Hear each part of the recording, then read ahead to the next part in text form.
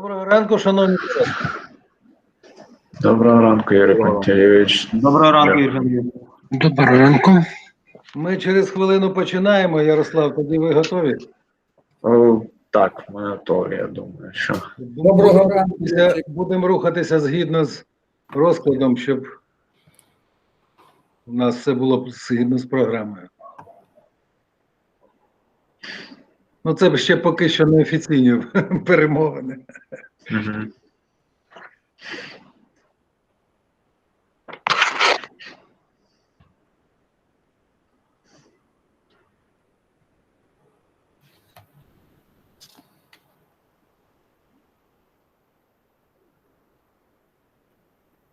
Hi, Владик, welcome. Владик, hi. It's 1:30 in United States, in Texas, yeah?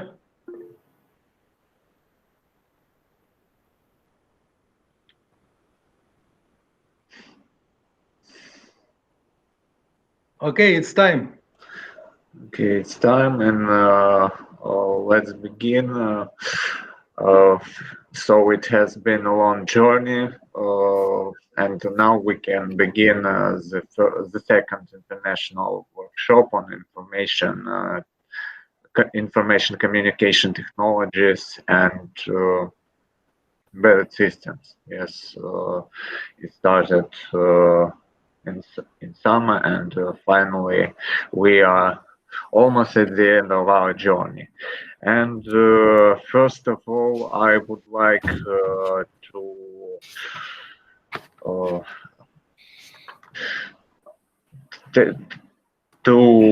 introduce you to our two men without whom it would be impossible to have this workshop happening. Yeah, it's the honorary chairman of our workshop,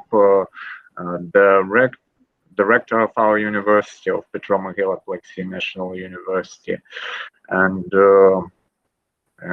we pre-recorded his introductory words because he cannot be with us right now. He can join because he has other businesses. So I will show his introductory words, or invitational words, and let me show.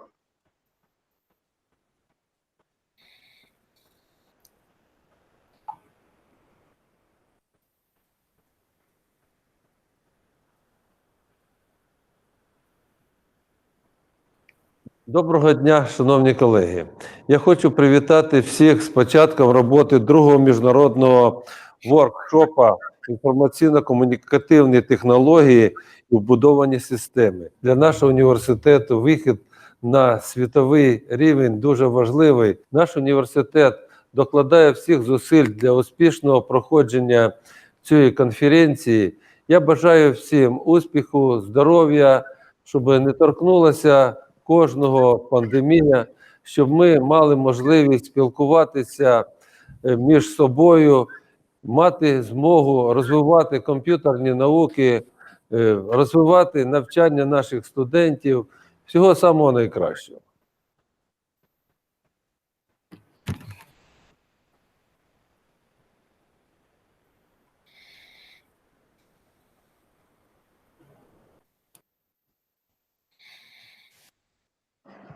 So that was an invitational word from our rector, and now I would like to invite for the speech, for invitational speech, I think the real MVP of this workshop, most valuable player, yeah. It's the chairman of the International Program Committee, Yuri Pantelyevich Kondratенко. I would like to invite him to say invitational word. Okay, thank you very much. Dear workshop participants, members of International Program Committee and Organizing Committee, distinguished guests, ladies and gentlemen. It's a great pleasure for me to welcome all of you to our scientific forum, Information Communication Technology and Embedded Systems, which is organized in online mode instead traditional face-to-face scientific meeting in Mykolaiv. It is hard time for all scientists around the world due to COVID-19 pandemic. But nevertheless, we need to adapt our activities to the current situation and global pandemic restrictions.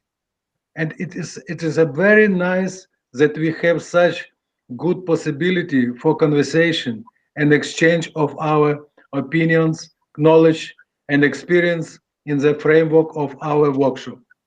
Indeed, it is a good opportunity for everyone to be involved in the multidisciplinary discussion on the current issues and challenges of information communication technology and embedded system and their implementation to the different areas of industry, science, and technology. The member of the International Program Committee of our workshop are distinguished scientists from United States, Canada, United Kingdom, Germany, Czech Republic, Estonia, Mexico, Romania, Norway, Italy, Poland, Spain, and Ukraine.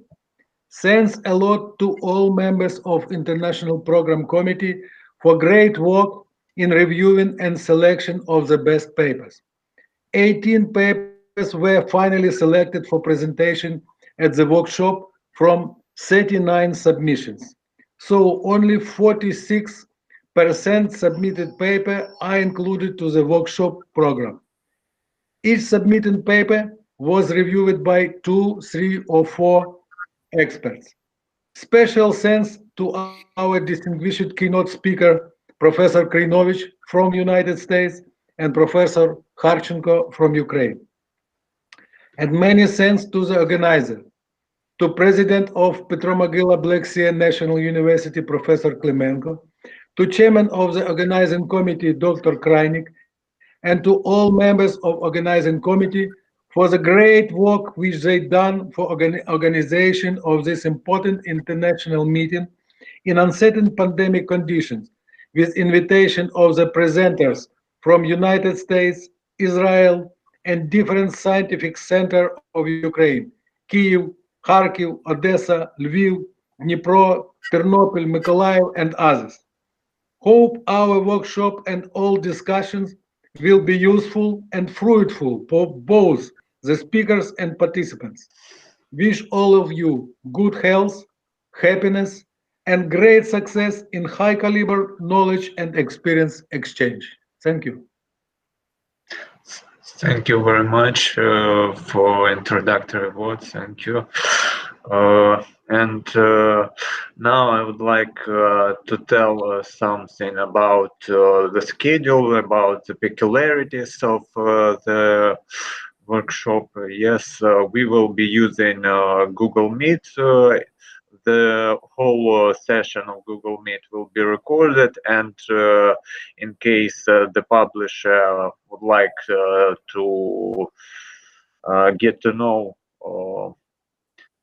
how it was organized, it is organized. We will so we can show them all the event. Yes, all the presentations.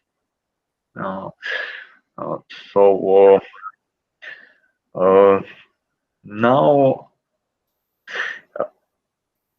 according to the rules, I would like to ask all of the participants who do not present their work at the current time to turn off the microphone, so it would be easier for the current presenter to actually demonstrate his or her work. Yes.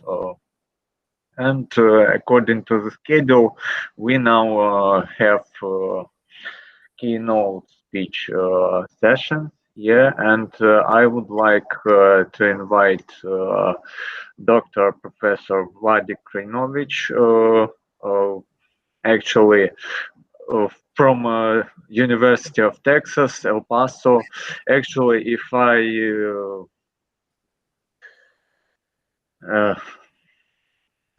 I prepare all his list of achievements, it would be probably take me another hour to. No, I will do introducing. I will introduce Professor Krinovich. Sorry. So now we're gonna have presentation from Professor Vladik Krinovich. Yes. Dear colleague, let me say a few words about our first speaker, plenary speaker. Vladik Krinovich is a professor of computer science at the University of Texas at El Paso. His main interests are the representation and processing of uncertainty, especially interval computation and intelligent control. He published 9 books, 31 edited books, and more than 1,600 papers.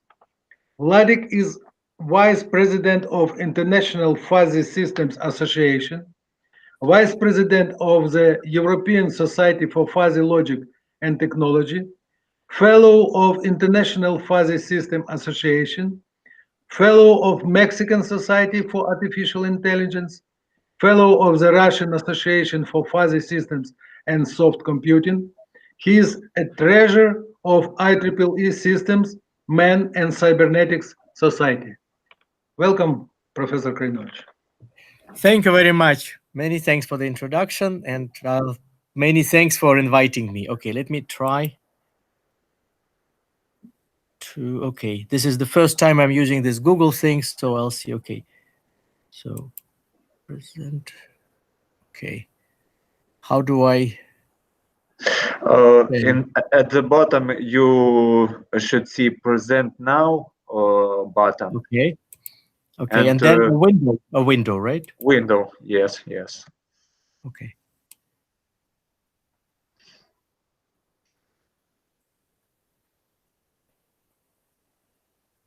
Okay.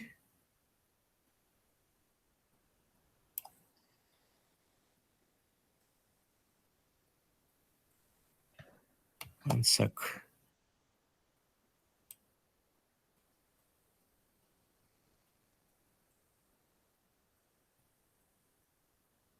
I don't see that paper. Okay, just one sec.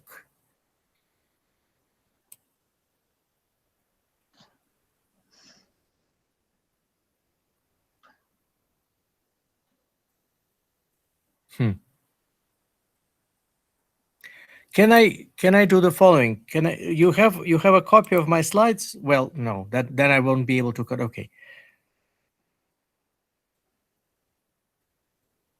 Okay, sorry. Should have rehearsed it. How do I don't see my file there because I see the other files, but not. Okay. Maybe, okay. Let me close this. Maybe now I will be able to see my file.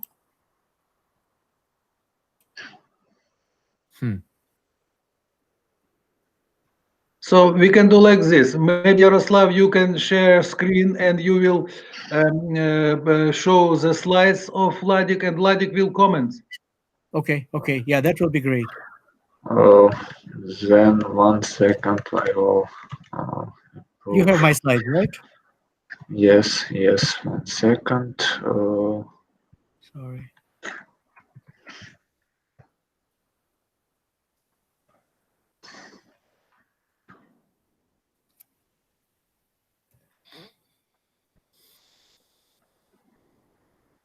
Yes, I downloaded.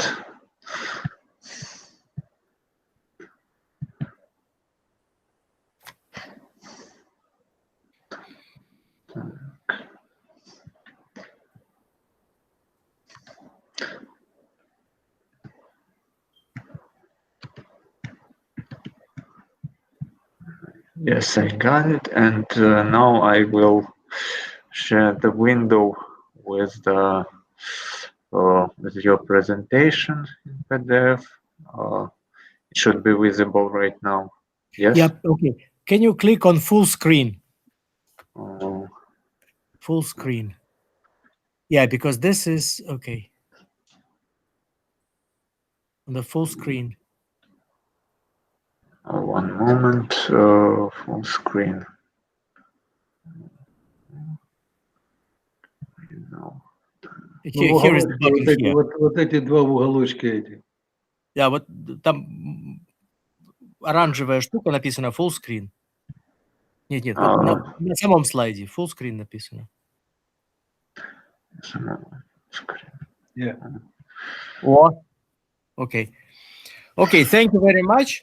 Thank you very much. So this is a kind of long title, White and Black Box Computing and Measurement Under Limited Resources, Cloud, High Performance and Quantum Computing, and 2 case studies, Robotic Boat and Hierarchical COVID Testing. And this is based on our joint work with my 2 colleagues, Martin Siberio and Olga Kosheleva. Next, please. Okay, so let's first discuss what we want. So what do humanity wants in general? So we want to know the future. And that is, in a nutshell, the major objective of science. We also not only want to know what will happen, we want to find out how to make the future better. For example, we want to know the future weather, and we want to be able to build buildings and to kind of design things so that this future weather will not affect our buildings. So that's the subject of engineering. And in both cases, what we need to do is we need to measure different quantities. That's what we need to find out what's happening right now. And then to process measurement results, to do the prediction, and to find how to make it better. So some measurements and computations require a lot of resources, and our resources are limited, whether it is time, whether it is energy, whether it's some other resources that we'll be mentioning. And so what we need to do is to develop ways to measure and to perform some computations under different limited resources. So in this talk, what we will do, we will overview the main resource limitations and how to handle them. And in this, we will differentiate between 2 types of situations: white box computing, where we know exactly the algorithms, we know what we are doing, and black box computing, when, as typical, we use some code which we don't know, which is like either proprietary, the company doesn't want to tell us, or it is classified. So it's not that typical in scientific computations, but in practice, it is very typical. Many people use software which they buy from some companies, and that software, the software people do not tell what exactly, the companies do not want to tell what exactly is there. They just tell, okay, you plug it in, you get the result of solution to some partial differential equations, for example. And we will also very briefly describe the 2 case studies. If you want more details, please read the corresponding papers. Next, please. So in white box computing, we will distinguish 3 types of situations. One is we have regular scale computing. That's the computing that we do on everyday life all the time, either on this laptop or on some computer that we have in our offices. Then there is large-scale computing, which requires high-performance computations, which require machines that are located somewhere in special places, which have several hundred, several thousand, sometimes computers, processors working together. And we also have special case of small-scale computing, computing on a portable device, for example, a cell phone. So let's start with this small-scale computing. in this case, computational ability is not a problem. Why is it not a problem? Because if we want more efficient computation, if we want more computing power, then instead of a cell phone, we just go to our offices, go to home, and use a regular computer, or if needed, high-performance computer. So, but the main reason why small-scale devices are needed is that regular computers are not very portable. It's not very, well, you can travel with it, but it's not that convenient. So, and that portability leads to the following problem. Computations require energy. Actually, right now, about 10% of the energy worldwide is used by computers. If you have a computer here, it's not a big deal. You just plug it in, as my computer is plugged in, and your computer is plugged in, and that's it. But for portable devices, you can only plug them in once in a while. And in a small volume, we can only store a limited amount of energy. So in this case, the main resource limitation is energy. Next, please. So, and that requires a big change in algorithms, because how algorithms are designed, the algorithms are usually designed so as to minimize computation time. And because of that, normal computers, they do a lot of procedures. For example, periodically you need something called garbage collection. You need some other operations, and usually they are performed by the operating systems when the computer is not used. So for regular sized computers, that's not a problem, because we just do it when nobody is using it. But for the computers, for small scale computing, this is important, because every time we do that, energy is spent. So in the normal computers, they try to do all these procedures like garbage collection as frequently as possible. In the computers which are in the cell phones, this is only based on the need. And that leads to change in algorithms. So again, if you're interested in details, please look at the paper. That paper has also references to some particular cases when this is done. So for regular size computing, again, computational ability is not a problem. Why? Because if we need more computing power, we would have used high-performance computer. Energy is not a problem. We just plug it in and we get as much energy as we want. So the main limiting resource is actually a very straightforward one. It's money. So when we use normal computers, especially in practical applications, that costs money, and we want to minimize this amount. How can we minimize? Well, we can minimize by taking into account that the amount of needed computations by a person, by a company, by whatever it is, changes with time. For example, if you have a company that is selling things, then, for example, in the US, there is a big peak of demand around Christmas, when everybody is looking for Christmas gifts for their friends. When there is a company that is interested in helping people do their taxes, then again, the big peak is in the beginning of April, because April 15 in the US is the deadline for submitting tax returns. So what is the possibility? How do we take care of computing under these requirements? Well, to cover the need, which is sometimes excessive, instead of buying, as in the old days, computers to do all the computations, we can rent computation time. This is known as cloud computing. Next, please.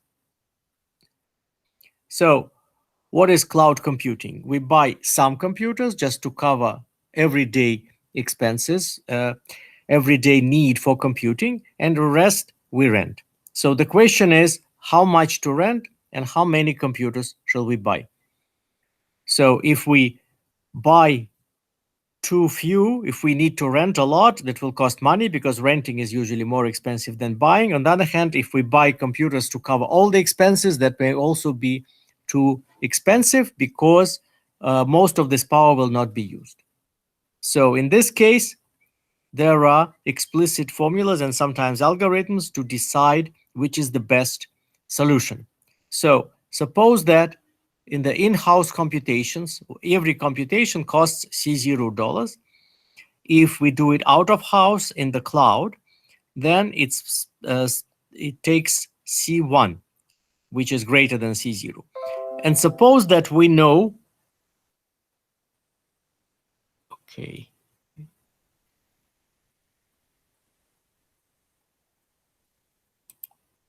And suppose that we know that what is the probability density function that describes different computing needs. Then how do we find overall expenses? Well, we need to select the computation power x sub 0 for which we buy the computers. So the cost is C0 times x0, plus we need additional cost that covers different values which exceed C0. So the probability is rho of x. It's multiplied by, again, C1. Sorry, that's a mistake. That should be only one multiplication by C1. And so the optimal value x sub 0 is the one that minimizes this functional. If we differentiate with respect to x sub 0 and equate the derivative to 0, we conclude that x suboptimal value, amount of computing power that we need to buy, satisfies a very simple formula, f of x sub 0, where f is a cumulative distribution function corresponding to the distribution, is equal to 1 minus C0 over C1. Remember, C0 is smaller than C1. C1 is an out-of-house cost, which is usually higher. In the more complex situations, for example, when we know, as practically happens, the values with uncertainty, there are similar algorithms, but of course they are more complicated, not necessarily explicit formulas, but in all these cases, we can find the optimal way to design the cloud computing. Next, please. So what about large-scale computing? Large-scale computing, again, we may want to have more computing power, but this is the best we have. So this is not an issue. The issue is, again, energy. Why? Because what is a high-performance computer? It's basically hundreds or thousands of computers placed together. Each of them, in principle, we can plug in, but in principle, for real high-performance computer, we need so much power that some universities actually, in some places where the high-performance computers are, they have special energy stations just to supply energy to the computer. And there is also the question of not just energy, the question of overheating, because this is one of the reasons why computers cannot go much faster, is because they already overheat. If you place your laptop in your lab, you will see immediately that it starts warming. And if you have hundreds of these computers working together, cooling is a very, very big problem. In the old days, when air conditioning was rare, that was like a reason why everybody liked high-performance computers, because you go into that room and there is always air conditioning going there. So how do we minimize the amount of energy? Well, traditionally, when you design a high-performance computer, what do you aim? You aim at the overall maximum number of computations per second. And therefore, when you put in all these processes on top of each other, each of them runs at maximal speed. But this is not, and sometimes that may be necessary if you have a problem that otherwise cannot be solved. But in general, the whole idea is to minimize the energy.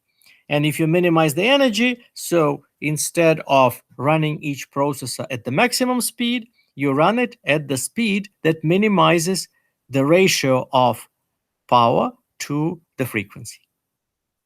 So the other way, and that way, everybody is running at a speed which is smaller than maximum, and maybe we need more processors for that, but energy will not be spent at such a large amount. Another thing is that if some processor is not needed, it should be completely switched off, because as you probably know, each electronic device, even if it's not used, actually uses some energy. And if you have hundreds and thousands of processors stacked together, they actually consume a lot of energy. Now, if we want higher computing power, what do? Well, here it's an interesting phenomenon. So what limits our further speed up of the computers? Let's look at the usual laptop, like the one I'm working on. It has about 30 centimeters across. According to relativity theory, everything, all signals can travel no faster than the speed of light. If you have a 30 centimeter laptop and you want to go from one side to another at a speed of 300,000 kilometers per second, it takes exactly 1 nanosecond to cross. During this 1 nanosecond, the usual laptop, not the most expensive and the most fancy one, like the one I have, has 4 gigahertz, which means it takes 4 operations already. So how can we speed it up? To speed up, it's not enough to make processors faster. We need also communications faster. So we need to shrink the size of the computer, and therefore we need to shrink the size of each element.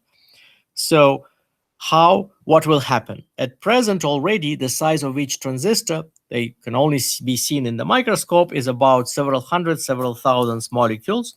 If we shrink it further, it will be on the level of single molecules, dozens of molecules. In other words, it will be on the level of micro-sized domain where physics become quantum physics. Next, please. So, at first, quantum effects were viewed as a bad thing, because what is the specific things of quantum mechanics? In quantum mechanics, one of the most important features is like radioactivity and other phenomena, unpredictable. You can only predict the results with probability. And so instead of the usual computer where the results are guaranteed, we have some results with one probability, other results with another probability. That's not what we want from the computer. But good news is that researchers have came up with many efficient algorithms that use quantum effects that actually produce results with guarantee or practically guarantee probability close to 1. And one of the most famous ones is the algorithm produced by Love-Grover, which does the following. It takes a database which is unsorted, it has n elements, and it finds an element with a desired property in time square root of n. Why this is interesting? Because normally if you have an array of n elements and you want to find an element with some property, you have to look at all the elements. If you miss at least one element, that may be that element that you missed.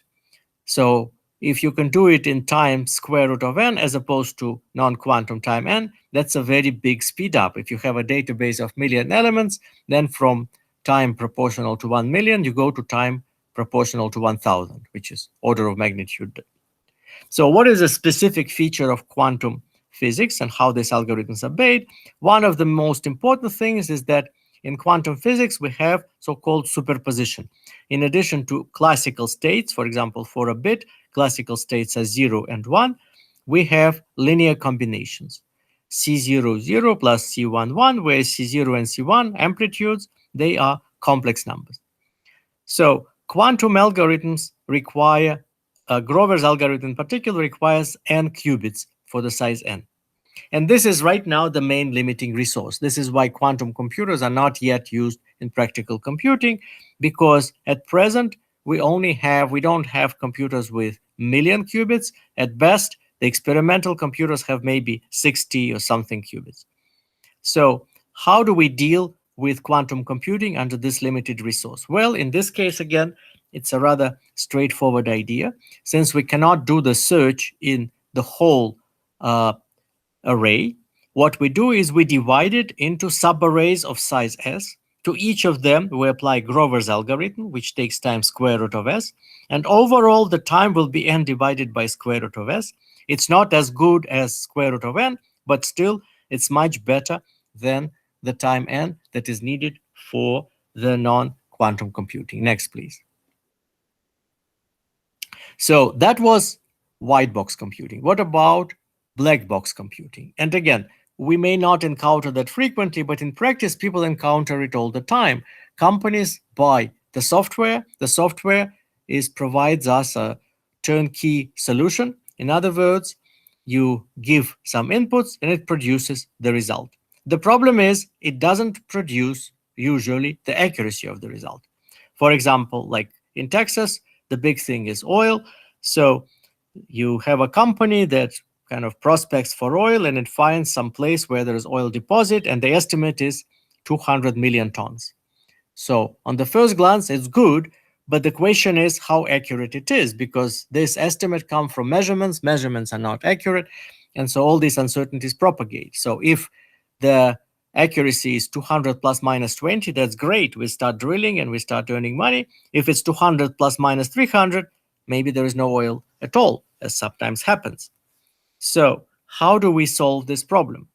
Usually, the good news is that the measurement errors are usually relatively small, so we can ignore quadratic and higher order terms in this dependence and only keep linear terms in this formula. This is the difference between what we obtain if we plug in the measurement results, and this is what we would have obtained if we knew the exact results x sub I. And if we do this Taylor expansion and keep only linear terms, we get a linear combination of the accuracies of the measurement errors, where c sub I is the partial derivative of this function over x sub I. Next, please. So in some cases, we know the probability distributions of each measurement error. Then we can simply use Monte Carlo simulations to find the distribution of the resulting error. Or if, for example, if we're only interested in the standard deviation, we can use the usual formula for the standard deviation of the linear combination of several random variables. The problem is sometimes we only know the upper bound on each measurement error. And in this case, we can find the upper bound on the error of the result of data processing. Well, there was like c sub I times delta x sub I. If c sub I is positive, the maximum value of delta x sub I, the largest value of this term is when delta x sub I is the largest, so we get c sub I times delta sub I. If c sub I is negative, the function is decreasing. The largest value is when delta sub I is minus delta sub I. This is the resulting formula. And in principle, we can compute it directly. There's no problem. So for that, we need how many times calling f? First of all, we once apply f to find apply it to input to get the result. And second, we need to compute partial derivatives. Again, remember, this is a black box thing. So the only way to compute partial derivatives is to apply numerical differentiation. So we need n plus 1 calls to f.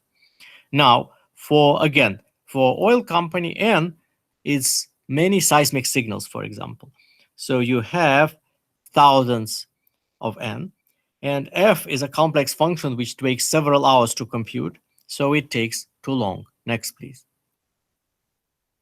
So it turns out there is an alternative, and again, the full paper has the details, but basically, the idea is to use Cauchy distributions.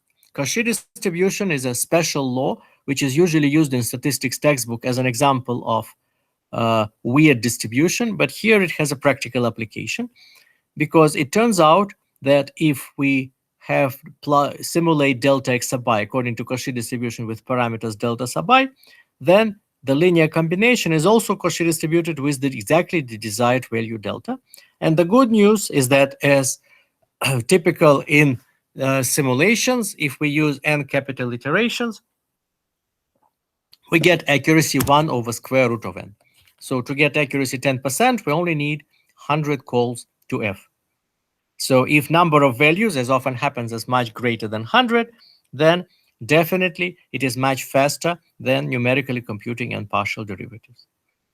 There is an additional speed up which is possible, because one of the reasons why we spend a lot of time on computing is most of the inputs are irrelevant. For example, if we predict the weather in El Paso, and currently everything comes from the front comes from the north, then what was there in the south in the previous day doesn't matter. The difficulty is deciding which inputs are relevant, which are not. And for this also there are quantum algorithms. There is a famous quantum Deutsch-Josha algorithm. That's interesting, I just mentioned it, because, for example, for 1 bit input, when the question is whether this input is relevant or not, so whether f of 0 is equal to f of 1, in the non-quantum computing, we need 2 calls to f, but in quantum computing, we can do it in 1 call to f. Next, please. So that was limitations on computations, but the same limitations of time, energy are applicable also to measurements.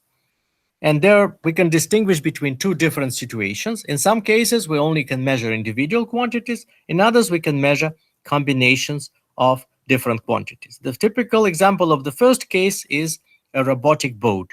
So we want to find the description of what happens on a small river. So we put a little robotic boat, it floats, and then it measures the depth at different locations whenever possible. The problem is we want to minimize the energy because again, this boat cannot carry too much energy with it. So what we do is in the parts when the depths don't change much, we measure rarely. In other parts, the river changes fast, so we need more frequent measurements. Next, please. And so what we do, we can, for example, approximate this dependence by a polynomial, predict the depth, predict the accuracy. Whether it's probabilistic uncertainty, we can use least square. Whether it's upper bounds, then we use linear programming. And we only resume measurements when the predicted inaccuracy exceeds a certain threshold. Next, please. Another case study is kind of more relevant. It's when we have joint computations. It's the testing for COVID-19. So the big problem in this testing is that there are a limited number of test kits. That's why we cannot test everybody. So the idea, which has been tried, although not yet come out of experimental stage, is to apply each test instead of individual person to a combined sample from several people. So then those from a group where somebody tested positively need to be tested further, others are automatically good. So then all these retested folks are combined into smaller groups of C2 smaller than N1, test again, and so on. And what is the optimal arrangement? Well, it depends on the empirically known frequency of COVID in the population. This is small, and so what happens at the end, next please. This is the overall number of tests. We optimize it, and we get explicit formulas. That turns out to be a geometric progression. Next, please. In which we need, so this is like we start with S1, determined by this formula. Then the size is S1 divided by E. E is exactly 2.71828, so on, then divided by E squared, and so on. And overall, we need that many tests. And this turns out to be exactly asymptotically optimal.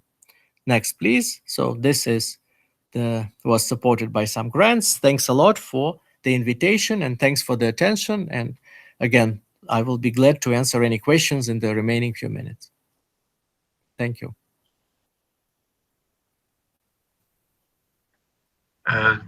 Dear participants, do we have any questions for Vladek? And first of all, thank you very much for, it's a great honor for us to have you at our workshop, Vladek. Thank you. It's an honor for me to be here. Vladek, what do you think about, I have some such simple questions. If we try to minimize laptops or computer, especially screen, but usually it's a little bit big problem for senior people. So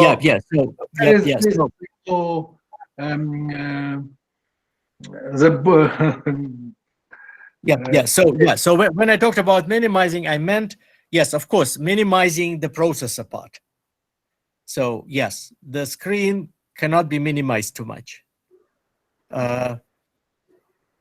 Yes, but the processor part has to be minimized. Yes. Yeah. Thank you. Yeah. Actually, it's like we can go back. I don't know if you remember, when I was very little, there was this TV set in the Soviet Union, KVN, which used, it was one of the first TV set, it used a lens. So the screen was small, but there was a lens where you have to put distilled water and then you can see, because otherwise it was too... Yeah. And the next question is like this: can you estimate how we can what will be result in energy saving if we will use, for example, this quantum computing approach? The maximum result, like just estimation. Well, quantum computing does not save energy, unfortunately, because the problem is, well, it depends. There are many schemes for quantum computing. Many of them use actually a lot of energy, because what they do is they use the fact that to minimize the thermal noise, to make quantum effects more visible, they freeze the processor to the temperature close to absolute zero, and that requires actually a lot of energy itself. So unfortunately, quantum computers, they may lead to speedy computations, but at present, they are not in the stage where we can save energy. But the good news about quantum computing is that it's kind of good luck. I didn't mention that, but hopefully quantum computers will appear, because all the governments in the world, at least those who have money, they are investing in quantum computing for one simple reason. There is this famous Shor's algorithm. All the kind of privacy, all the secrecy of communications is based on encryption. And the current encryption, like RSA, is based on the fact that it's very difficult computationally to factorize numbers. And so what they do is what these codes are based on, they take two big prime numbers, multiply them, numbers are kept secret, the product is open, and if somebody can factorize, they will read all the messages that have been sent through all the years by everybody around the world. And this pushes the governments to invest billions of dollars into designing quantum computers. So hopefully they will come out and they will be available. Okay, thank you very much, Professor Krajnovich. Thanks for your interesting plenary talk. And now we have, it's time for our next plenary presentation. Okay, thank you very much. I'll have to leave. Okay, thank you. Bye. Thank you. Bye. So our next presenter is, let me introduce Professor Kharchenko. Professor Kharchenko is a head of computer systems, network and cybersecurity of National Aerospace University Kharkiv, head of Center for Safety Infrastructure-Oriented Research and Analysis, RPC Rady, President of Ukrainian Scientific and Educational IT Society, Honor Inventor, and Laureate of State Award of Ukraine on Science and Technology. Supervisor of and developer of 12 national and branch standards in area of nuclear power plant INC and aerospace system safety. Supervisor of 46 PhD and 5 Doctor Science defended dissertations. Invited researcher and professor, Germany, Poland, Slovakia, USA, United Kingdom. Supervisor and coordinator of 21 national and European Union projects on dependable computing, safety, and green IT engineering. Invited speaker of 16 conferences in Estonia, Georgia, Greece, Poland, Slovakia, United Kingdom, Ukraine. Author of 30 books and chapters, Springer IGI Global River Publishers. More than 700 patents, 285 papers in journals and proceedings indexed in Web of Science and Scopus. Welcome, Professor Kharchenko. Thank you very much, Professor Kondratyenko, for your introduction. What about my presentation? Do you see? Yes, it's okay. Okay. It's my pleasure to start our presentation. Our presentation will be dedicated to problem of verification and diversity for critical system, for cyber physical systems, for different domains. I represent two organizations: National Aerospace University Kharkiv, Department of Computer System Networks and Cybersecurity, and Research and Production Company Radi, Kropivnitsky, Ukraine. Thank you very much, Professor Kondratyenko, for invitation and organizing committee for invitation to such possibility. And I ask you personally 3 additional minutes for special information. Okay. Dear colleagues, I would like to congratulate Professor Yuri Pantelevich Kondratyenko with his birthday, and it's my pleasure to congratulate Yuri Pantelevich and to wish him good health, creative scientific results, well-being, and all the best. We know, I think very well, Yuri Pantelevich, his department of, he's head of Department of Intelligent Information System, Black Sea National University, honorary convener of Ukraine, corresponding member of Royal European Academy of Doctor of Science. He is chairman of Supervisory Board of Ukrainian Scientific Educational IT Society, Doctor of Science, Professor, and my congratulations support a lot of our colleagues, especially Gabrielette Tempus team, Aliot Erasmus project team, the 2 international projects where Yuri Pantelevich was one of the key person, coordinator of group from his university, and you see a list of all our colleagues who congratulate Yuri Pantelevich with his birthday, and I especially would like to congratulate Yuri Pantelevich from our Ukrainian Scientific and Educational IT Society, and let's congratulate Yuri Pantelevich together and wish him all the best, all the best. Thank you very much. Happy birthday, Yuri Pantelevich. Thank you very much for your so warm words. And a few photos about your activities, I think, is the best confirmation of result Yuri Pantelevich about his scientific, his technological, his project activities. One more, our congratulations. Many thanks, dear colleague. Many thanks. Thank you. Hence, I can start, and in framework of our presentation, we will talk about 2 main things. First of all, about verification and validation. We will talk about independent verification and validation.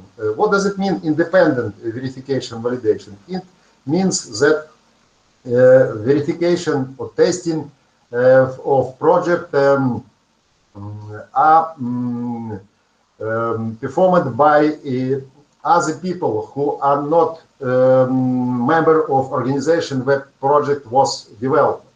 It's a special team. We will talk about different technique of verification or validation, especially fault injection testing. And the second part of our presentation will be dedicated to application of diversity approach to minimize risk of common cause failure for critical systems. Firstly, I would like very shortly say about our university. This year we have 90 years from foundation of our university, and first plane with landing gear was developed and produced by a student of our university, and with Professor Yosif Neman. General designer Oleg Antonov was head of department in our university. You know about Antonov company and plane Mria, Ruslan, and so on. Our department of computer system networks and cybersecurity is a part of Faculty of Electronics, Computing and Communication. We have two main directions, computer engineering and cybersecurity. We have a lot of centers, industrial labs at our department. And there's a map of our centers and labs. It's education labs, it's research and development labs, it's a center for cybersecurity, for industry 4.0 and so on. It's a map of our international communication and cooperation. We cooperate with company Radi. It's a special things in point of my presentation, because main industrial cases will be dedicated to result of development and implementation system which are developed in company Radi. We have 3 points of this company. Its main location in Kharkiv as a base. Our department, we have Center for Safety Infrastructure Research and Analysis, and in Poltava a special independent verification and validation group. Hence, in general, to assure high level of safety and reliability, instrumentation control system for nuclear power plants, for other critical domains, we have such distributed structure in our work.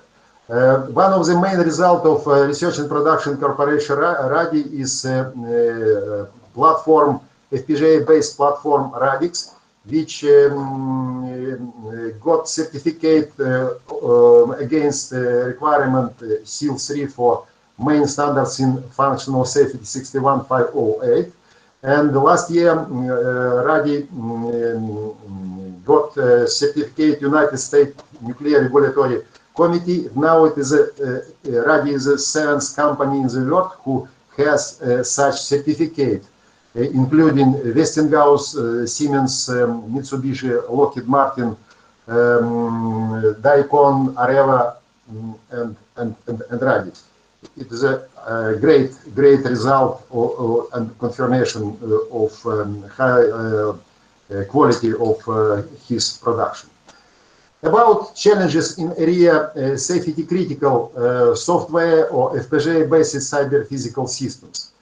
We have a few main critical domains, such as safety critical, mission critical, data or security critical, business critical.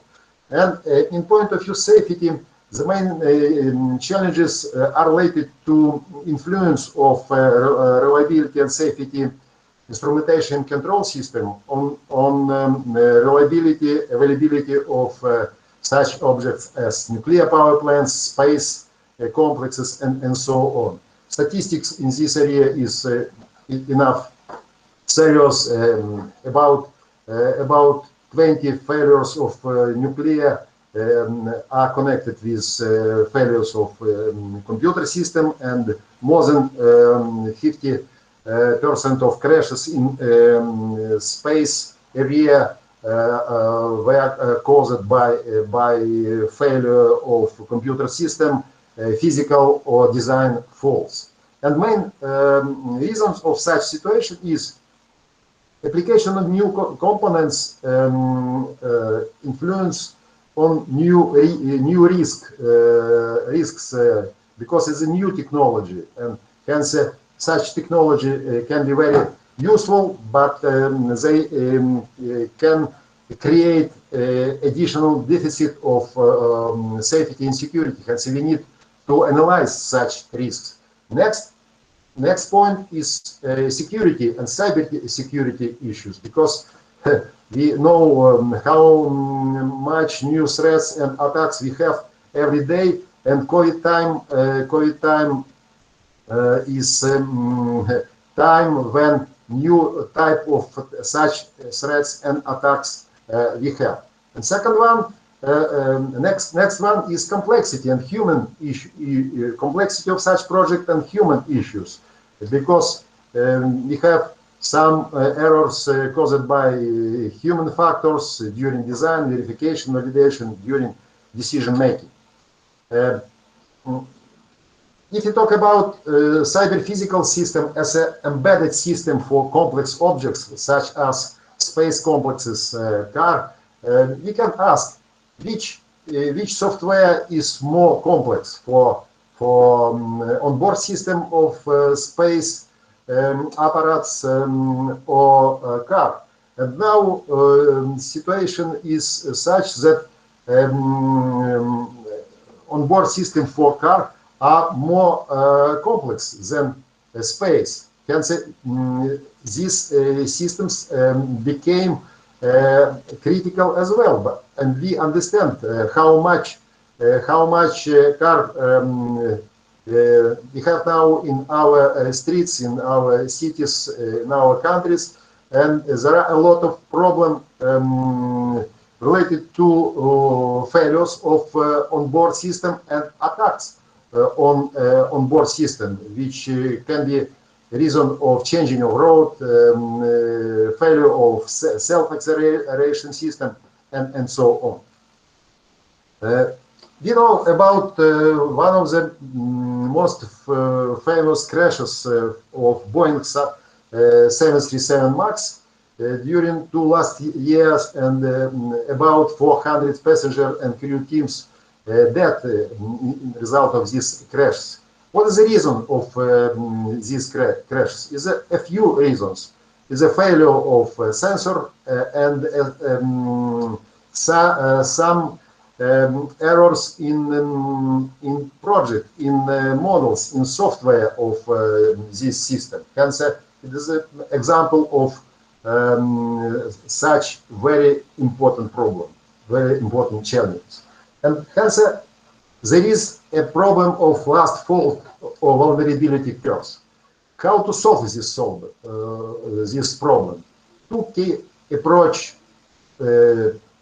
exist, or two key echelons to assure safety.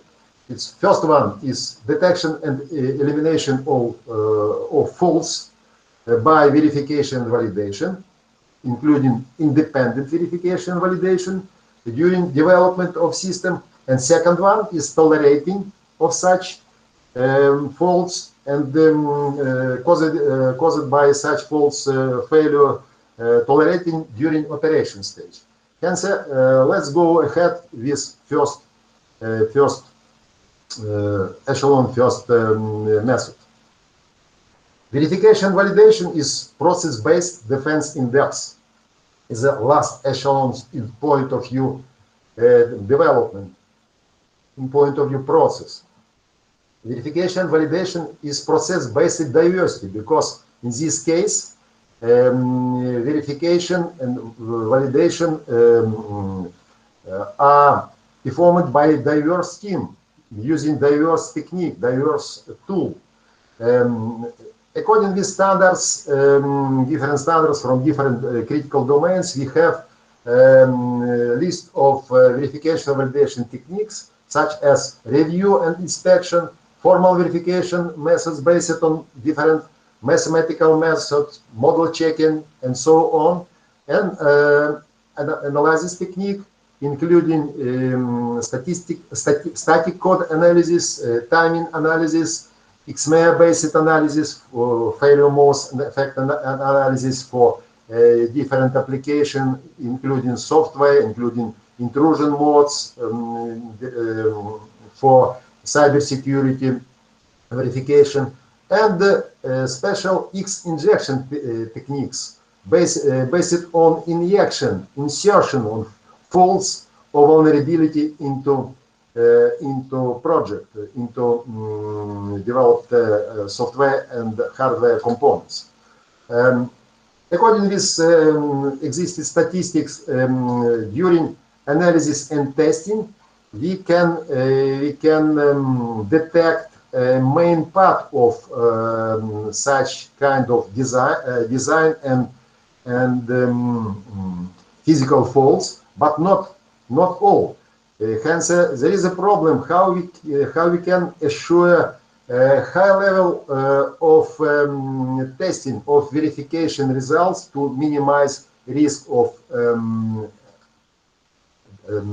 defects. One of the main techniques which applied during such verification validation process is fault injection. Fault injection, goal of fault injection techniques is the following. Firstly, to assess the test quality considering test coverage to assure 100%, but it is a very difficult task to assure 100% test coverage. Next one is to assess online testing and detecting failure in real time. Next task is to analyze effectiveness of fault tolerance mechanism, fault tolerance in point of view design and physical faults. And the last one, to analyze security and intrusion tolerance in point of view detection vulnerabilities and simulation attacks. There are different kind of fault injection testing techniques for reliability, safety, security assessment based on different standards such as 61508 and NUREC standards 7151 and special standards related to injection of defects or faults into software components, into hardware components, and we will talk now about application of fault injection testing for FPGA-based system. In this case, we have a few levels where such faults can be injected. It's a level of VHDL code, level of FPGA chip, level of FPGA-based module, and different kind of faults can be injected to confirm quality of testing, to confirm trustworthiness of online testing, to confirm fault tolerance mechanism, and to confirm tolerance to different kind of attacks on vulnerabilities. One of the example which was developed at our department based on injection fault into VHDL code. You see initial code and error which implemented injected into code to test this project later. And so there are a lot of such kind of tools to support injection of different defects, to form a profile of such defects, and to analyze result of such kind of verification.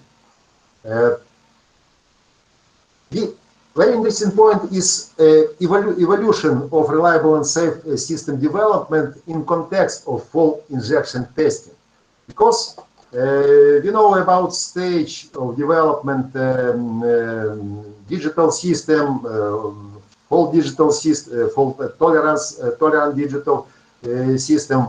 When we talk about self-checking, about fault tolerant system using different kinds of redundancy, and we talked 20-30 years ago about checkability of such kind of system, reconfigurability such kind of system. Now we talk about verifiability of such system, or fitability of such system, because realization of fault injection testing techniques is very complex task, and there are a lot of different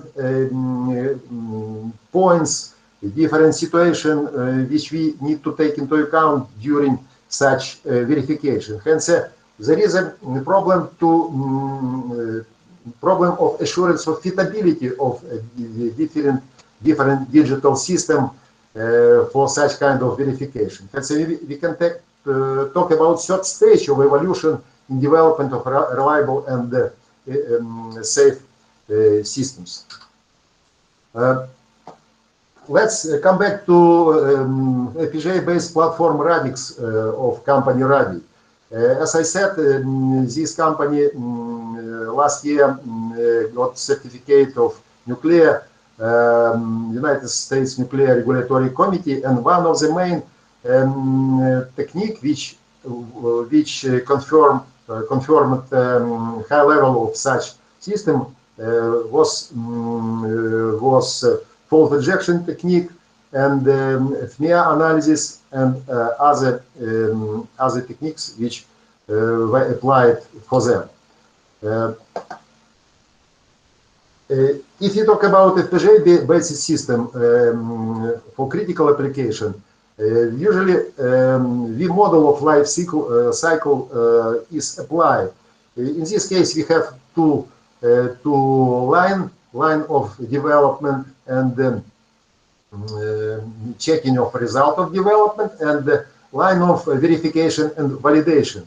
And it is a detailed V model of life cycle which is applied by company Radi, and fault injection testing or multi-fault injection testing is a part of verification and validation process which is realized for separate components and for integrated system as a whole.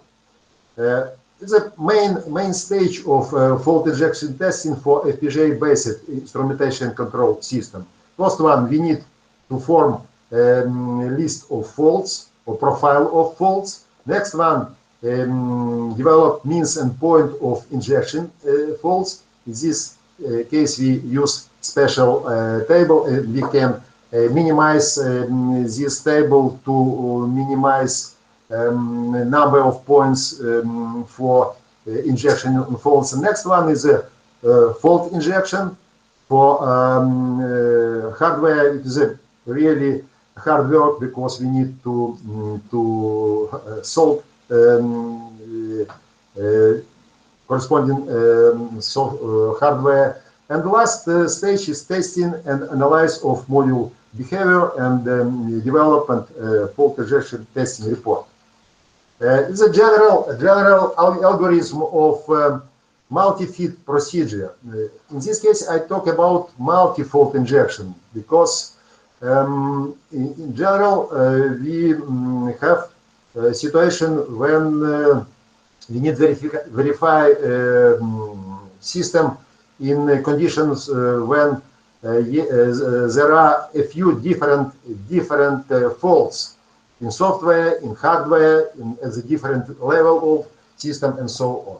And so, this algorithm, this method consists of the following stage. First one is the Fpga analysis, when we analyze a list of different faults, different software, hardware faults. Next one is defects or faults profile forming.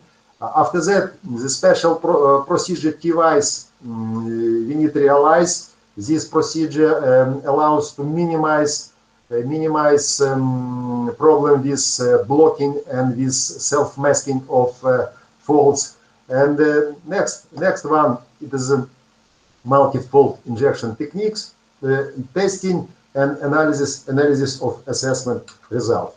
The additional information for all stage, for faults profile forming using Fpga results, and subset types of faults are represented by compliant taxonomy.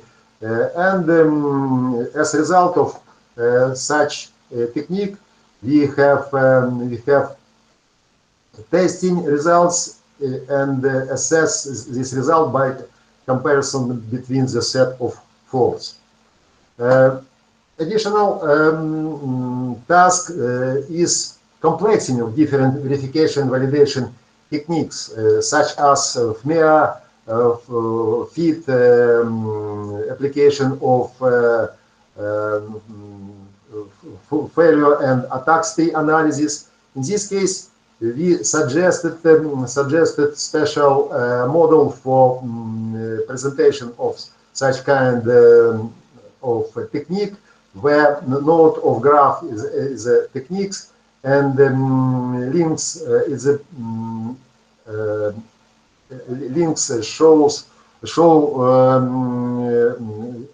connection between output results and input parameters for different techniques. Such formal models allows to present all techniques and select one of them to assure verification validation process.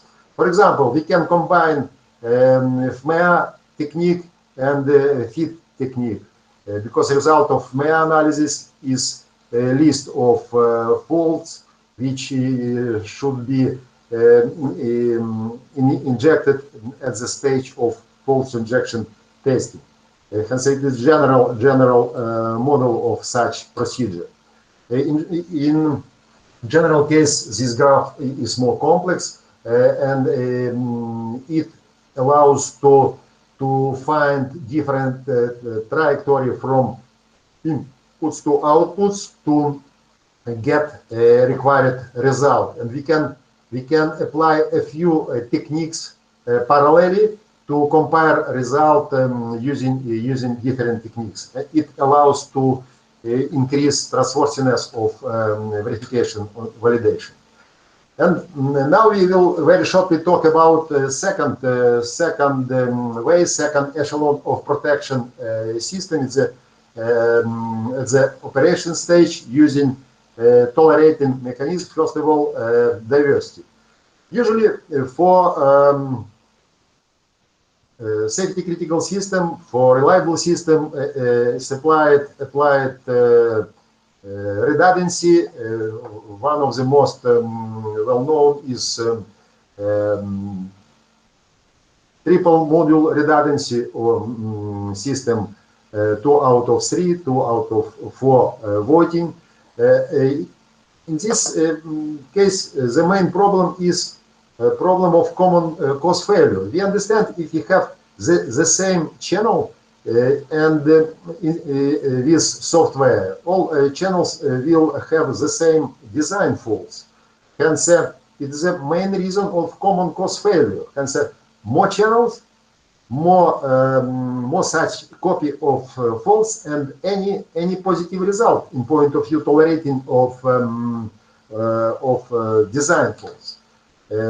For industrial system such as reactor trip system, we have two subsystem structure: main system and diverse system. The main and diverse system are built using different software hardware platforms, different process of development, verification, and validation.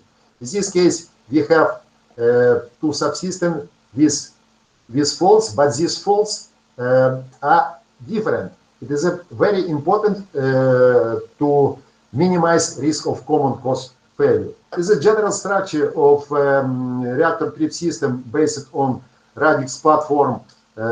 As you see, it's the first system of the 4 cabinets for first, second, third channel, and majority devices, and the same structure. Diverse system, but this system is based on other software hardware platform. There are a lot of different diversity kinds, so version redundancy kinds according to standards 7007. It is a diversity of design, equipment, signal, software, human life cycle, process, function, and so on. We developed a lot of different kind of redundancy, considering features of FPGA-based system, software-based system, and so on. Other standards 2626.2 for automotive system, and for this system diversity now applied as well. It's an example of technology of multi-version system development, which based on analysis of cube of diversity-based decisions and the choice of multi-version architecture, assessment of such architecture, and make decision concerning the optimal ones. New possibility of diversity for Fpga system based in Radix platform. In this case, we have extended classification, extended kinds of version redundancy based on soft core processors, diversity of data transmission methods, cyclic redundancy check, self-diagnostic diversity, and interface diversity. Plus, for Radix platform, we have diversity against common cause failure using platform design, because in this case we applied Fpga and CPLD components in framework of one channel. It allows to assure not only external and internal diversity as well. Besides, Radi use special software for development of functional module. Hence, in this case, we have diversity of the shelf Quartus environment and special RPCT software for development of such project. And a conclusion. The problem of last fault is one of the most challengeable for critical cyber physical system and reputational for commercial application. There are two key approaches to minimizing risk of failure caused by design faults and attacks on vulnerability. Firstly, is independent verification validation. I said about independent verification validation group in Poltava. The main development company is located in Kropivnitsky, hence we have geographical diversity as well. And hence is the first way, independent verification validation. A second one is the redundancy by diversity. And fault injection techniques is one of the efficient verification and validation techniques. But there are a lot of very interesting tasks exist here. Fault profiling, fit coverage, and fit ability assurance. A special, very important task and very difficult task is multi-fit based verification validation. Diversity ensures minimizing of common cause failure risk, and key problems here is assessment of level of such risk and implementation of new kinds of internal and external diversity. And one of the hot topics here is application of artificial intelligence for choice and combining of different kinds of version redundancy and multi-fault and vulnerability injection of multi-version system and so on. Thank you very much for your attention. Any question and comments? A few photos in final. The photos before COVID-19, and we hope that victory over COVID-19 we will have, and it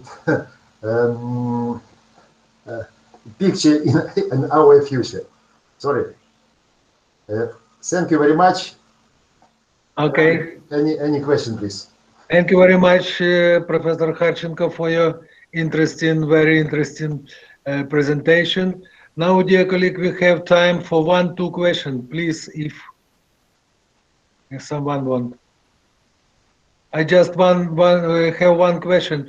Can you tell me, please, if for example your system work incorrectly, is it easy to separate? Is this software fault or hardware fault, or interaction between software and hardware fault? Thank you very much. Thank you very much. It's very interesting, very difficult How to question. recognize it, you know? Yes.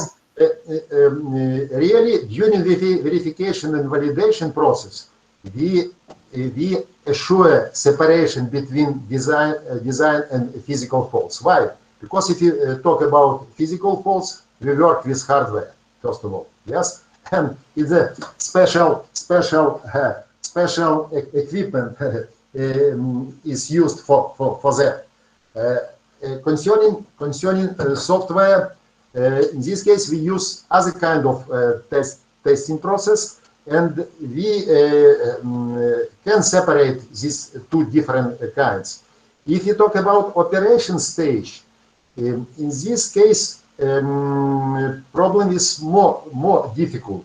But if you talk, for example, about reactor trip systems, during operation, such system is used very deep monitoring diagnostic system, which can detect physical and design fault during application.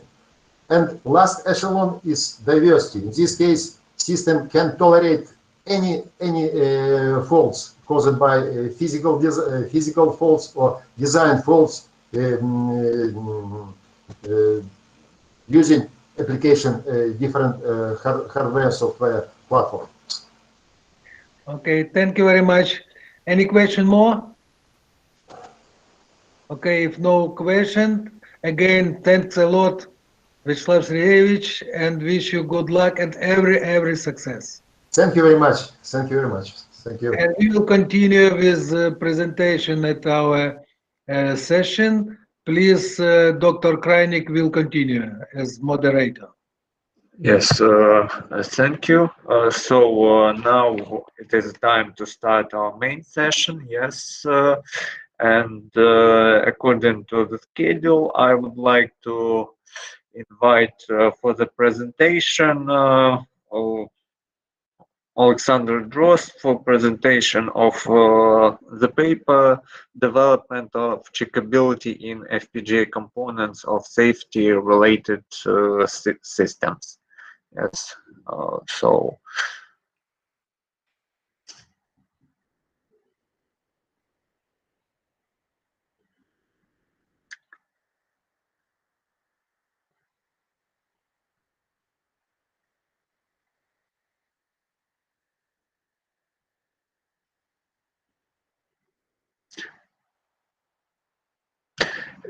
turn on the mic.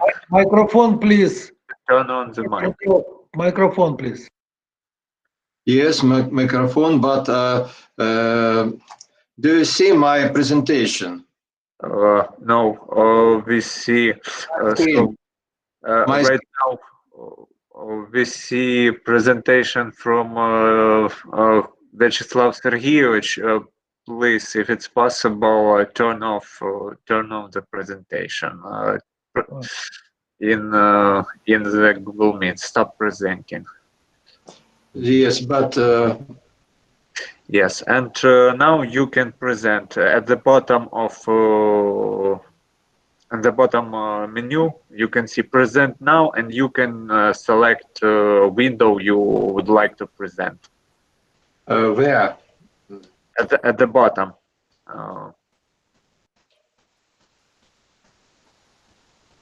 Показать на главном экране там. Yes, but Or you can choose entire screen and demonstrate the entire screen. Maybe it would be simpler. well, I Okay, open your presentation. Open your presentation. Then my presentation. put показать на главном экране. And then Yeah. click on your But- presentation. Where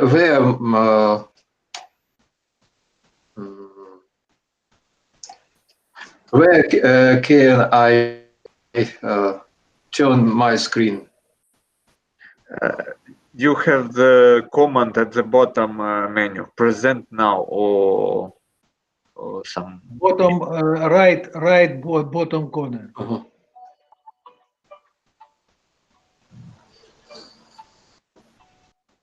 Can you see my Yes, presentation? Yes. yes, nice. Can you see? Yes. Thank you very much.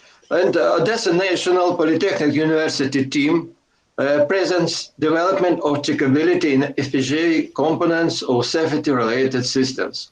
You can see my co-authors, Konstantin Zasholkin, Alexander Martinyuk, Elena Ivanova, Julia Drost, and their emails.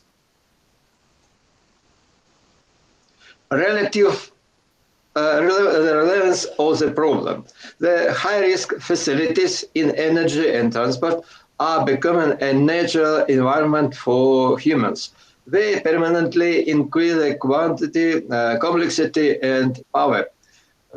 In order to limit risks, it is necessary to develop information technologies implemented into safety-related systems.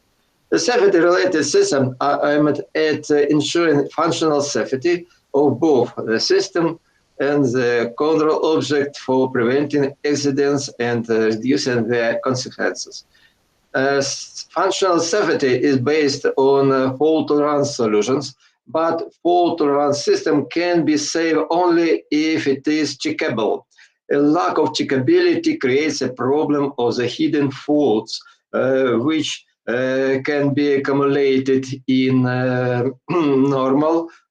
during normal modes and reduces fault tolerance in most responsible emergency modes. We know this problem from the failed attempts to detect hidden faults by using imitation modes aimed at recreating emergency conditions and repeatedly resulted in them due authorized activation by human or failure. The planned activation of such modes often includes the shutdown of emergency protections, which has become one of the causes of the Chernobyl disaster.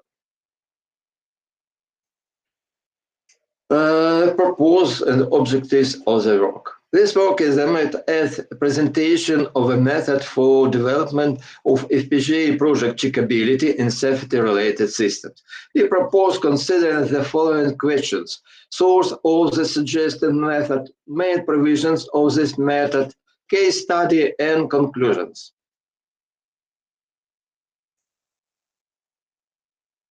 Sources of the suggested method. The resource-based approach which explores the integration of the artificial world created by human into the natural one, defines three levels in the development of models, methods, and means: replication, diversification, and self-sufficiency as development goal. This approach identifies a safety-related system as development of computer systems with diversification of an operating mode by its division into a normal mode and emergency one. The problem of hidden faults in their accumulation in digital circuits during and long normal mode, and their manifestation in reducing fault tolerance of circuits with the beginning of the most responsible emergency mode.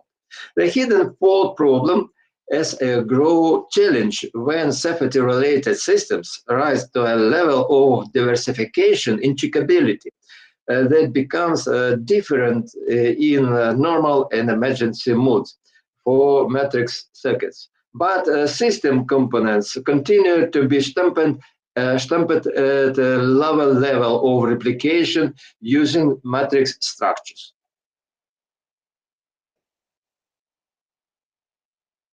One of the most important directions in the development of digital components for critical systems is associated with FPGA designing. And Fpga refers to program hardware that raises stamped element matrices to the level of diversification by using the natural virtual redundancy in program code of Fpga projects with load-oriented architecture. You can see two versions of code programming which differ from each other in direct or inverse value of the bit transferred from the LUT1 unit to the LUT2 unit. Inverse value in the memory of the first LUT unit can be by inverse of all bits of this memory, and inverse at input of the second LUT unit can be in result of replacement of bits of the memory. Main provisions of the method: identification of the hidden fault problem as a grow challenge determines the ways of its solution by raising the components to the system level. The method improves Fpga project checkability to reduce the number of hidden faults. The method uses the synergy of several types of natural virtual redundancy in two essentially different modes of the safety-related system, normal and emergency. In hidden fault elimination solutions by opposition to accumulation of faults during normal mode, and the manifestation in emergency mode. In two program code versions changing the fault state. The method proposes to organize the operation of the Fpga project on several versions of program code, which change at a given periodicity. The purpose of the version change is to move uncheckable bits to checkable positions in the LUT unit memory. The method performs the following steps. The first step consists in simulation, which determines the sets N and E of controllable and non-controllable bits addressed in the LUT memory throughout the normal mode and only in the emergency mode, respectively. Step number 2 shows obtaining the NO set of bits which are checkable in normal mode by selecting observable bits in this mode from the N set. Step number 3 consists of simulation, which determines the versions for moving the uncontrollable bits of the E set to the checkable position of the N bits, and as well as the E and C set of non-controllable bits of normal mode, so they are movable. Step number 4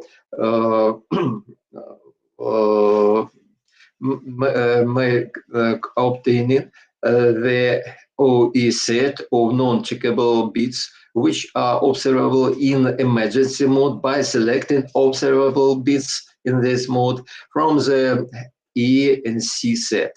In addition, the H set of non-checkable heterodox bits whose faults distort most significant bits of the result is determined.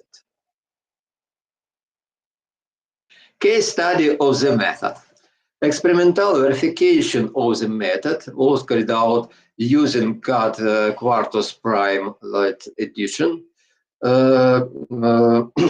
On example of a study of 4-bit iterative array multiplier implemented in intercyclode chip.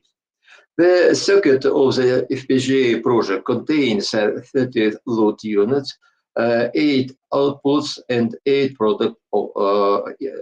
inputs and 8 product outputs. The circuit simulation was carried out using the program implementation of the method. The program was developed in the 3 Delphi settlement version. The value of the factors smaller than the threshold refer to the normal mode and the rest or to emergency one. The SK determines 8 threshold values from 2 to 9. The lines E in I and EO show a number of non-checkable memory bits in initial and improved FPGA project, respectively. And the E and C line contains a number of non-replaced bits addressed only in emergency mode. And the EH line shows a number of non-checkable hazardous memory bits. The last line estimates improvement of checkability in the FPGA project. You can see dependence of this memory bit sets on the threshold for all load units of the FPGA project. You can see that this indicates reduces the values. The FPGA project checkability increases relative to the initial program code, an average of 41%. Conclusions. FPGA designing opens up new possibilities for solving the hidden fault problem inherent in safety-related systems as a growth challenge by raising the components to the level of diversification. The proposed method uses the synergy of several types of natural virtual redundancy, including one in the program code of FPGA projects with a load-oriented architecture to reduce the set of hidden faults by organizing work on several versions of the program code.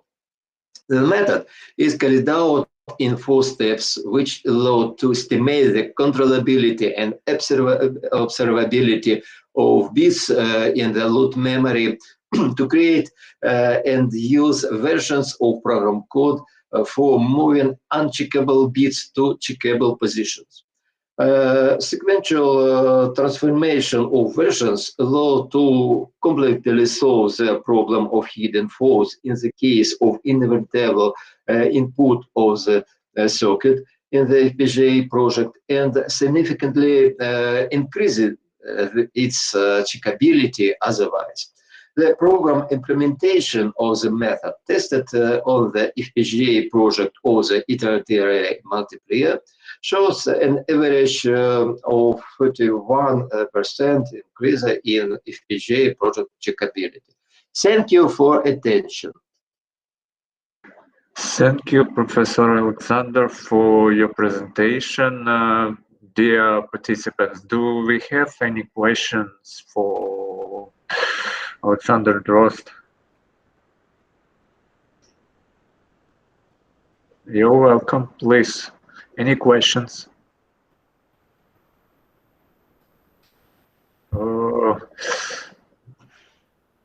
Maybe I will ask one question. Do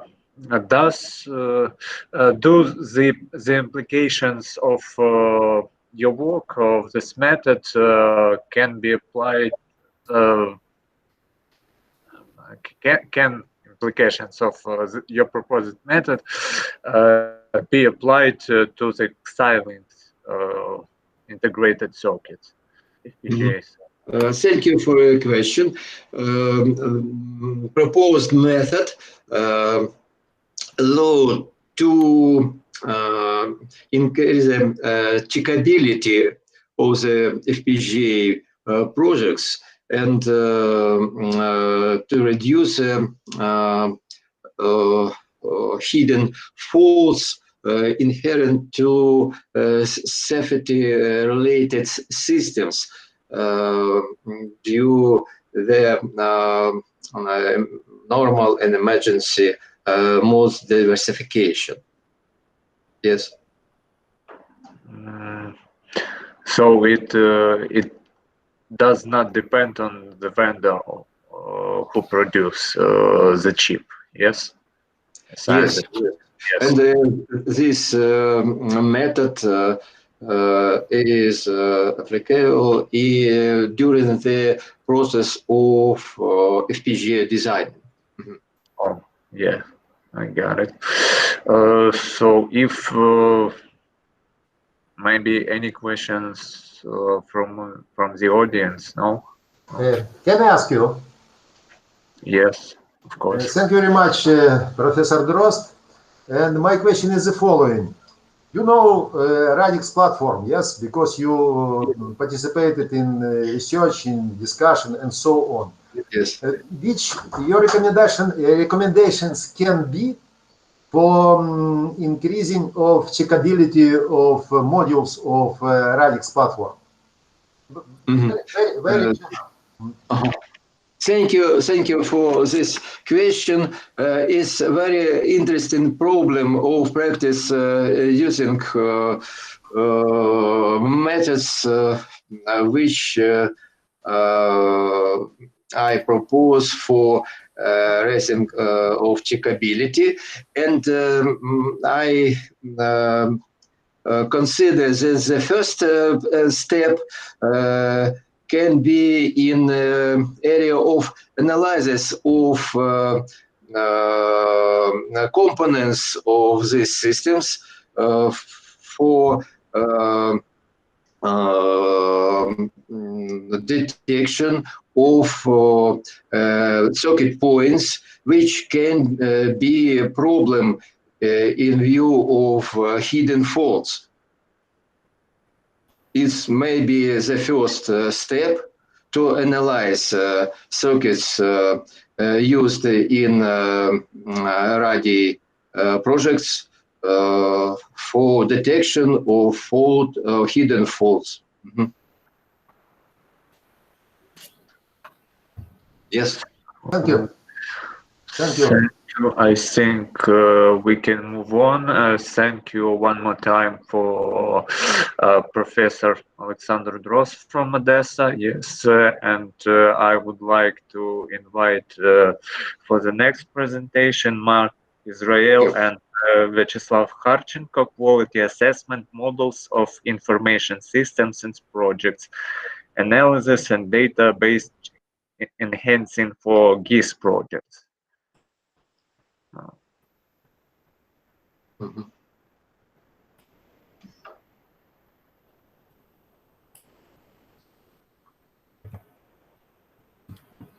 Hi for all, my name is Mark, and first of all, I would like to thank you for providing me a wonderful opportunity to present our joint work with Professor Kharchenko.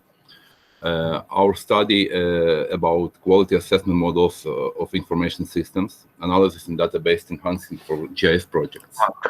We don't see your presentation. All right. At the bottom, present now, and you can demonstrate all your screen or separate window. All right. Now you see my screen, right? Yes, yes. No, it's okay. Thank you. All right. Thank you very much. And once again, good afternoon for all. And first of all, I would like to thank you for providing wonderful opportunity to present our common work with Professor Kharchenko. All right. Our work is about quality models of information systems in the field of GIS.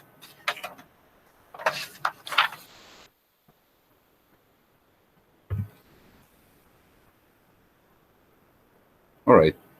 Information system, it's actually a system designed to collect, process, store, and distribute information.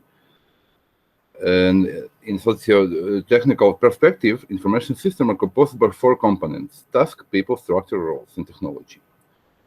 As it's known, over the past 3 decades, I think, more than 2, information system becomes a very significant part of our lives, and the quality of it determined with use of a number of models that include the quality indicators, factors, characteristics, and subject of quantification.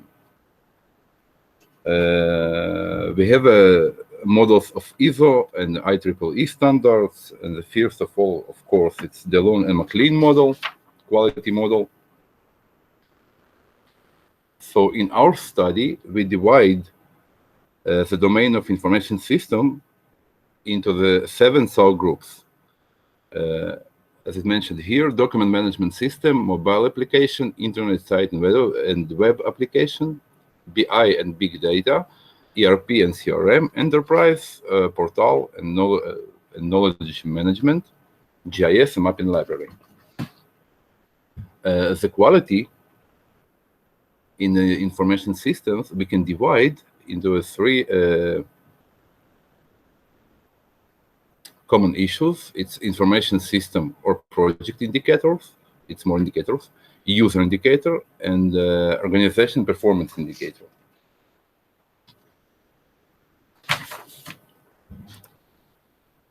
So our study, it's to check out if the common models, the known models, if they're compatible for a GIS field.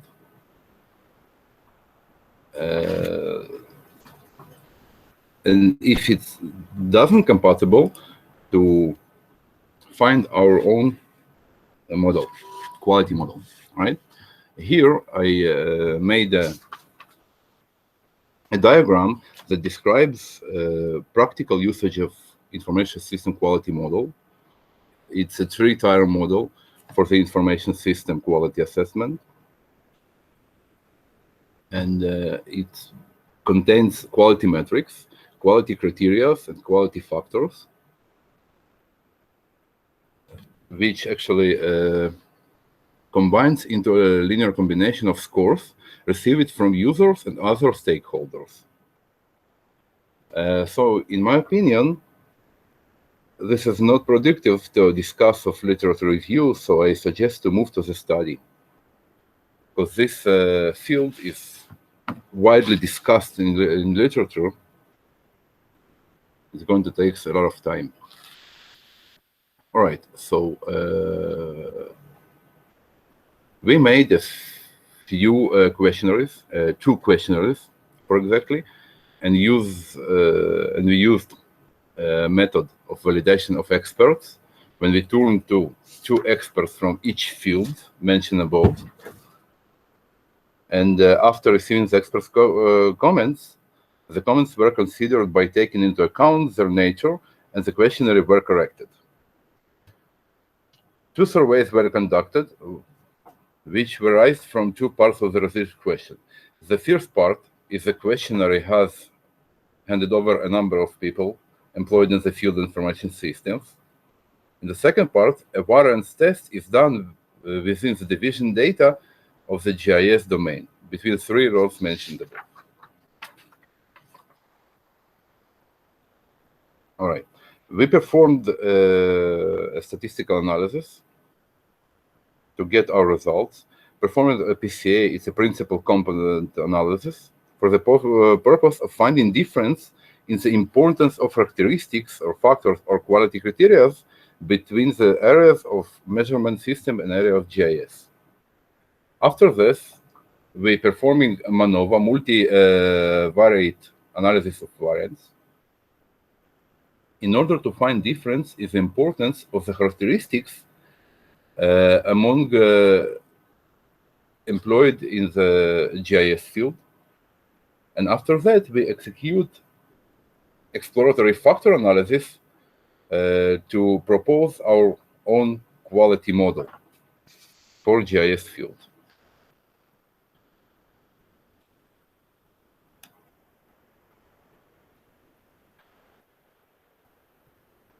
Here I have added a list of our variables, which we can find in the literature. In some places in the literature, those variables appears as metrics or as criteria or as factors. No, sorry. All right. This is our population, all right? The research attends participants which employed in the fields of various information systems, as they have divided earlier, including GIS. All the participants were from Israel. The total number is 147 participants. Here in the right side of our screen, we can see a graph that actually tells us that we can make a principal component analysis with two main factors, right? It's PCA1 and PCA2, no more than that. Okay, I will describe the meaning of this. Here we have a in the left side we have results of clusterization results, right? And we can see it. We can see here that there is a difference between the importance of the critical factors from GIS field and non-GIS fields.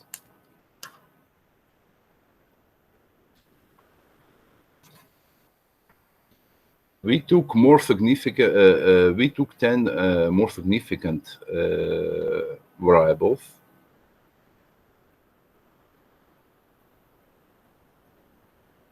And continue to work with those variables into the GIS field.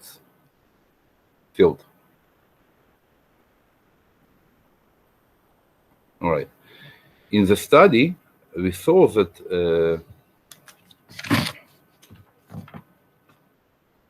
there is no significant difference between three positions. We took three positions. It's GIS system implementers, GIS system analysts, and GIS system developers, all right, who employed in GIS fields. And we saw that there is no significant difference for importance of those critical factors for that positions.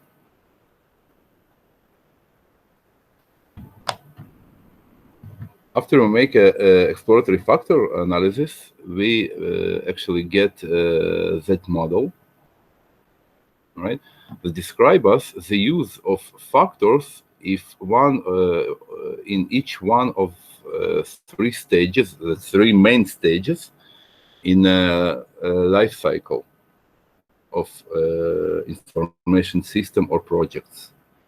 I mentioned only three stages of a life cycle by the meaning of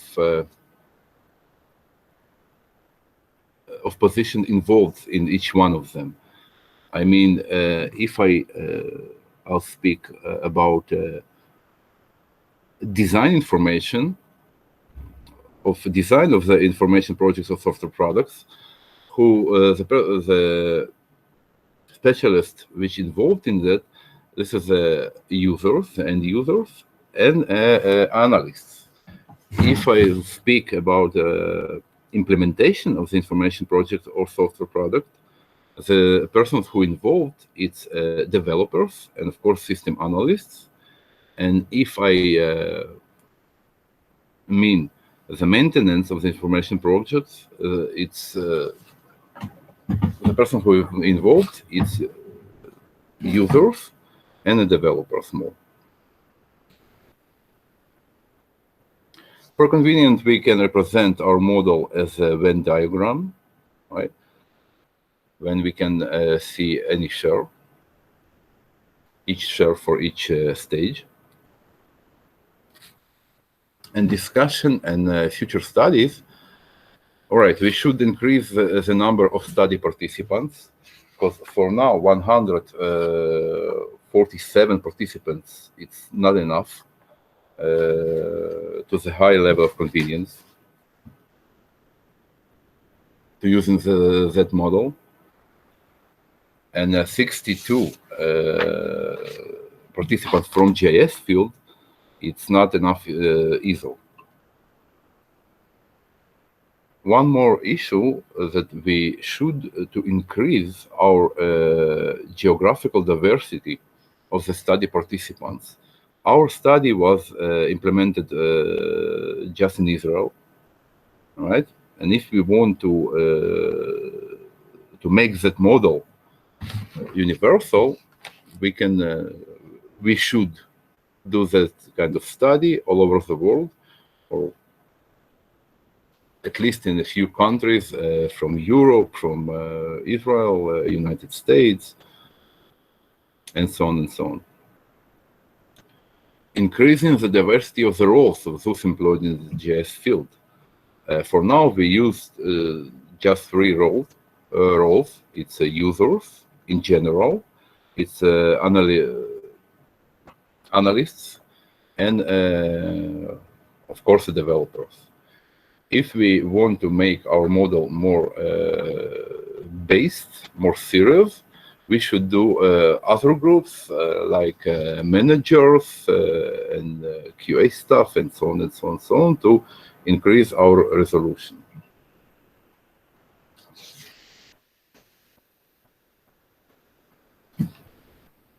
All right, and of course, a number of observation. All right, there is a problem to use a MANOVA, right, with such small numbers of participants. We have 25 variables. It means we should create at least 75 observations. For now, it's only 62, and this is harms our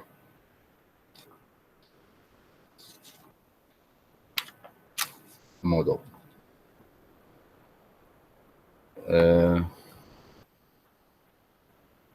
That's all. Thank you for your attention. Thank you very much, Mark, for your presentation. Dear audience, do we have any questions to Mark?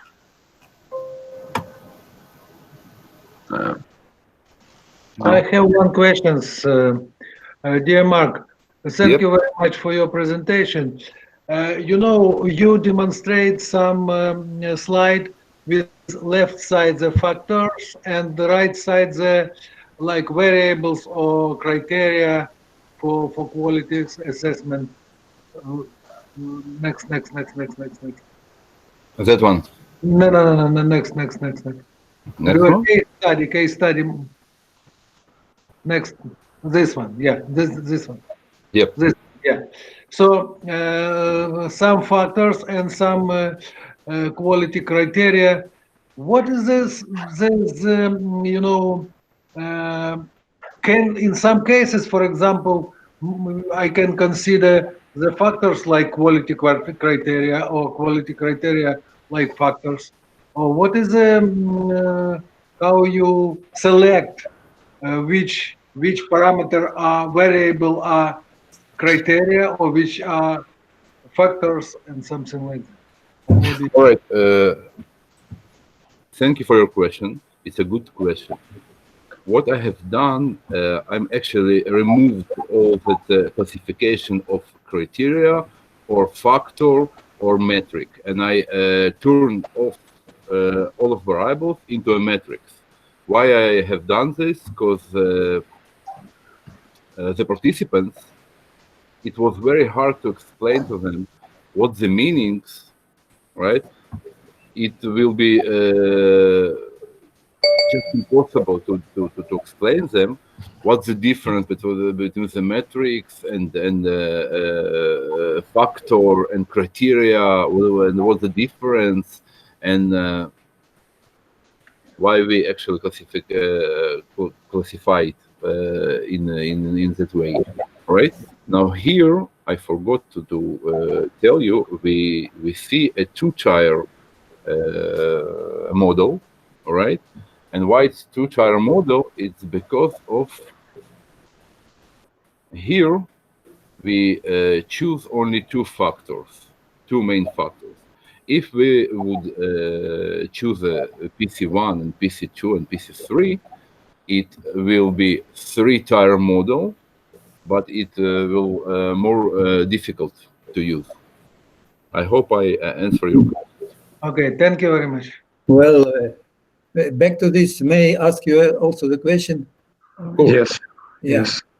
Yes. The same picture was very interesting presentation, and I think it's very prospective to use. But can you kindly tell me what are the meaning of the figures? Say correctness, efficiency, it's 0, 157, and so on and so on. This is not probably not close to 1, not close to 0. What does it mean? All right. All right. Those numbers are the weights of each variable to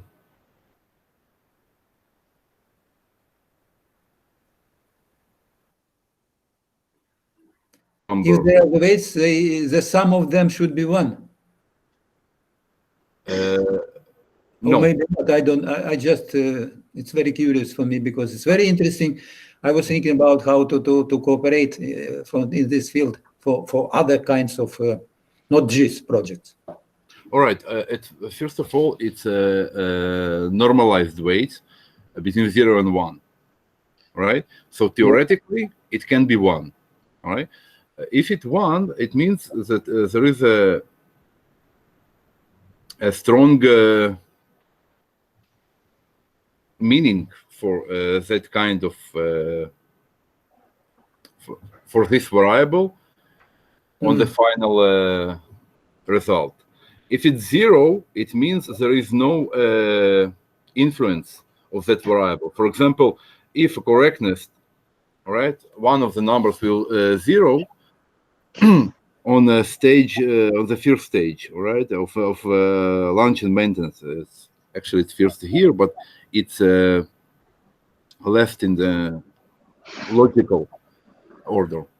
All right. If correctness will give will get a 0, the meaning is that correctness does not it has any impact on the stage.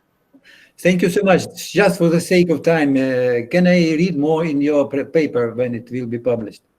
All right. Yeah. Okay. Thank you. Thank you. Thank you very much. Thank you, Mark, for your presentation. And I guess we can move on to our next paper. Yes, Anastasia Deineko, Evgeny Badyansky, Philip Brodetsky, and Danilo Kosmin, Adaptive Least Square Support Vector Machine and its online learning. So please, I invite one of the authors to present. I guess it's Anastasia, yes? Yeah. Yes, Okay, 1 minute. My slides is... It's visible, yes, it's okay. Yeah, available. Okay, let's start. Okay, hi everyone. My name is Anastasia Deineko, and I represent here Kharkiv University of Radio Electronics. And my report will be about adaptive least square support vector machines and its online learning. First of all, I would like to present you our theoretical research, and in the second part of my report, I'll introduce our numerical experiments. Okay. For today, the classification task is one of the most interesting and useful, but we didn't have one universal solution and one universal method to solve this task. And they have many types of neural networks, and nowadays deep neural networks. And there are many technologies. In this situation, they shouldn't process data that are fit to process to the system from the non-stationary object, and this data fit in the online mode, observation by observation. In this regards, deep neural network couldn't help us. That's why I'd like to speak about one of neural system that commonly used in the classification task. This is least square support vector machine, and it's adaptive learning. In the article, in my report, we propose the adaptive learning method for least square support vector machine. Essential feature of this method is that the minimization criterion of empirical risk is realized on the sliding window of fixed dimension that essentially simplicity numerical implementation of the procedure and allows to process information generated by non-stationary and non-linear object. Support vector machine is a neural hybrid system that combines both learning based on optimization and memory, so-called lazy learning, and realize method of empirical risk optimization. The key concept in the synthesis of this network are support vectors that form a small subset of the most informative data vectors allocated in the learning process. Support vector machine are really effective neural networks in condition of small data set that provides high quality approximation. The transformation realized by the support vector machine can be written in the form 1. Synaptic weights the vectors, and its learning is reduced to the simulation settings of the activation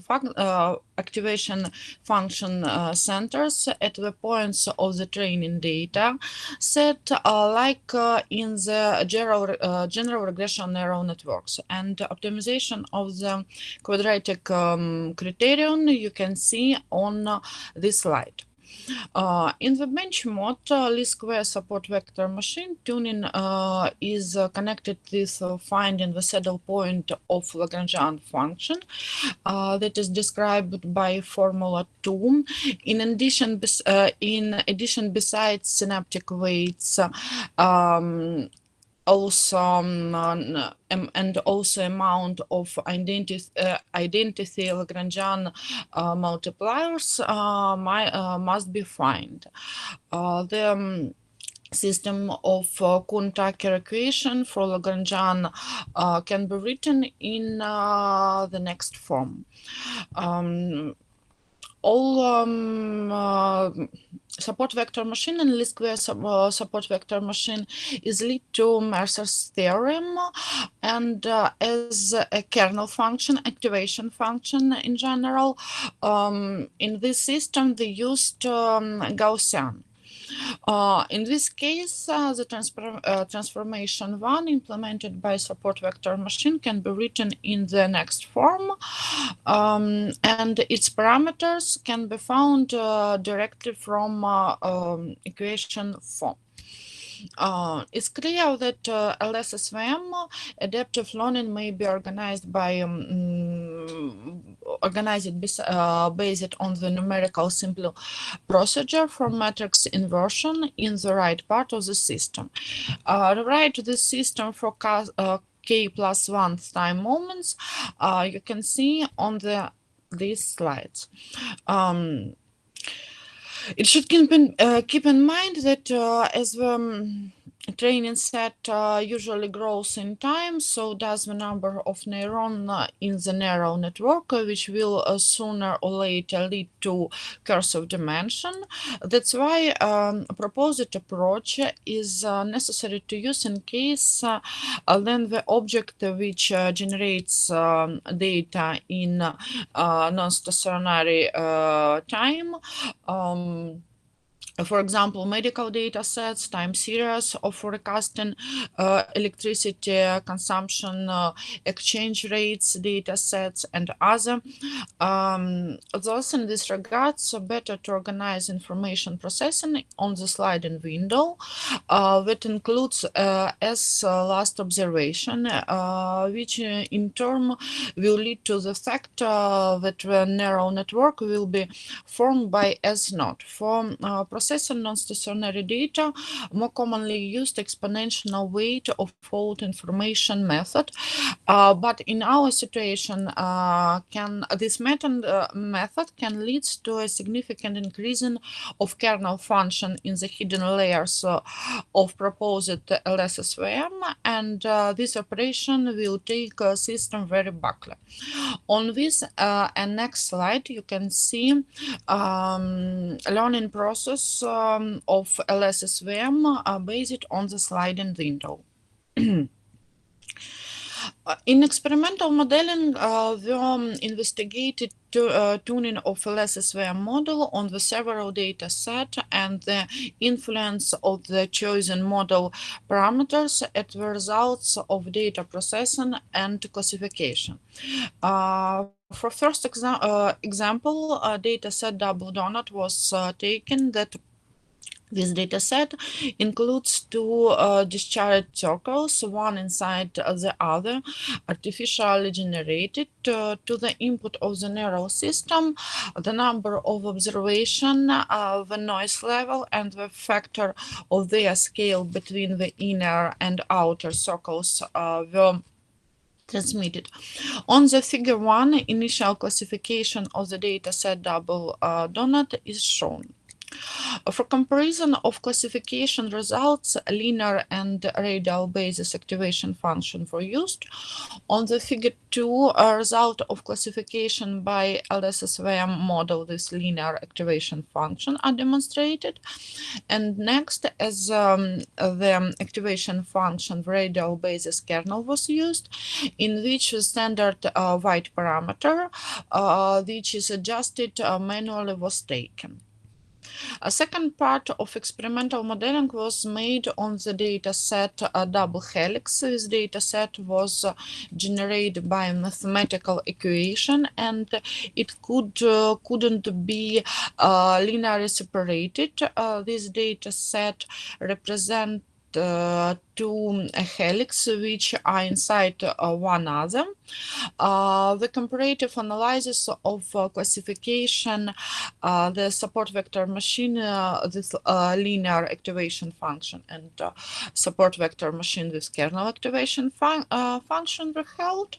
The result of experimental experiments are represented on the figure 4 and 5. And in the third series of experiments, dataset breast cancer were used. This dataset consists of observations that describe breast cancer diseases of Indian women. For each of the observations, the classification attribute with correct mark is present. Because this dataset is high-dimensional, for visualization, principal component analysis was used for compression initial data. The numerical results of the classification by the LSSVM model with radial basis kernel is represented in the table 1, and visualization of classification results for dataset breast cancer you can see on figure 6. As conclusion, I can say that adaptive learning method for least square support vector machine neural network with fixed architecture was proposed. The main feature of this method is that the empirical risk minimization criteria occurred on the fixed dimensional sliding window, which simplifies the numerical implementation procedures and allows to process information generated by non-stationary object. The main benefit of the investigated approach is that this method could be used in situation then observation are fit to process in the online mode for nonlinear and non-stationary objects in condition of outliers in input data. Also proposed system doesn't suffer from the curse of dimension because the amount of radial basis function in the hidden layer is limited by size of the sliding window that helps to protect from the inherent to classical SVM and LSSVM curse of dimension. That's all. Thank you for attention and patience. Anastasia, thank you for your presentation. Dear audience, do we have any question for Anastasia? I have one question, Anastasia. Why you call your algorithm adaptive? Thank you for questions. Our algorithm we call adaptive because our neural network could optimize that parameter to non-stationary object in online mode. That's why we call it our system adaptive. But your algorithm is iterative, step by step, step by step? Yes. Sorry to interrupt you. Adaptive is in the meaning of the processing data in online mode, observation by observation. Okay, thank you very much. Any other question? Any other question from the audience? I guess no questions. So thank you one more time to Anastasia and co-authors. And I think we can move on to the next paper. Yes. Александр Наконечный, Василий Марценюк, Андрей Сверстюк, Valentina Arhipova, and Sergey Zadevich. Investigation of the mathematical model of the biosensor for the measurement of alpha Chakhunin basin based on the impulsive differential system. I see one of the authors, Andrei. Can you present right now?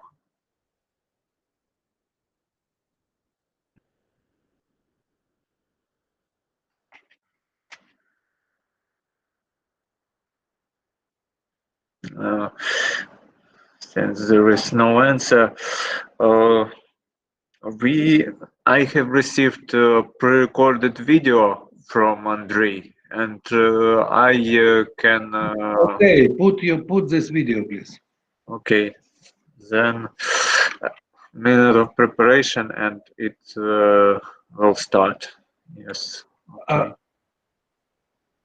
Andrei wrote in chat that they have technical problems, so please. Yes. Probably we can wait a moment. Okay. No, not wait. Just you can. For film, okay. For video. Yes.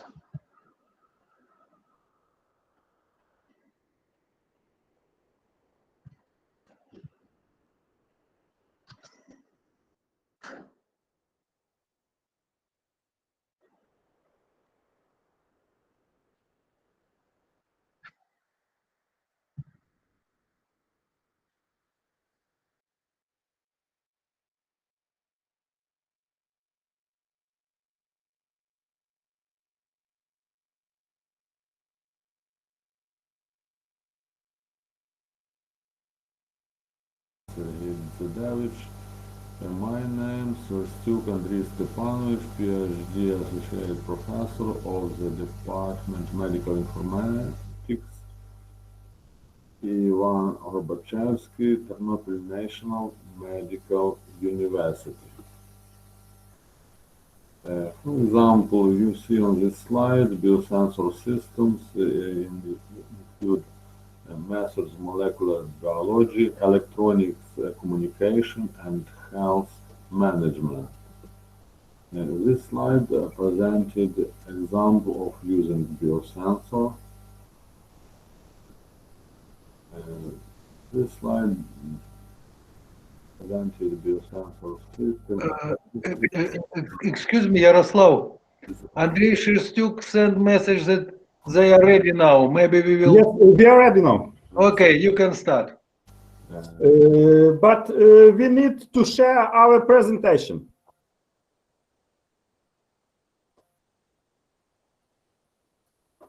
Yaroslav, can you explain how to do it?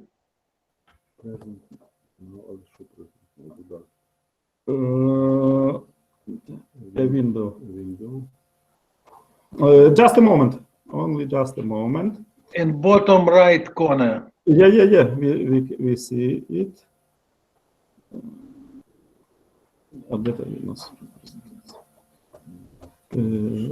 Ні, та що шари?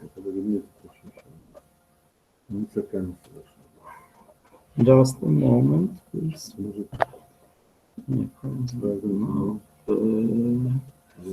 Entire screen.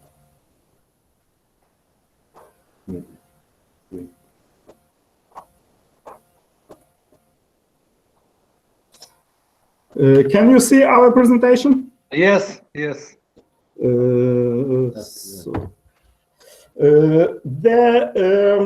The title of our presentation is the investigation of the mathematical model of the biosensor for the measurement of alpha-chaconine based on the impulsive differential system.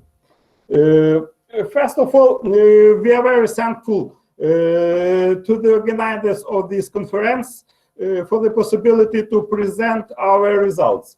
Here we are two authors of this work, namely, let me introduce myself. I am Professor Vasil Martsenyuk, and together with me is Associate Professor Andrei Sverstyuk.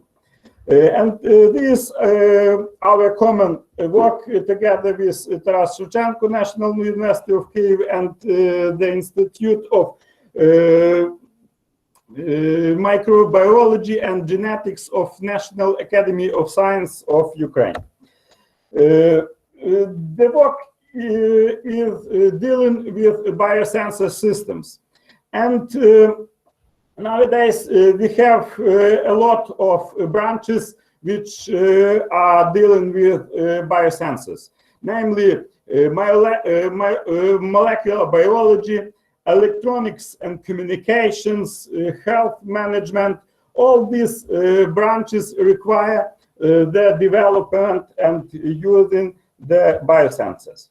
The typical example of biosensor and the using of biosensor presents that we can use biosensor in order to measure glucose, gluconic acid, lactate, pyruvate, etc. And for this purpose, we use the most advanced information and communication systems. In this slide, we present the typical applications of biosensor systems. We can see that all parts of human body, all tissues and cells can be measured using biosensors, and we can measure such biological counterparts as lactate, glucose, uric acid, different bacteria, cortical, etc. All indices characterizing the human organism can be measured using the biosensors. We present here the basic systems which are used in functioning of biosensor, and we see here that the current biosensor used cloud computing data centers, use special analytics and visualization engines, and we can apply them in order to solve the problems of health diagnostics. Typical definition of biosensor state that this is the autonomous integrated analytical device that provides quantitative or semi-quantitative analysis with the use of biological identification element, which is in direct contact with the physical converters. This definition allows us to state the general scheme of biosensor functioning. First of all, the functioning of biosensor is starting that the analyte diffuses through the membrane from the multi-component mixture or analyte. Then on the second stage, recognition of the analyte through a specific biochemical reaction or test reaction is fulfilled. And the reading and conversion of information into electrical signal by a transducer we have. And finally, we have signal processing and registration. In practice, currently, structural lattice of biosensor structures are used. That is the most advanced system combine biosensor in a lot of lattice structures. In our previous research, we have done a lot in order to develop and to model and to simulate such lattice structures of biosensor, and these biosensor structures are often called as biopixels. The general application of biosensors can be classified in such a way that we use them for general task of medicine, for clinical diagnostics, for industry, for ecology, monitoring of environment, for biotechnology, for purpose of quality control of food products, and in military field. When we consider medical application, we pay attention on such application as immunoassay, diagnostics of autoimmune diseases using immunosensors, diagnosis of cancer at an early stage, monitoring fetal genetic abnormalities in the fetus during pregnancy, DNA diagnostics, monitoring the appearance of hazardous metabolites during surgery, a continuous or periodic screening of body fluids, automated analysis of the content of metabolites, drugs, hormones, etc., non-invasive clinical analysis. Here we present one of the examples of practical implementation of biosensor in the form of an elastic adhesive patch, so-called sweet sensor. For the task related to ecology, we apply biosensors for continuous monitoring of water quality in order to investigate pollution of the environment, for the purpose of control of residual amounts of pesticides in water, soil, food, in other object, rapid determination of biochemical oxygen consumption, detection of phenols and its derivatives, determination of supertoxins and chemical warfare agents, for determination of heavy metal ions, for oil detection. And the most interesting for us and for the biosensor model that we present here is the application in the food industry. They apply biosensors with the purpose of food quality control by major biomarkers such as starch, sugar, ethyl alcohol, for determination of vitamins, antioxidant capacity, for estimation of the total content of utilized sugars in fermented wort, and to solve special problems such as aging foods, assessing the age of wine, spirit, etc. In biotechnology, they use biosensors for the purpose of identification of biotechnology products, for food quality assessment, in order to control of biotechnological processes, to assess the impact of production on the environment and population. The most important tasks when developing biosystems is an investigation of basic analytical characteristics. And here we present them. These basic analytical characteristics include calibration characteristics, analytical signal properties such as response value, stationary response time, instantaneous response time, then dynamic characteristics such as preparation time for work, speed, lifetime, or surface life, system reversibility, stability, selectivity, accuracy, and reproducibility. We have a lot of advantages of using the biosensors, such as high specificity and sensitivity, small size, accuracy, stability, high noise immunity, relatively low cost, lack of requirements for highly qualified personnel, ease of use of integrated technology. And all these advantages follows from the basic analytical characteristics.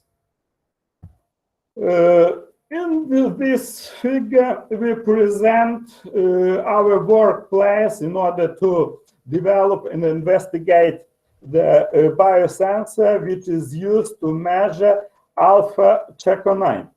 Alpha-chaconine is a substance which is used to measure the quality of food, for example, potatoes.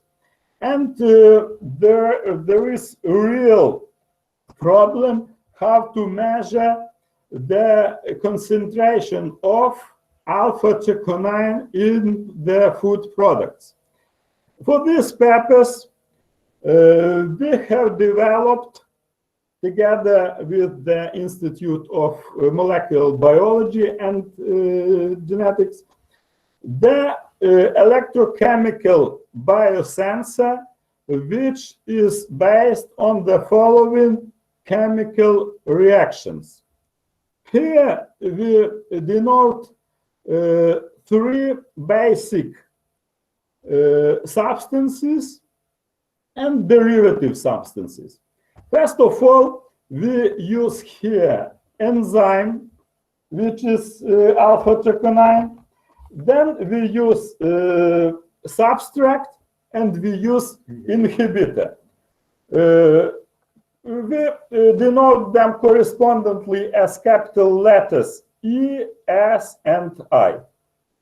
Firstly, we add some amount of substrate to enzyme, and we have the first basic reaction, as a result of which we have the substance which combine enzyme and substrate, and we have and this substance enzyme joined with substrate can be divided.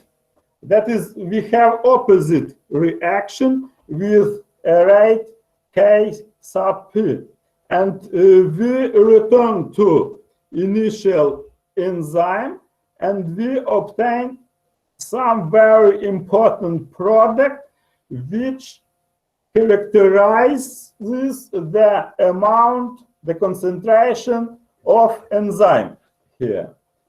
Then on the second stage, we add some amount of inhibitor, and we have the reaction dealing with inhibitor.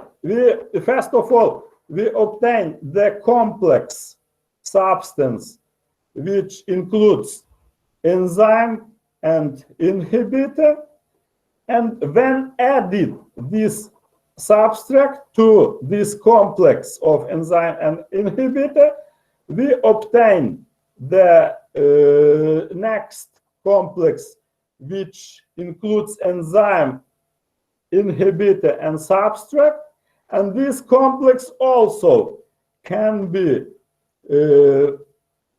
separated to enzyme and some product.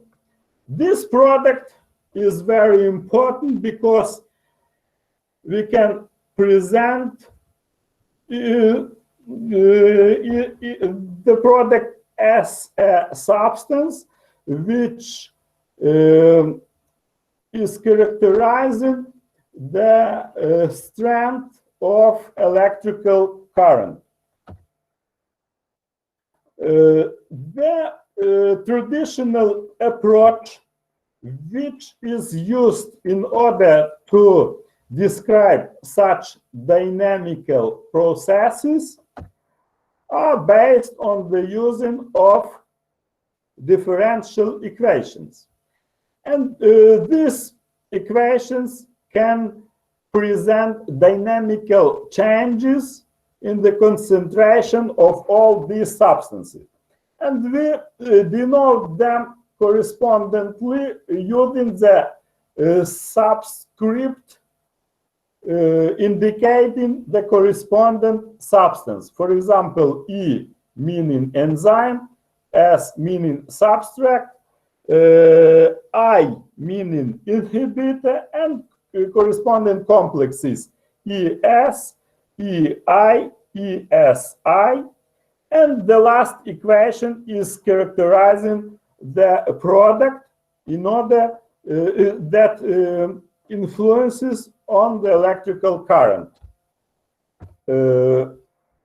For this dynamical model, we use the following initial conditions characterizing the initial amount of enzymes, substrate, inhibitor, product, and the three complexes.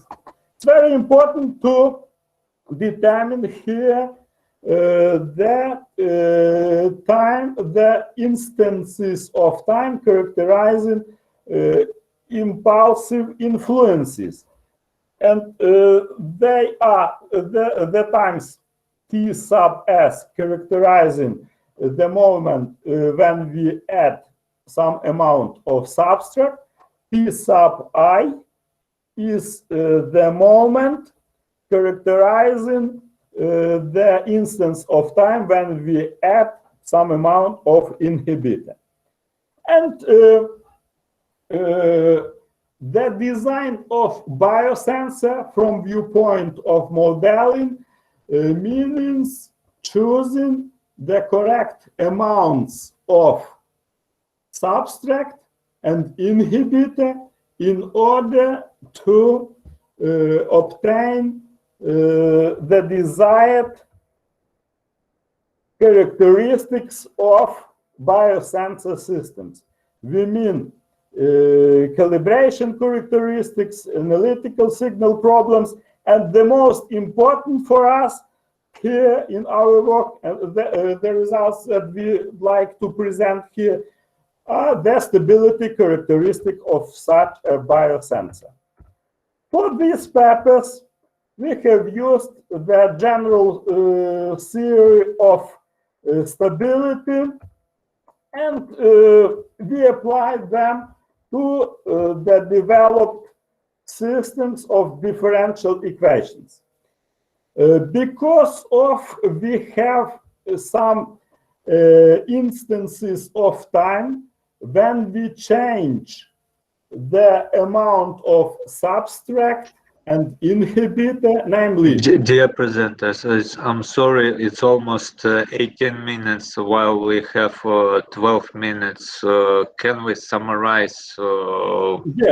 Conclude. So, thank you. Our last and the most important results are dealing with the stability research. We obtained some system for steady state of these systems.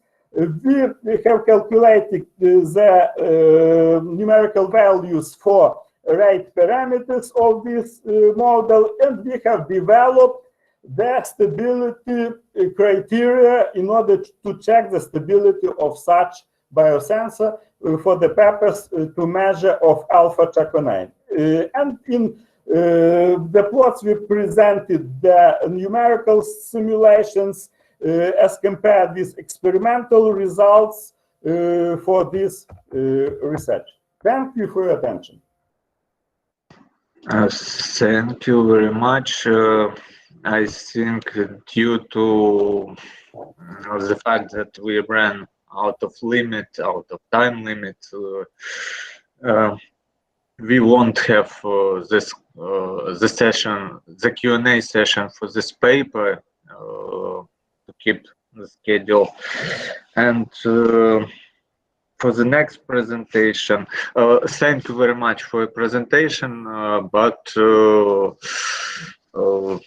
yes, we're a little bit out of time. I'm apologizing, and would like to invite the next presenters, Oleg Pikhnasty and Valery Khodusov, development of the control and speed algorithm of the conveyor belt based on tow tariffs. I'll check if they're with us.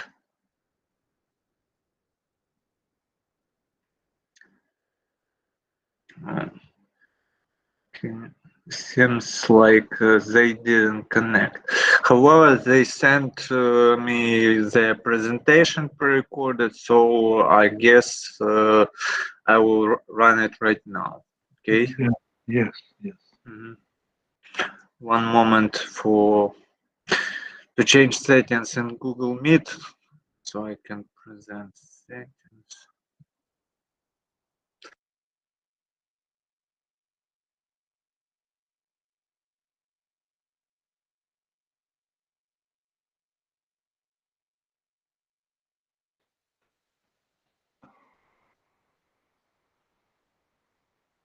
But dear colleagues, please take into account that we have only 12 minutes for presentation, not more, because program will be shifted.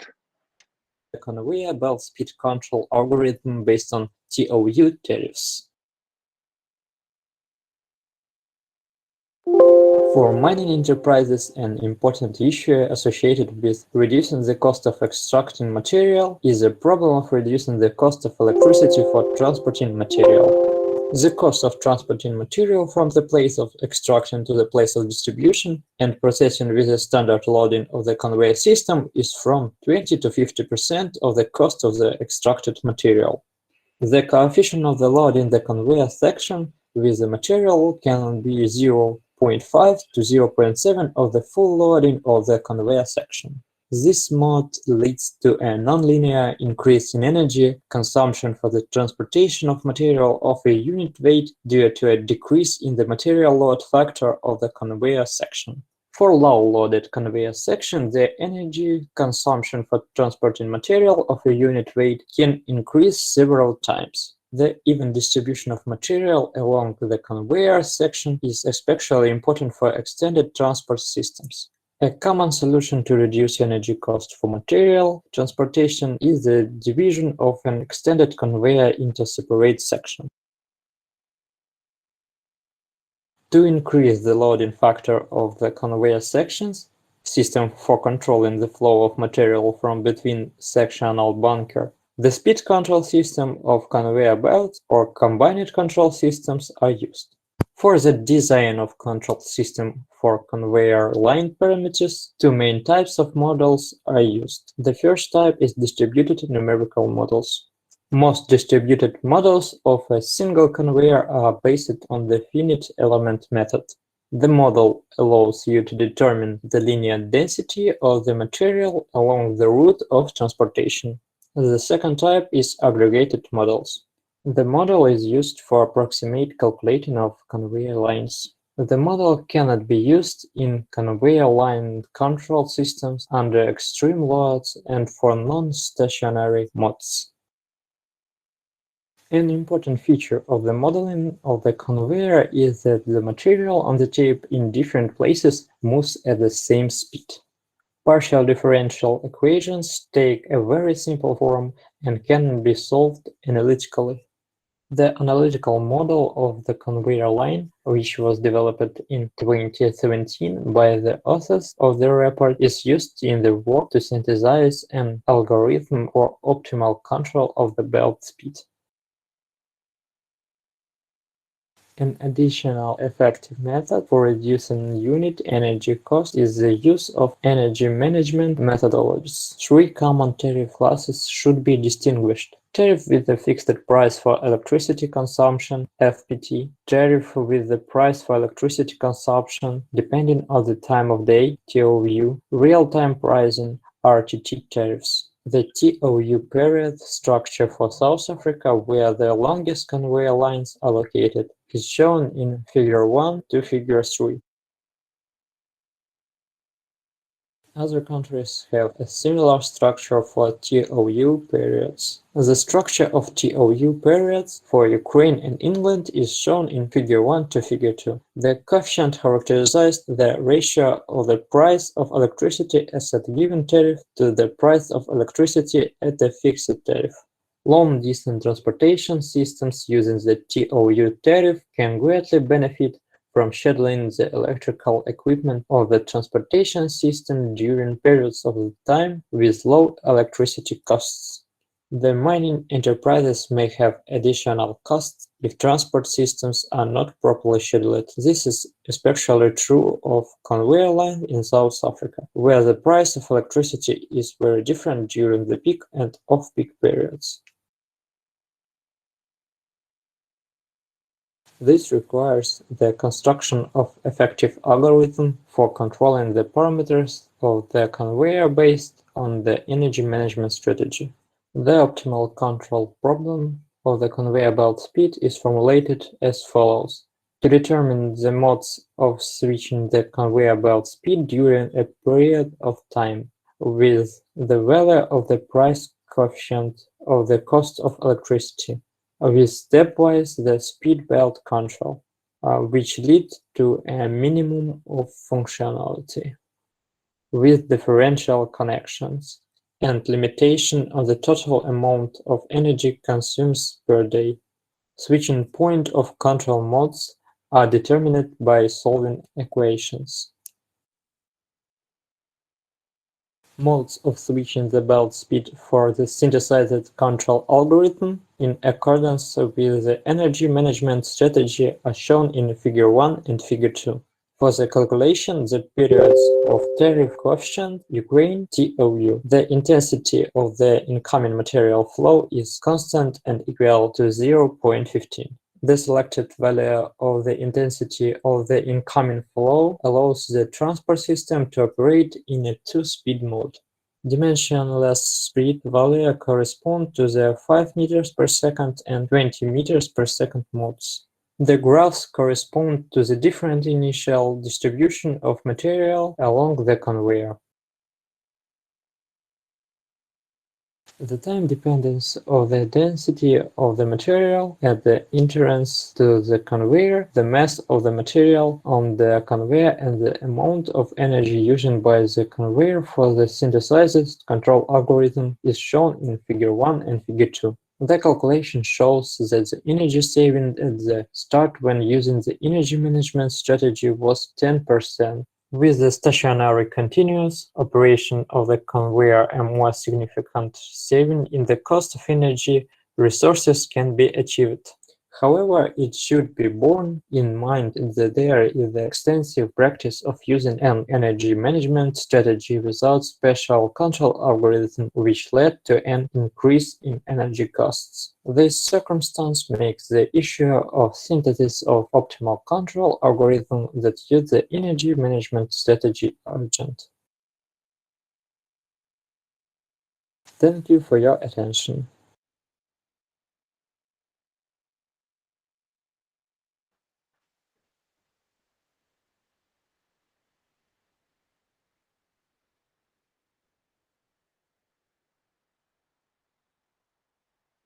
Okay, next one. Yes, I brought the message to the authors, and probably they will join us a little bit later.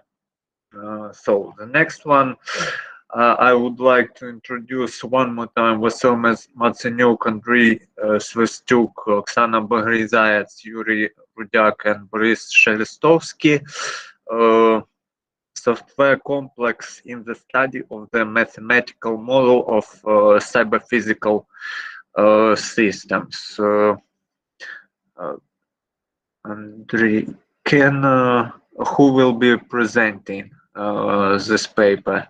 Because I have pre-recorded video from Oksana. Should I show it?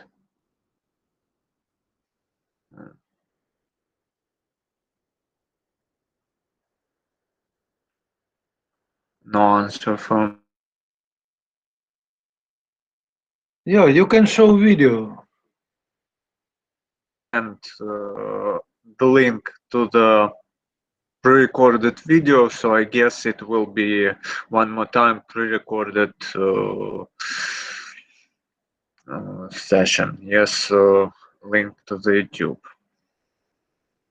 One more, 1 minute to prepare this.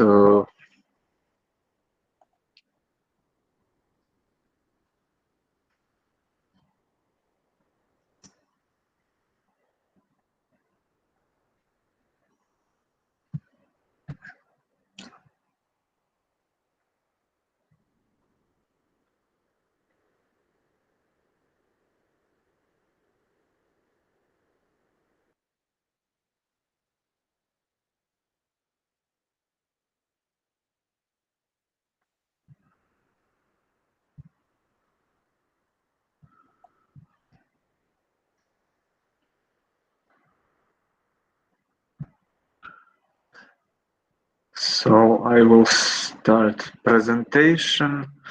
Home tab, yes, and switch microphone.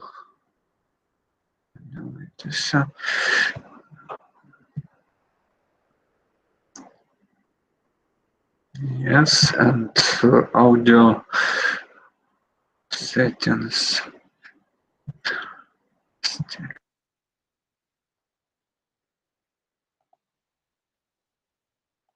Complex in the study of the mathematical model of cyber-physical systems.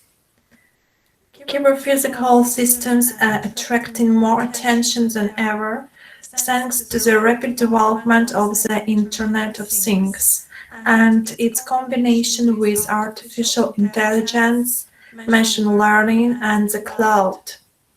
These interacting networks of physical and computational components will provide the foundation of critical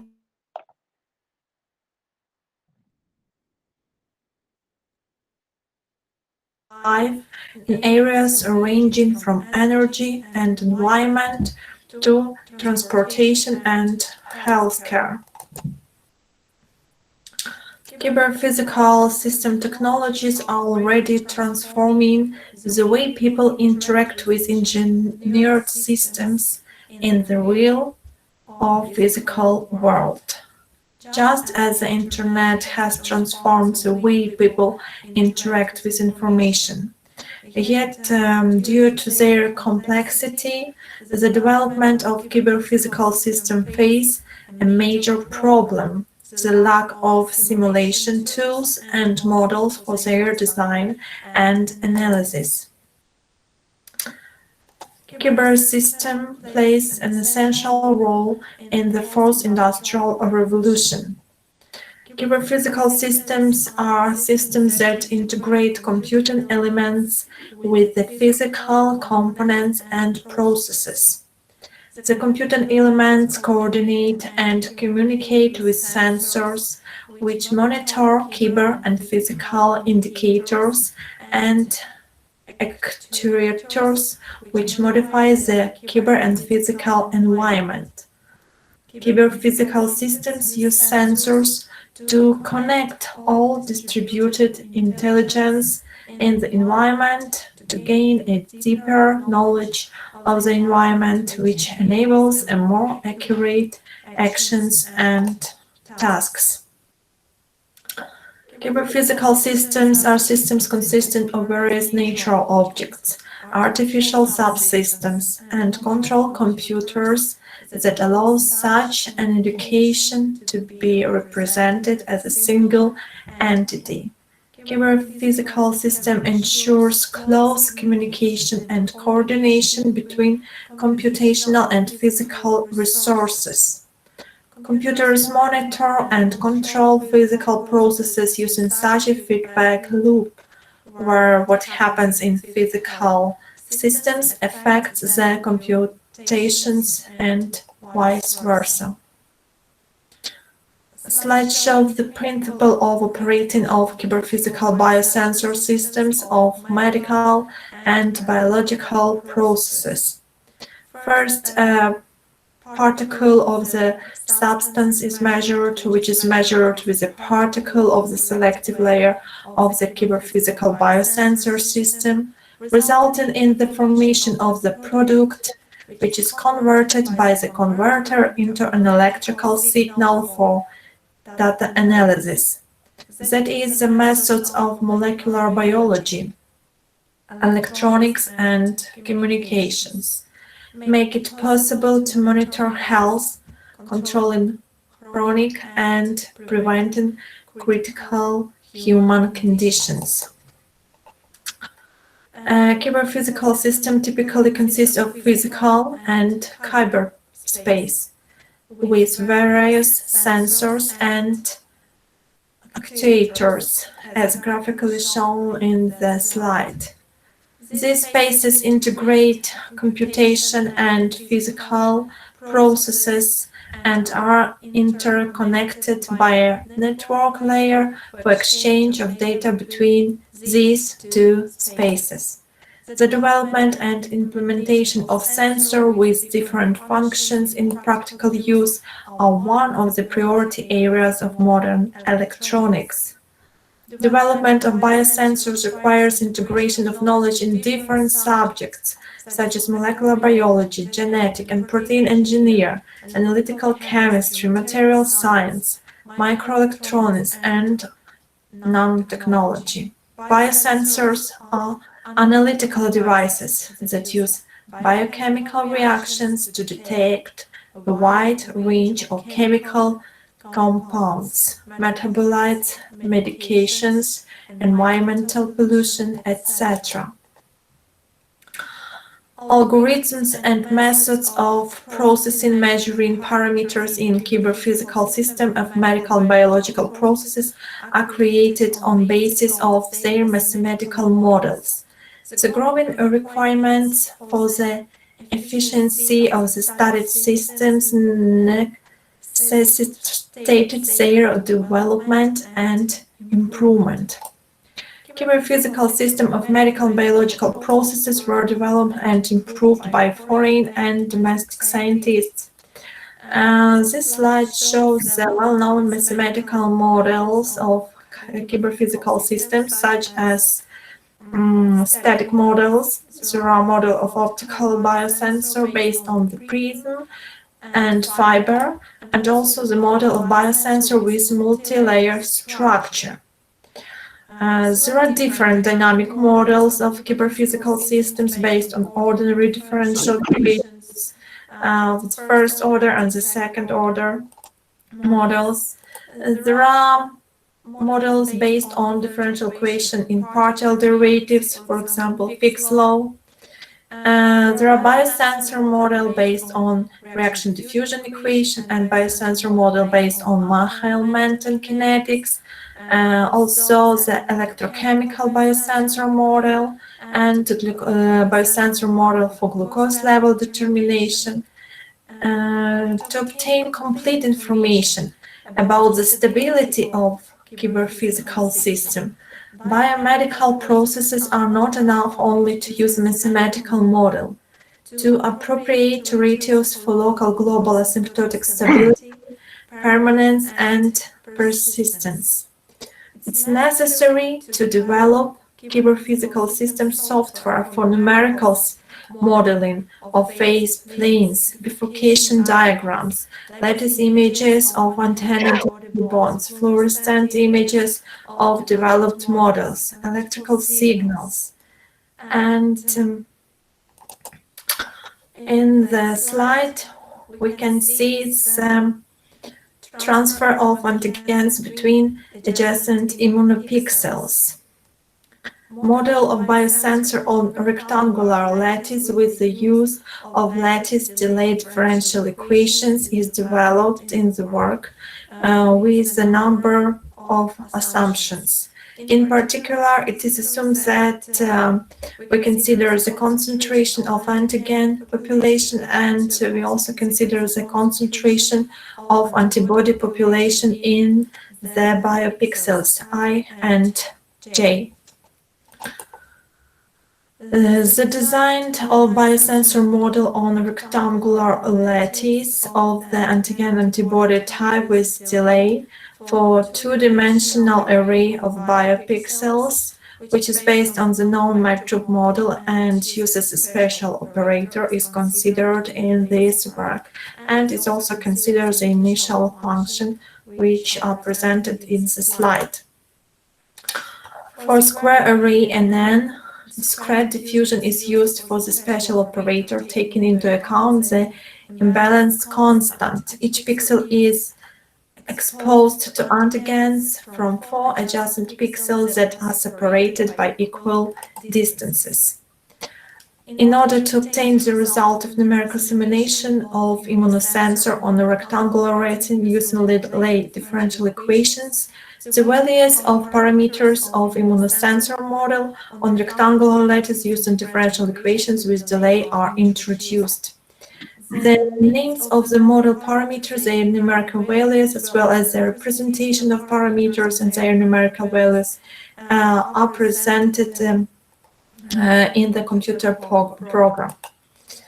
In the picture, we have the bifurcation diagrams for changing the parameter and for different values. Solid lines for certain values indicate boundary cycles. Areas of scattered values requires additional research on deterministic chaos. The influence of the time delay value, as well as the imbalance index on the qualitative behavior of the model, is numerically shown.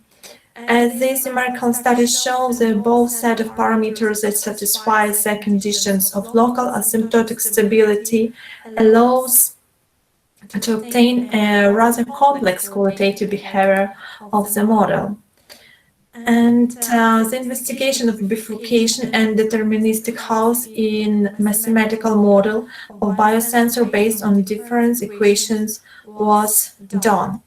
And analysis the dynamic changes in the bifurcation diagram We can conclude that the qualitative behavior of model varies from a stable focus through the Hobbes bifurcation to the limit cycle and deterministic house. In the slide, we can see the phase diagrams. Analyzing these diagrams of antigen population relative to antibody, we can conclude that for tau 0.05, the solution of system tends to the non-identical endemic state, which in this case is a stable focus. For tau between 0 and 0.22, trajectories corresponding to a stable node, and at values tau close to 0.23, we have Hobbes bifurcation. And we also have the representation of phase planes of the system. And the block diagram of the software package for the study of the stability is shown in the diagram, and it consists of the following main software models and units: input and identification of input parameter, and the decision-making unit on stability of the model, and the visualization unit. The software package for the study of the system phase diagrams using the R package has been developed in the work. Picture shows the interface of the software package for studying the stability of a cyber-physical system in the form of the window of selection of program blocks. There are windows of the program, and the numerical simulation results obtained in the work make it possible to carry out stability analysis and comparisons of the studied models, taking into account the time delay. A set of computer programs for the study of phase diagrams has been created, which can be used both separately and as additional specialized software, which makes it possible to study the phase planes of the model of the immunosensory system on rectangular and lattice used in differential equation. And finally,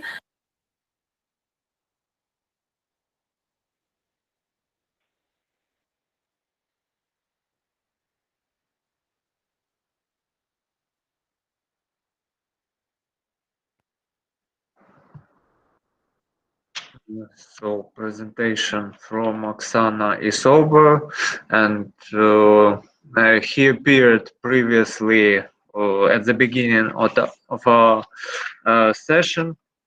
Hopefully she will join us a little bit later. So now we can move on to the next paper. So I would like to invite guests from Vinnytsia, Yevhen Polomarchuk and Olena Kovalenko, optimization of electronic test parameters in learning management system. You're welcome. Thank you very much. Thank you very much, colleagues. I'd like to represent you our paper and our materials. I'll try to be brief according to the short time. So let me start. We don't see. One moment. One moment. Okay, yes.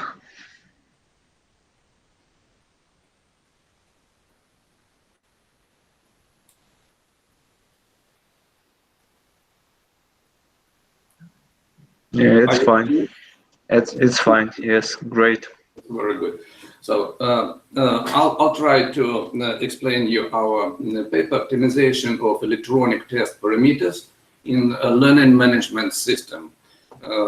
We do this work with Olena Kovalenko also, and we are from Vinnytsia National Technical University. At the start, I'll try to explain you the diagram or the schema of the tests and its feedback. So the first stage is the development, as you see of the electronic test. Then the second stage is testing, then test check. The next is comparison of results with expectation of students' results. And the last stage, when the teacher finds errors and corrects the tests. And at this stage, students' complaints, unclear questions, and different incorrect answers, and also teacher has the feedback from students. The testing module is one of the most complex and complicated part of the electronic learning management system. We can explain 3 points. The first is that the testing module should provide the opportunity to create questions and different types and conduct testing is in different models, from training modes of tests to examination tests. The second is the testing module should make it possible to assess the quality of the test according to the certain parameters, and ideally such as assessment should be carried out automatically. The third is that the validation and verification procedures should be also automated. This slide, automated test quality improvement is shown, and let's take a look at this. So we have teacher, and then this next stage test creation, and the next stage test creation includes with different test materials, and then test begins to work. When test is working, the electronic learning management system has output data from it, and this data can be divided into 2 parts. The first part is the user's data, and this part of data is used to give students information about their marks, points, and so on. And the next part is test results. This part of data is used by automated data analysis module. And for example, it can be divided in different kinds of results. So parallel form reliability, test-retest reliability, split half method reliability, question, quality, other data. And this data is shown, is explained to the teacher, and teacher makes corrections to the test in order to improve its quality. A very important part of this model is the activity of students. So we try to involve as much students as we can, and we use different methods of gamification. This slide shows how gamification works, why we involve students in testing and in their feedback. So students, for example, have different activities such as marks, point. He gets testing results, he gets tasks done, files sent to teacher, visited classes, downloaded materials, and other activity messages, for example, for teachers, or letters. And the method of electronic learning system forms different awards and statuses for the students. And these statuses are exposed for them in their personal cabinet, web cabinet, in their mobile applications, and also these statuses are exposed in university awards dashboard and university community. And so the next slide, there are phases, duration of creation and adjustment of test. There are 2 basic phases. The first phase is the creation test creation. The duration of this test of this phase depends on the number of questions and other parameters. And the next stage shows the adjustment of test. The curve Q0, Q1, Q2, 3, and Q4 shows the stages of increasing the quality of the test, and the curve D1, D2, D3, D4 shows how dispersion in students' answers for questions of the test decreases. So what's the dependence of phases duration for test quality improvement? There are a number.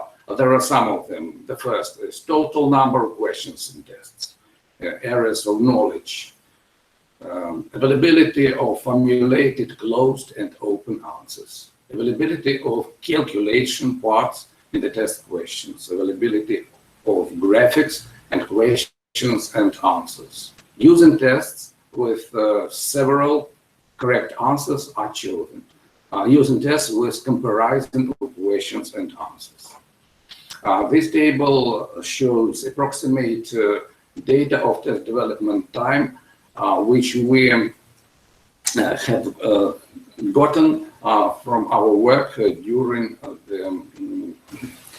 the last period. This slide explains the front page of our electronic management system JET-IQ in practice, and the right corner or the right top corner of this slide shows the testing constructor module, which is named TestIQ, with different instruments for checking quality of tests, for checking quality of answers, and so on and so on. The bottom right corner shows the testing process when student is testing. So the electronic learning management system, what test tools do we use? We use a lot of testing tools. For example, the forming of tests with closed answers, the forming of electronic tests with open answers, using graphics in questions, using graphics in answers, forming tests with one correct answer, forming tests with many correct answers, using tests for comparison. They are known as closed answer, tests with closed answer. And the last one is using tests from randomized input parameters and the calculation of answer part. These tests don't allow students to remember correct answers and require a lot of efforts of students to perform the calculation in their own. What forms of electronic management system do we use in our practice? The first are tests for students for self-study. These kind of tests, as usual, is made for separate topic, and we explore such tests for free access. Students learn the material, and the electronic management system gather data from learning of students and forms the feedback, electronic feedback for teacher in order to improve test. The second are merged tests. They are merged from the separate topics. We can say that there are combined tests. The next are polytests, that are the combined of different themes of topics, and they differs from merged tests because they have individual tuning for every theme. And the last one, are examination tests. As usual, they are formed from the polytest or merged test, and they have restricted access. What results controlling do we use? The first is quality assessment module. As I told below, the second is a module for monitoring results for answers to every separate question. It is very, very important to know how this question works. The next is a feedback module when a student finds an error. And some statistics. For example, Venice National Technical University during the period from the 1st of September 2019 to the 1st of July 2020, we used about 3,000 tests, and students gave answers to the questions of electronic tests more than 4 million times. So what are the conclusions? To optimize the test parameters, it is necessary to provide the following conditions. The first, it is necessary to form tests by some topic and use the current learning process for a large number of students. It's very important, large number of students. This will allow to implement the test procedure many times and identify poor quality issues. The second is that the period of data preparation for the automated analysis is proportional to the number of questions in the tests and inversely proportional to the number of students taking tests, as well as the number of questions offered in the test. The third is exam tests should be formed on a combination of training and good verified tests at a sufficient level. And the last is the required quality of tests can be provided by special software modules that allow accumulated and processing test data to carry out a continuous process. This process is testing, processing, and adjustment, and in cycle. From the very beginning, testing, processing, adjustment. This model is used for a short period of test quality assessment. So thank you for your attention. Thank you for your presentation, Evgen. Dear audience, do we have any questions for Evgen? Did you compare your system with, for example, well-known system like Moodle?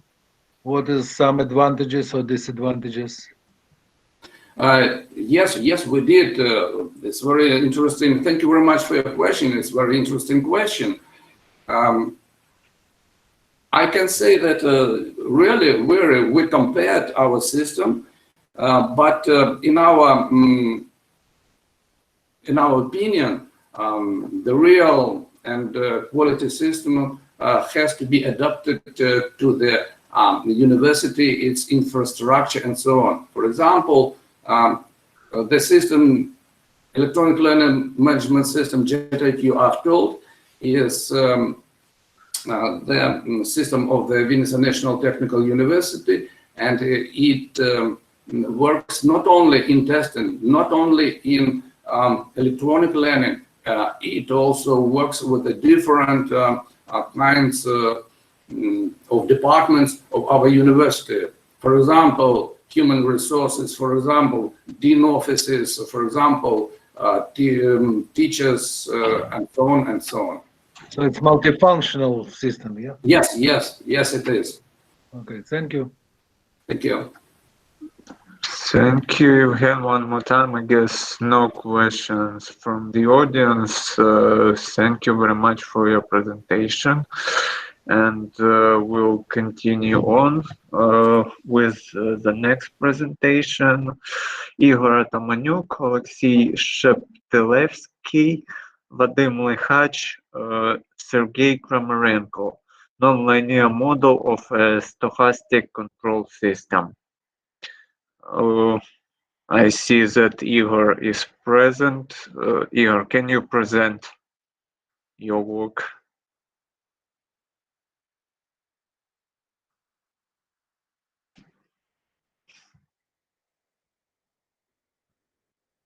No,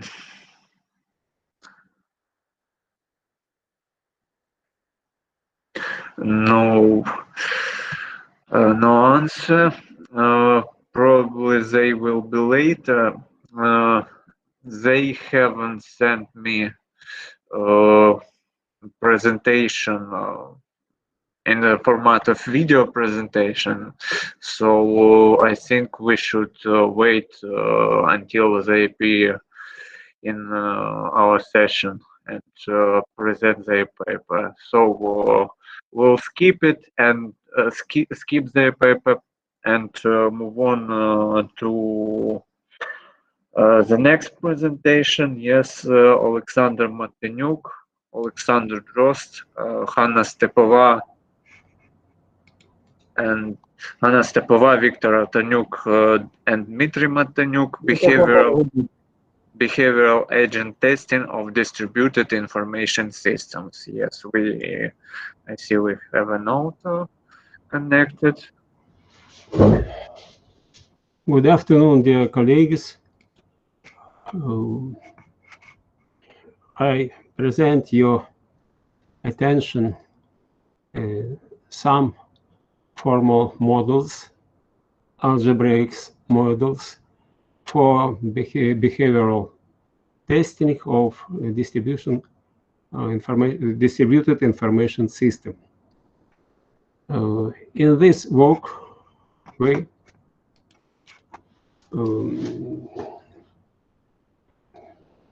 apply our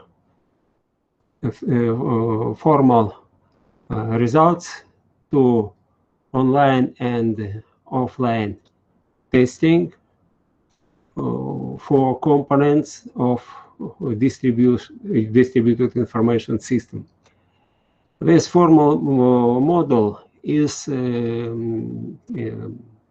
include three-dimensional for some checking, testing, multi-agent, and aerial of these three level and three parts of real online testing, distributed testing. These tools include in distributed automatic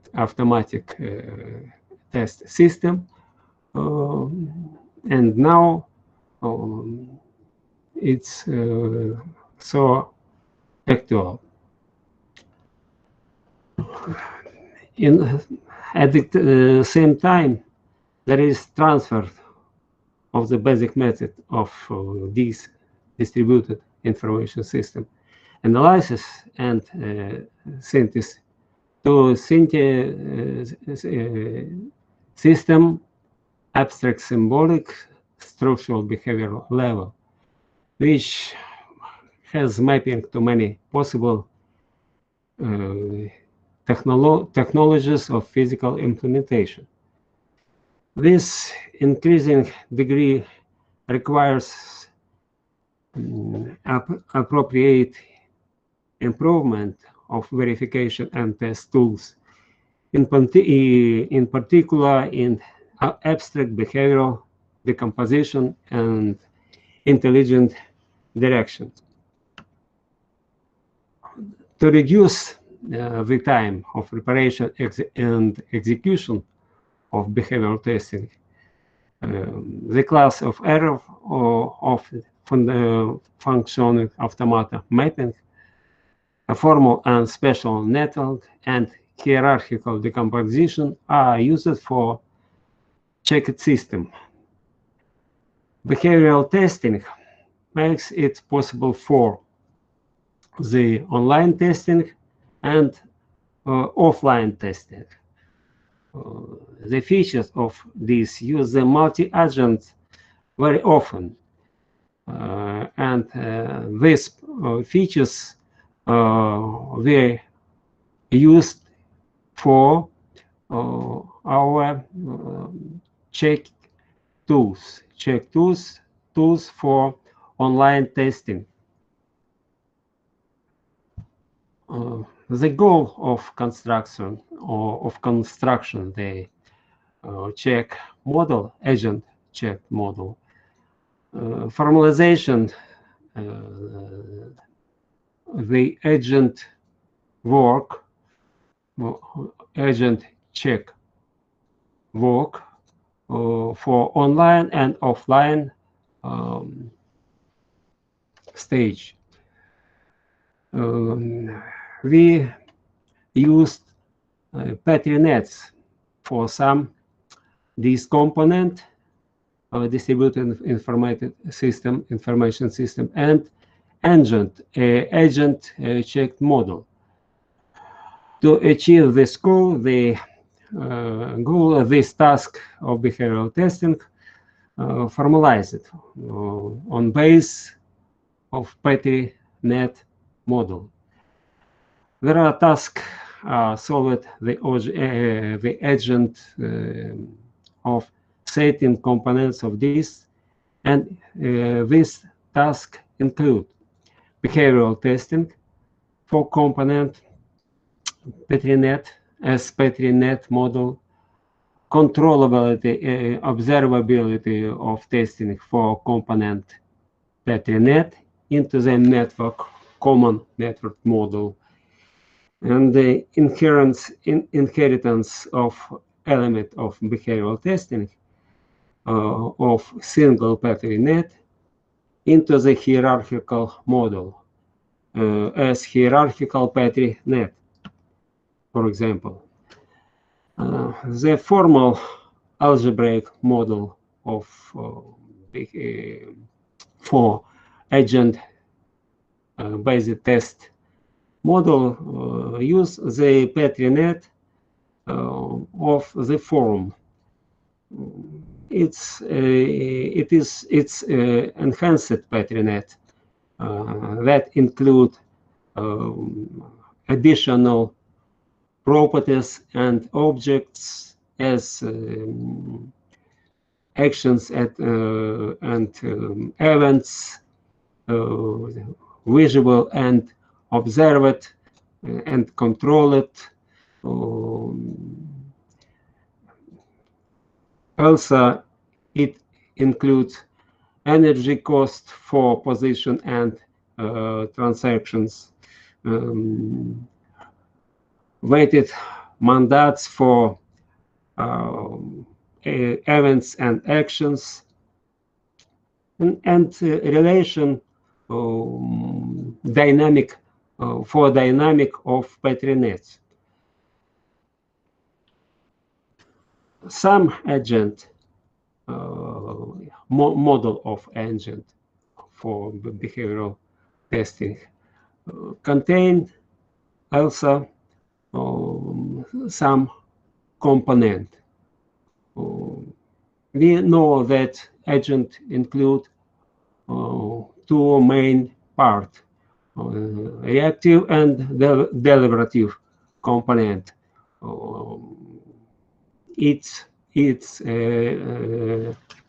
They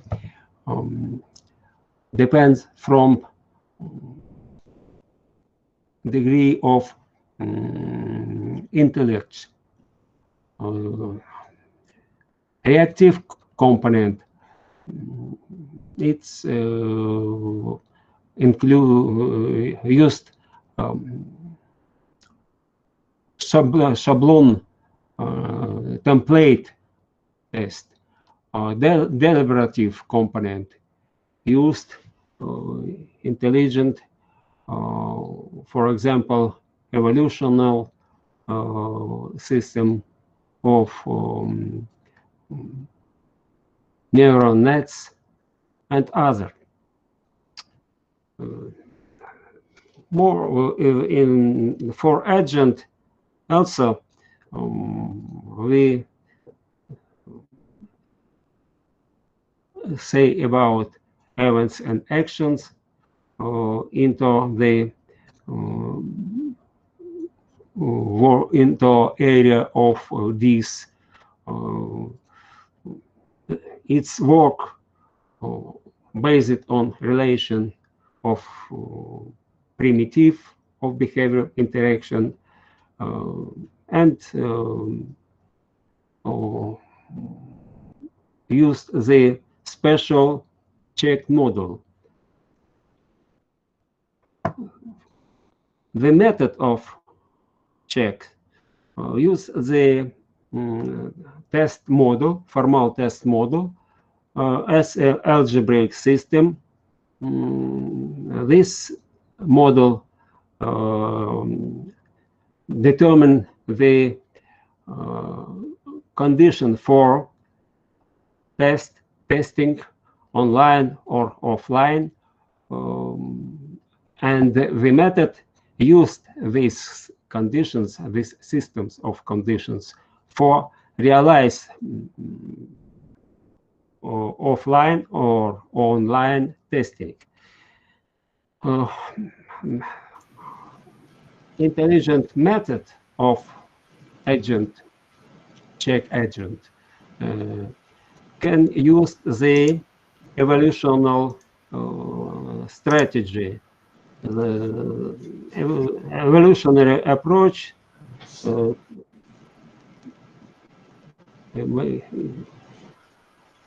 is, for example, has a form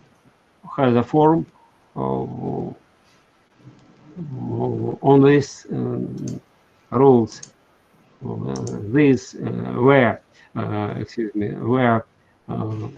evolution include check fragment, linking primitive behavior, initial fragments for start, in special signature for operation and function of check evolution as mutation, crossover, fitness, and other.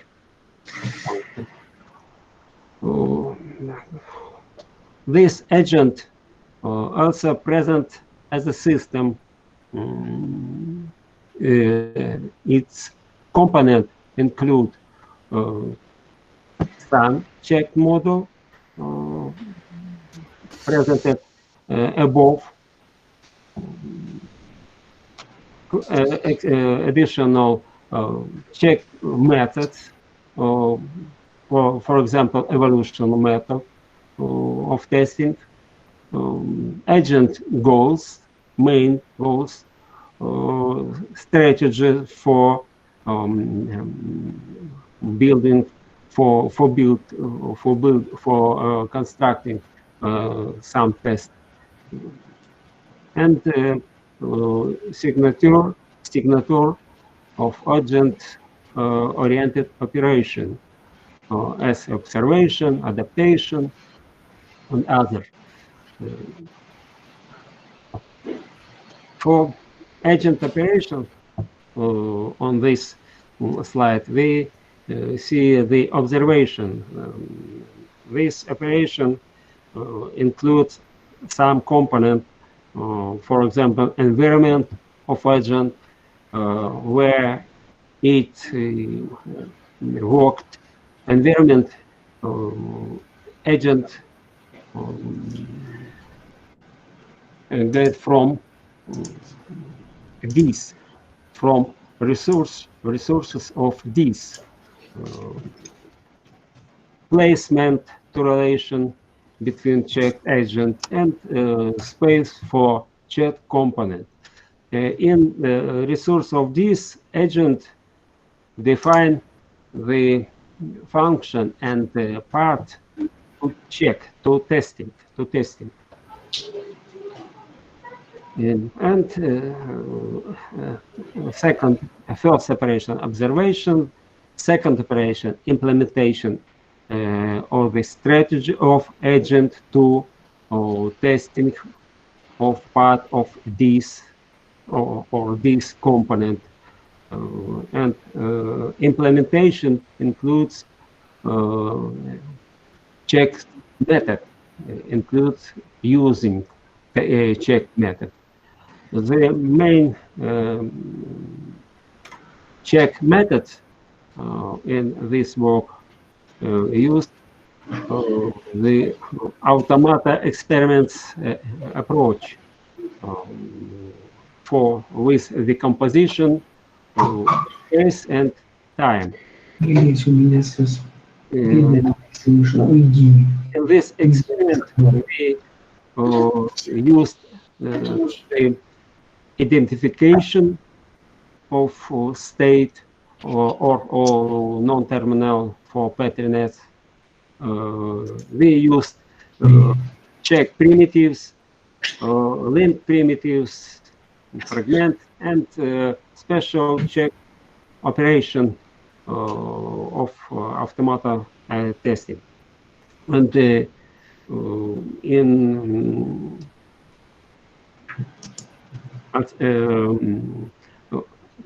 main characteristic of this testing, complex length, multiplicity, realizability, transportability, inheritance, they check properties into agents system, into this system common.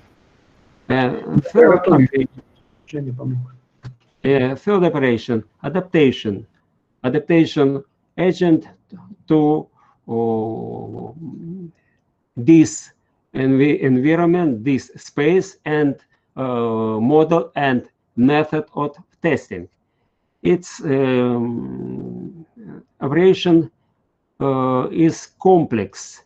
It includes these properties of agent, properties of this component,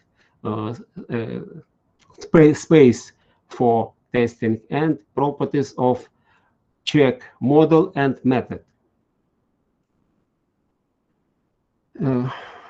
The combined agent model for components of abstract pattern net or network on pattern nets or hierarchical pattern nets model is defined as a system, and its component include first component, complex component with registered behavior, W, I apologize, Alexander. I apologize for interrupting you.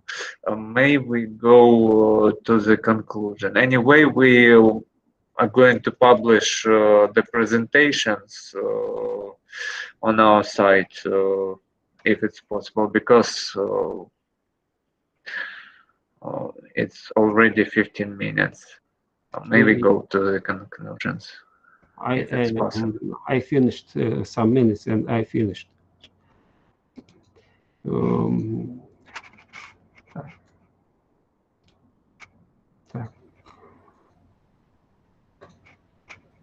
Excuse me.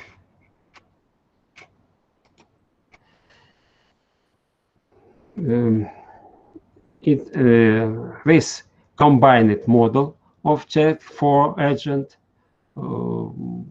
and this model used this special sub-model as Rabin-Scott automata for determination of test part. Evolutionary model as the method, meta method, define the evolutionary operation and its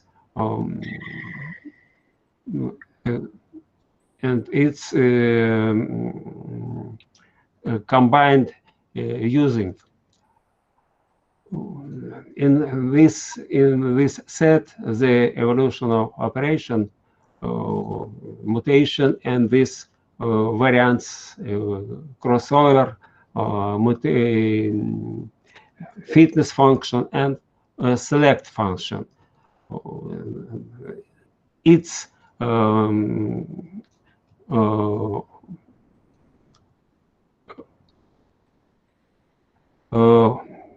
for this operation, there are some. Can you go to conclusions? Its time is over, please.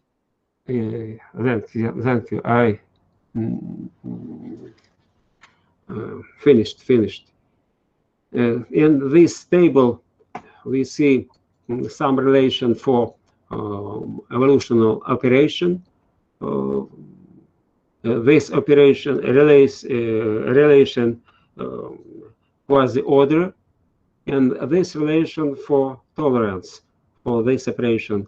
This relation help us to construct the sequences of test. We have some estimation for method and model. It show us the max memory for model and max length or time for executing of behavioral tests. It's exponential complexity, and it was very important to decomposition of a model in space and time. In these pictures, we see the reduce of memory and time or long of behavioral testing by using of P3NETs and its decomposition in time or as a hierarchical P3NET. Thank you. I can promise me for my bad English, but that's all. Thank you for attention and patience. Thank you, Alexander, for your presentation. Thank you. I guess we should refuse the Q&A session for this paper because we are out of schedule. Yes. I noticed that Igor Tamanyuk. I'm ready. I had some problems with communication. Okay, great. Then I will invite you with your presentation. Please, welcome.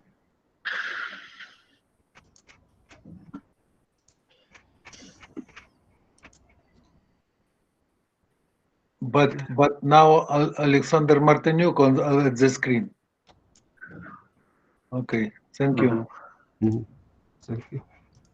Excuse me.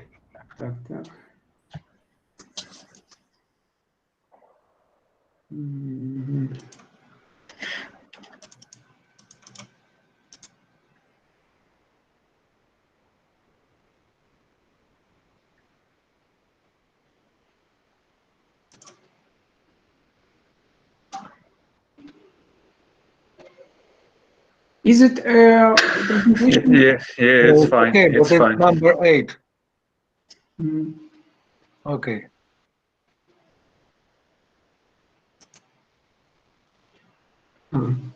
Good afternoon, dear colleagues.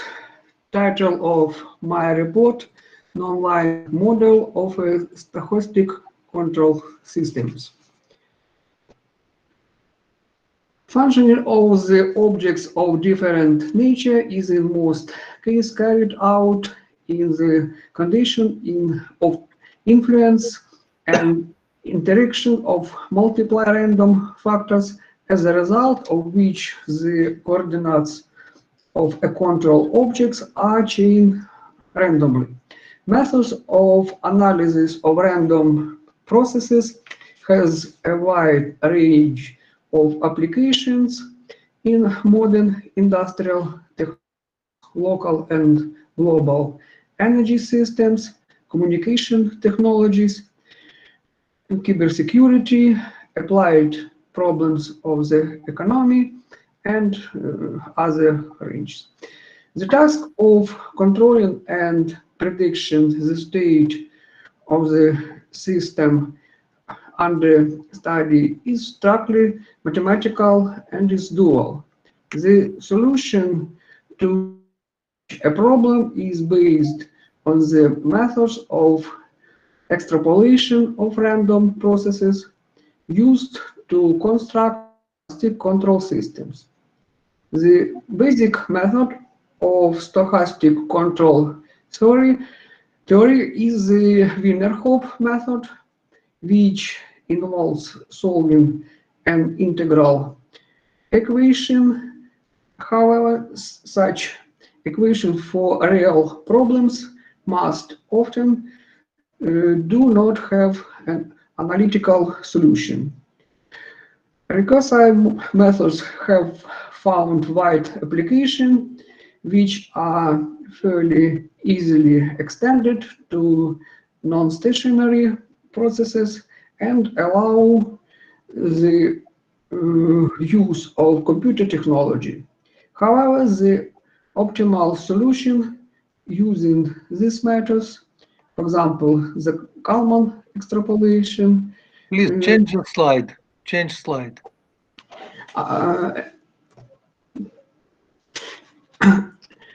Can be obtained only for Markov random process.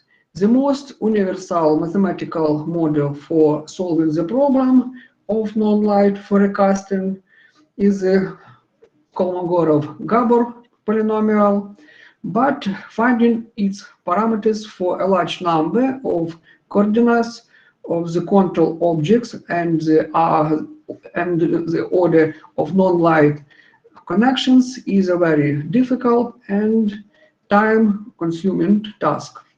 In practice, when implementing extrapolation algorithms, various simplifications and restrictions are used that are imposed on the properties of random processes. For example, it is assumed that the random sequence of changes in the coordinates of the control objects is stationary, scalar, or Markov, which leads to a significant limitation of accuracy.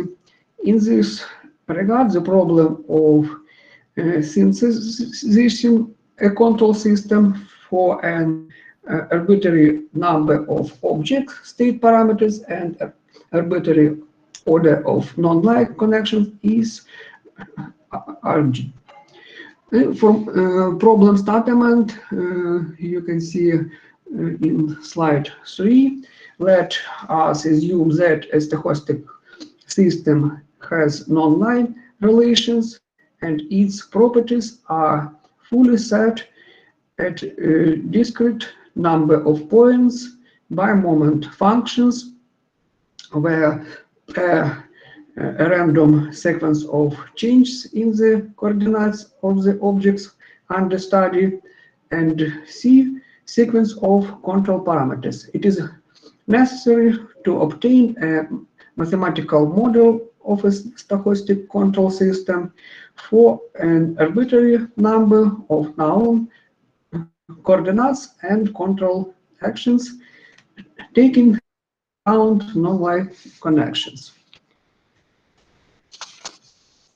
The most common tool for analyzing random sequences is the canonical decomposition tool. To obtain a canonical model of a vector random sequence, taking non-line relations into account, we consider an array of random values, number 1. The application of vector line canonical decomposition to the first line of matrix 1 allows to obtain a canonical expansion with a full taking into account of a priori information for each component. This formula in slide 5 is 3. Excuse me, formula 2, and on slide 5 you can see formulas to determine parameters of the canonical decomposition.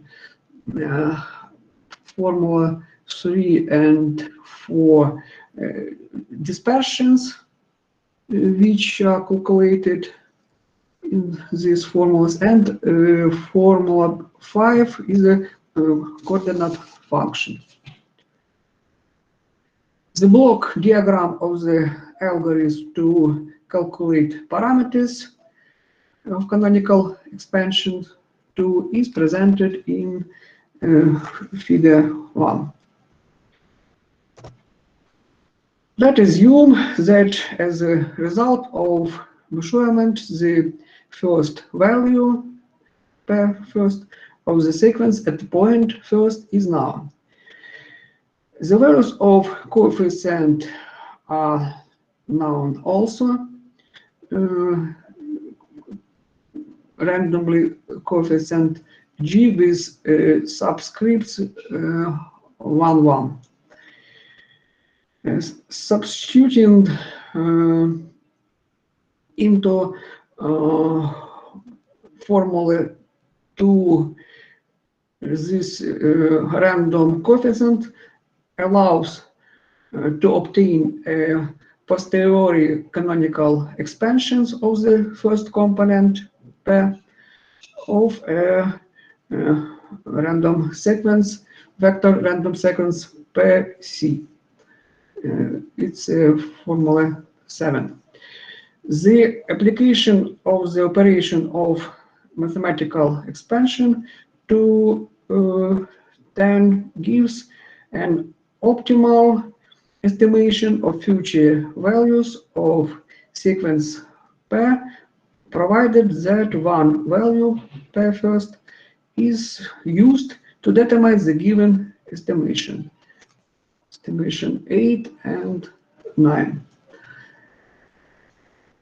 A consequent fixation of known values and their consecutive substitution into a canonical expansion 2 allows to obtain the model of a stochastic control system of an arbitrary number of known values, coordinates P, and control parameters C.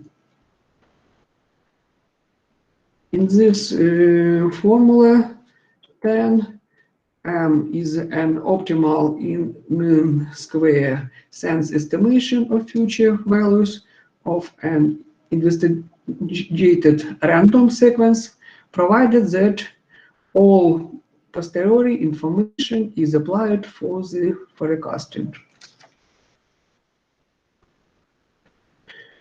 The synthesis and application of mathematical model 10 of a stochastic control system presupposes the realization of the following stage. Stage 1, the gathering of data on an investigated random sequence. Stage 2, the estimation of moment functions based on the accumulated realizations of random sequences per C. Next stage, the forming of canonical expansion 2, the calculation of parameters of extrapolation algorithm is the next stage. Stage 5, estimation of the future values of extrapolation realization based on expression 13. And the last stage, the estimation of the quality of solving the forecasting problem for investigated sequence.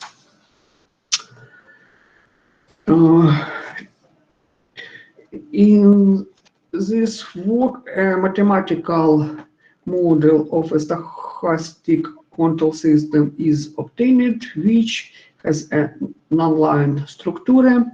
The apparatus of canonical expansions, which is the basis of the model, makes it possible to use all prehistory of the functioning of the system and makes it possible not to apply hypotheses, linearity, stationarity, monotonicity, scalarity, Markov property, and other that limit the properties of a random sequence of dynamics of system parameters. The proposed algorithm provides the most accurate characteristics, which leads to significant improvement in the quality of solving the problem of stochastic system control in various applied areas. Reliability of technical system, robotics, economics, medicine, and in other areas of human activity. Thank you for attention. Thank you, Igor. Maybe we have one short question for Igor, the audience. Please, you're welcome. In biologian area? No. It's not a question. I invite an audience to ask you a question, any question, if any.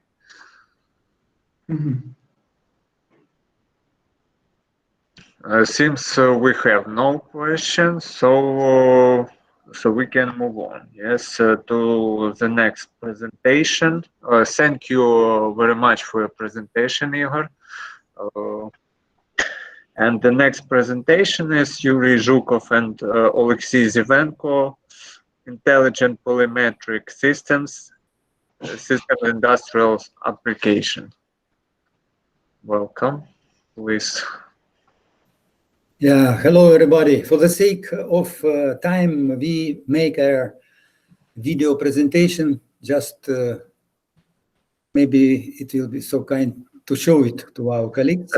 Yes, I received it and I can show it if you would ask. Then 1 minute. I will start it and.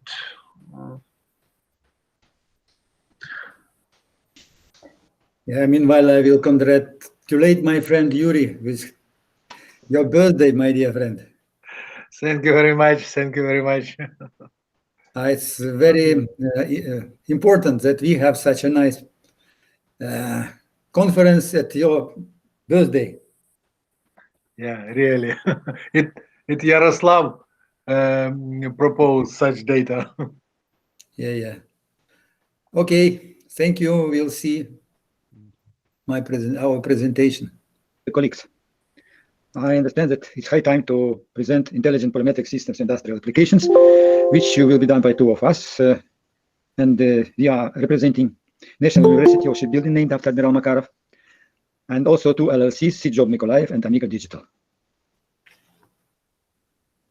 For the beginning, several words about the polymetric sensory systems history, which have more than 30 years story of development and wide application in different industries, such as shipbuilding and ship repair, ships operational safety control systems, oil, petroleum, and petrochemical industries.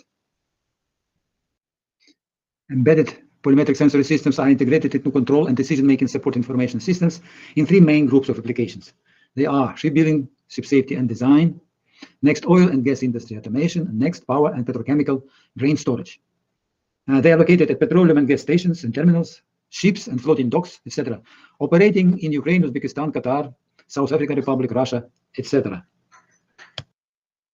And now we can focus on presented papers objectives.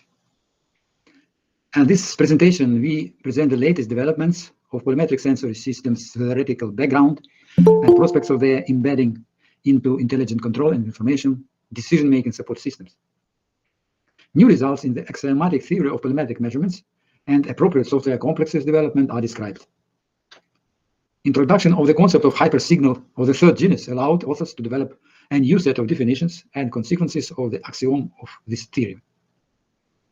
The influence of these theoretical developments on further diversification of PSS applications in information technologies and embedded smart systems in different industries are analyzed. I would like to attract your attention to the polymetric sensors, as they are key elements of PSS.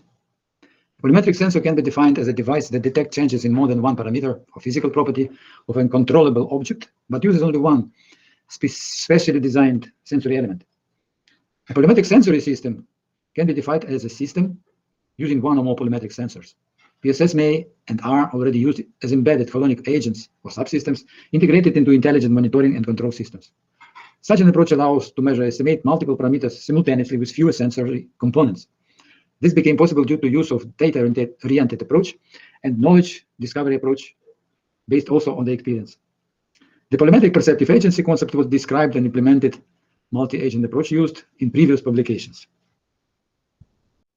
Let me now present the new results of axiomatic theory of polymetric measurements development. Experimental data sets of operation of the above-mentioned PSS applications were analyzed, and the concept of hypersignal with a third genus was introduced.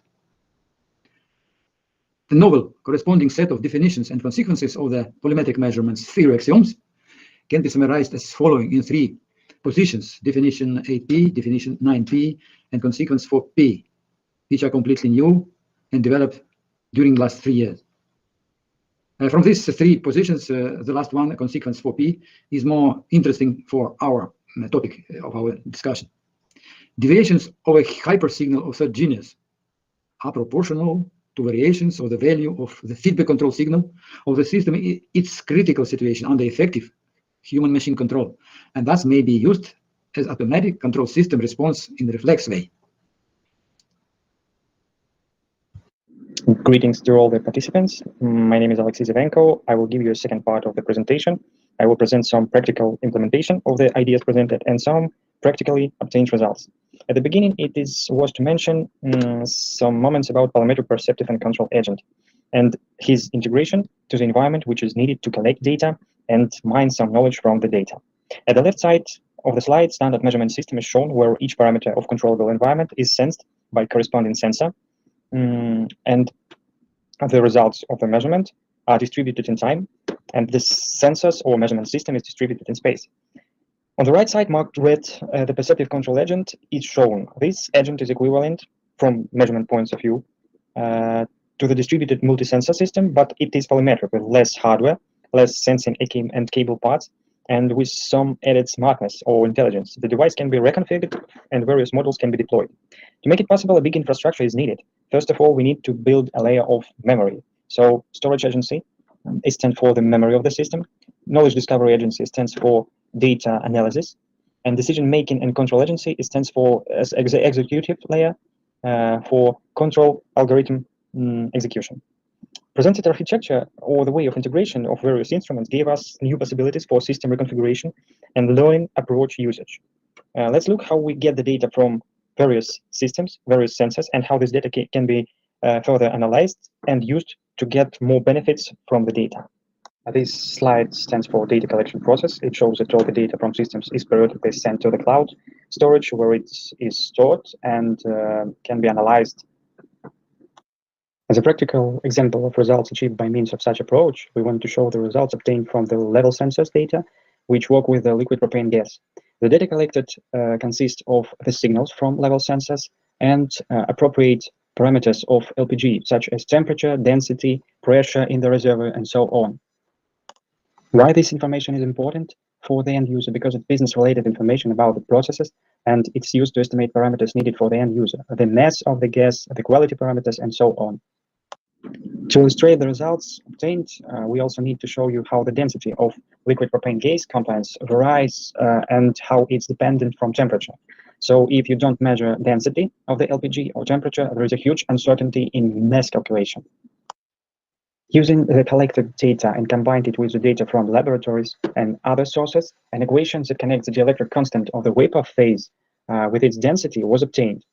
It's worth mentioning that this equation can be applied to the data from level sensor without any data about density of the liquid phase or pressure or temperature. we can obtain the density of gas phase, and it can be used for mass calculation or for correction of the level sensing equipment. And this equation is independent from the composition of propane-butane mixture. So, of course, if it is without water.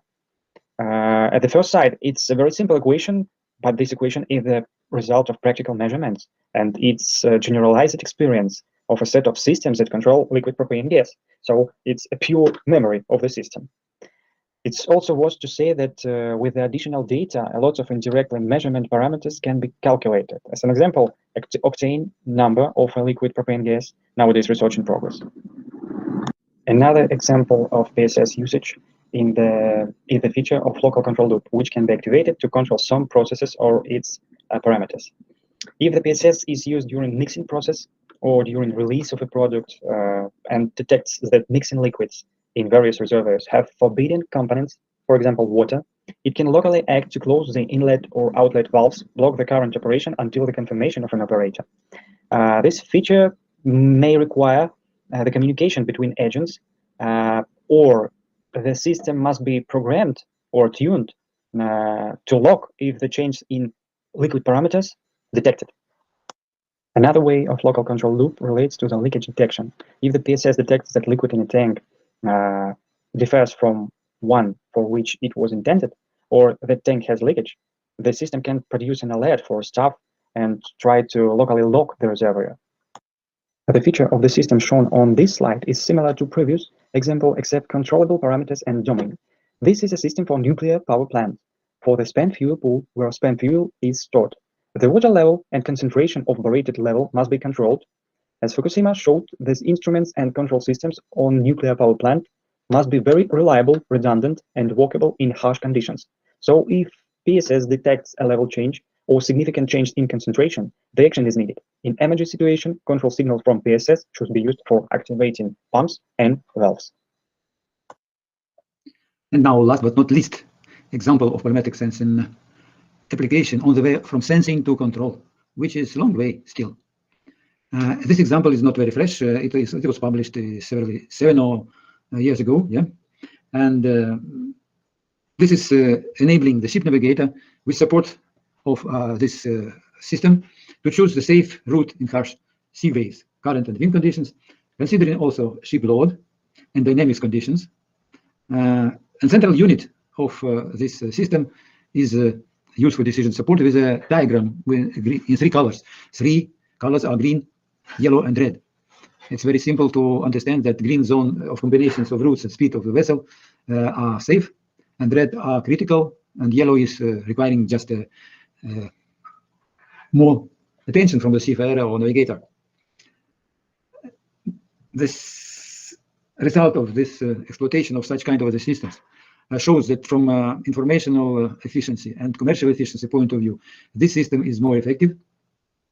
It's kind of cheaper, it's kind of more precise, and in any case, it is supporting, as any other sensors, the complete set of initial data to calculate this kind of diagrams. And in conclusion, I would like to say that it seems to me that all objectives of this presentation were achieved. New achievements in the theoretical basis are presented. Introduction of hypersignal or the third genius was also discussed. The influence of these theoretical developments on further diversification of volumetric sensing sensory systems also was analyzed, and was analyzed for the different industries. Rapidly developing and very topical area we have been discussing is requiring implementation of the leading-edge solutions for each component of embedment control systems, including the embedded sensory subsystem. So many thanks, our dear colleagues, for your time and kind attention. Also, thanks to blind peer reviewers for kind comments and proposed advancement of the paper. Take care.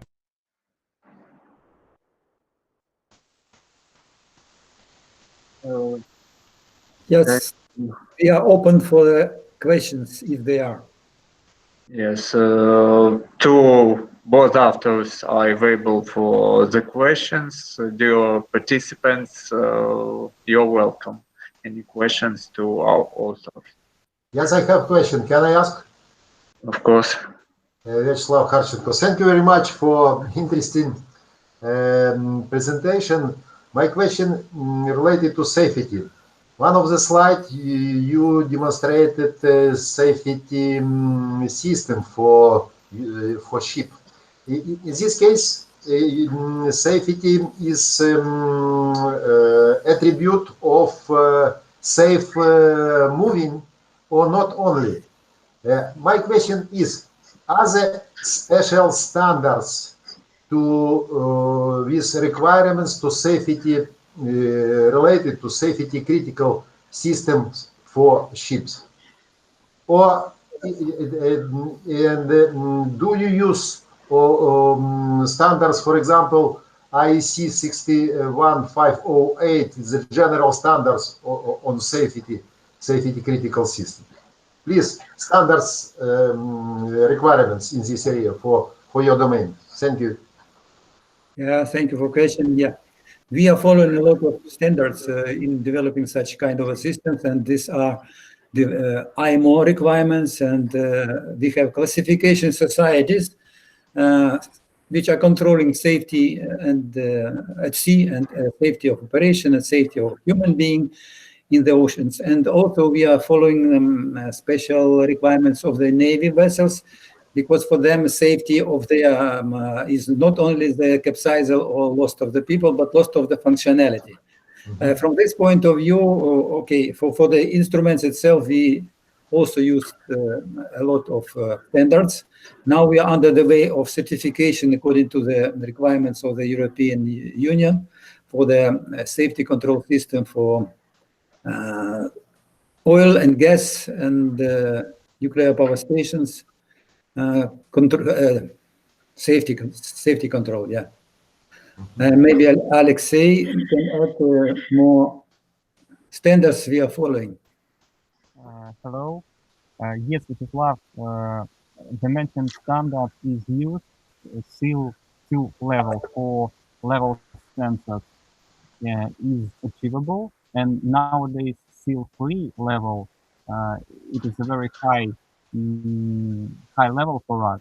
We are trying to adapt some sensing equipment to standard. Okay. Thank you. And the second question, if it's possible, please, what about safety critical part of onboard system? You talk about integration control system for ships. What about separation or non-separation safety related function for such systems? Yeah, they are actually already separated, and if we are telling about the integrated system, it's much more complicated than our polymetric subsystem, which is a part of, say, holonic agent in the complete control of safety of the ship. And they are separated, say, all mechanical equipment and engines and pumps and all similar systems are following different standards, but also they are integrated into general assessment table, say, yeah, which is also nowadays positions on the screen, big screen, and it has helped seafarers. And also just another example is the floating docks operations. Floating docks operations are not directly floating in oceans, very rarely, but they are subject of very different and very hazardous problems, like ruining of the vessel or losing of submarine if it is docked and undocked, not in the controllable way. And our system is just a main system because other subsystems are included in our integration. But we are controlling all movements and ingress and outgress or leakage of the water in floating docks, because this is special operations. And in this case, we are just following requirements for the safety from international bodies who are making insurance. So it's classification societies requirements. Thank you. And if it's possible, very short question concerning cybersecurity issues for your systems. Are there any problems related to cybersecurity assurance for such kind of system? I mean, if you talk about navigation system, it's more clear domain. Yes. If my question related to onboard control system for ships. For onboard ships, it is not a big issue, but it is because now we also started to make it different connections. But on board the ship, it's a cable local network.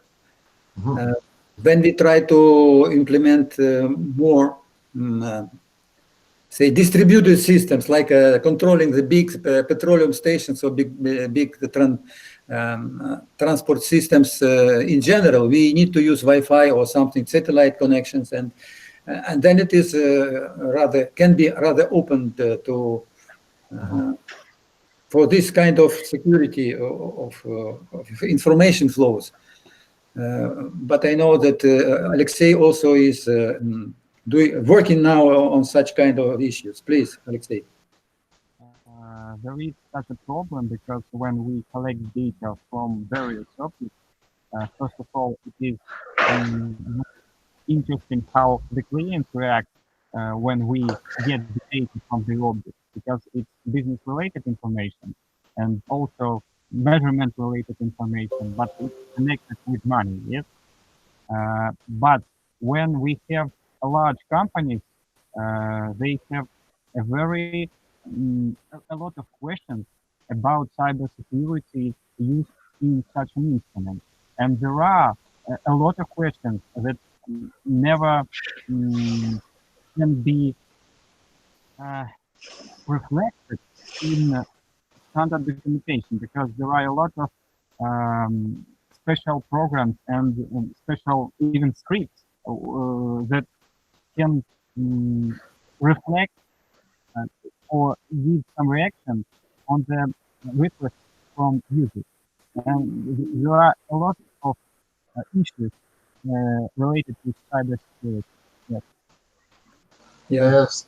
For the safety control of instruments or systems, it's a little bit more simple, but there are a lot of commercial secrets in our information which can be extracted from our information. That is why cybersecurity is very important for the distributed systems. Say one supplier of gas or liquefied gas or oil, petroleum, is having their locations in Odessa, Nikolaev, Sevastopol, now not, but they are very seriously think about cyber security, because this is the information is under control of tax authorities, concurrents, and so on and so on. Okay, thank you very much for your answer, and I think we could cooperate in this area because experience in the energy sector can be applied maybe for your very interesting domain. Thank you very much. Sure, thank you. And our philosophy is better to cooperate than compete. In our case, it's only cooperation could be positive conference also. Thank you. I completely agree. Thank you very much.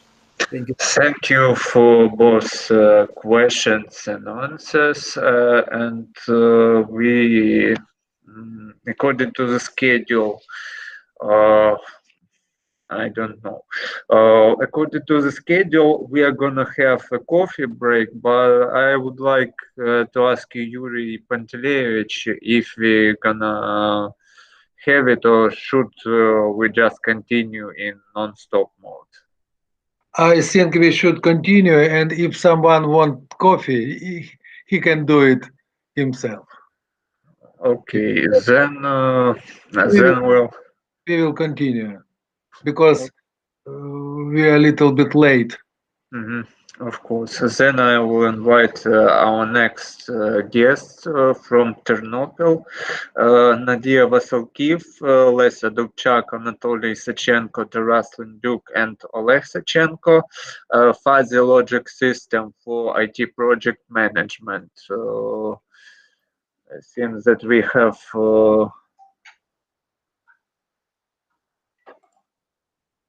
yes, we have the presenter. Please, you're welcome.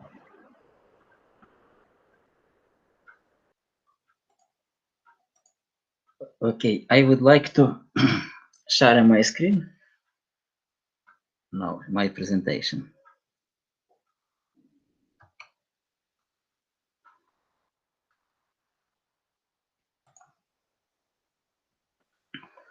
So, screen number 2.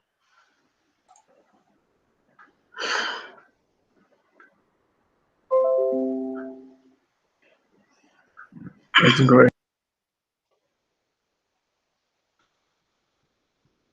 Yes, do you see my presentation?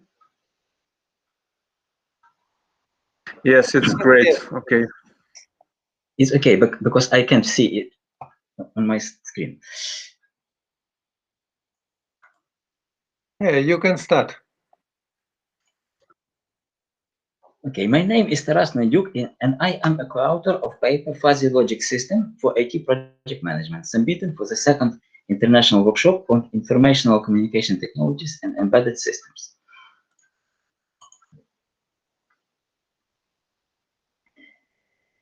The IT project environment is important in its completion success. The implementation of different projects is influenced by factors such as external environment, political, economic, social, and so on, and its internal environment, organization structure of project management, project team, professionalism of project executor, style work of project manager, the specific of organization of project work, etc. The implementation of an IT project mostly depends on how timely the influencing factors of its environment identified. In the process of implementation, the IT projects affected by many external and internal factors that cause challenges of its initial or current resource parameters due to unpredictable manifestation of external and internal factors. The actual cost of IT projects may derive from the preliminary cost estimate. The human resource involved to the project may change, and the actual duration of IT project process may differ from planned one. Such changes can later play a crucial role in the success of IT projects, so it's necessary to take into account the external and internal factors of the project and assess their impact on individual parameters of the projects in the implementation process. Since each successful IT project will be implemented in future, we may assume that the both uncertainty and risk occur. It is advisable, therefore, to employ the methods based on fuzzy logic of IT project management. The project environment has an impact of its implementation and successful achievement of project objectives. The external environment can be favorable for IT projects, that is, provide opportunities for timely and successful achievement of the goal. On the other hand, some environment factors may be the cause of risk situation in the project implementation, that is, pause or threat of non-implementation or late implementation. The successful implementation of an IT project is significantly influenced by internal environment, in particular the psychological climate and atmosphere in the IT team, organizational structure, interest, professionalism, and a degree of involvement in the IT project of its participants, methods and means of communication between them. That is, the internal sources of changes in the project are formed among the project participants in the process of their relationship during the project and as a result of strong or weak manifestation. These factors have a great influence on the preservation of contractor numbers, its human resources, and the execution time of individual work of the projects. If the strengths of internal environment of IT project are manifested, it means that the project team is formed of highly qualified employees, communication tools are established, and the leader maintains a normal psychological state in the team, thanks to the right leadership style. Conversely, if the project team is unqualified, the leader style is chosen incorrectly, the means of communication work poorly or do not exist at all, and the weakness of the internal project prevail, the project will go beyond the time. Thus, the external environment of the project is manifested in terms of opportunities or threats. The internal environment can have strengths and weakness. Together with the investment made in the project, this manifestation of the external and internal environment affects such parameters as financial resources, human resources, time of execution of individual stage of project, and consequence the completion of project. As can be seen there, the impact of project environment factors and the amount of investment can be traced not only on the completion of project, but also on its individual parameters. Therefore, it is proposed to consider three subsystems: financial resources, human resources, and project execution time as a part of overall environment impact assessment system, the output of which can help the manager to properly assess or predict at any time during the project the value of the certain parameter and all the outputs together to predict the situation regarding the timely completion of the project. Since the appearance of any factors influencing the implementation of project is uncertain, it is advisable to create such a system and subsystem in its composition using the methods of fuzzy logic. Dependence of output values and on inputs is given by a fuzzy knowledge base of Mondani. The general scheme of this system is given on this figure. The subsystem financial resources taking into account the impact of external environment and the investment of the project based on fuzzy logic assess on financial condition of the project. The rule base of this subsystem consists of 11 rules of if-then type.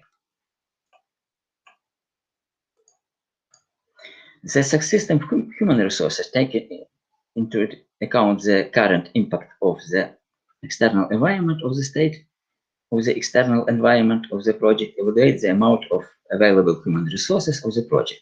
The total number of rules of this fuzzy subsystem is 8. The subsystem for analyzing of project execution time as input variables has external and internal environment and investment. The fuzzy system for accessing the timelines of project completion is based upon the fuzzy inference mechanism. The total number of rules of the developed fuzzy system, taking into account the known state of each of the input variables, is equal to 35 rules. The bell-shaped form, which best reflects fuzzy set, is used to specify the membership function of the input variables because it smooths out sharp transition between values. An example of the membership functions of the fuzzy variable investment is given on the figure. The output variables of each subsystem are set in trapezoidal shape. Rule viewer has been used for analysis of the correct operation of the proposed fuzzy system in the MATLAB environment. The advantage of that is the possible to evaluate the performance of each subsystem of the proposed system as well as the overall system. An example of fuzzy subsystem is given: input variables project execution time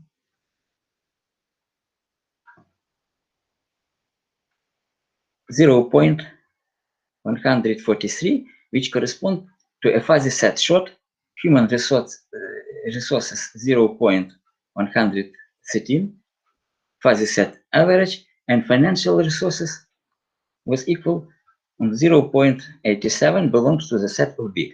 According to the rule base proposed by authors, in such system of input variables, the output of the fuzzy system should set by the value belonging to the fuzzy set almost in time.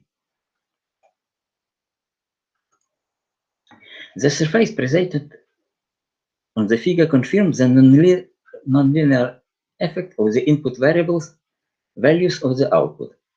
That is the correctness of rules base and hence the work of the developed fuzzy system. Thus, the fuzzy system IT project management proposed by the authors is workable and can be used in the real system.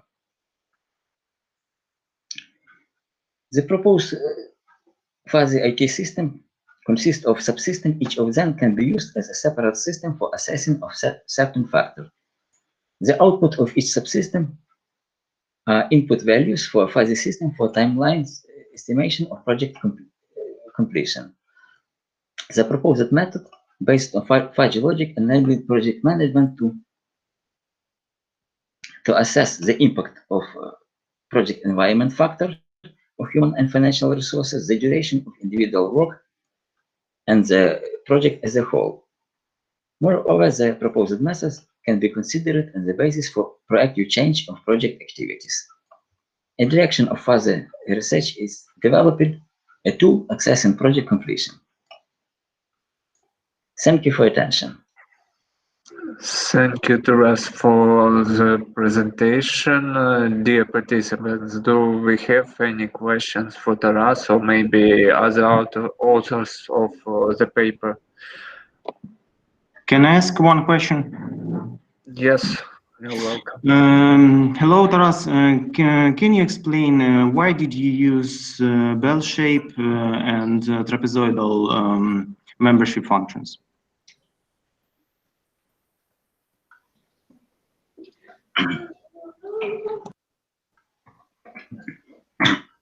We used trapezoidal, we used base shape because it is smooth. And output was selected as trapezoidal shape. It was decided by authors to make. If I understand, you didn't consider another forms of membership function like triangular, only these two membership functions, yeah? Yes. L-shaped and trapezoidal, yeah? Yes. Thank you, thank you. I have one question. Can you show this characterized software on the pre-last slide?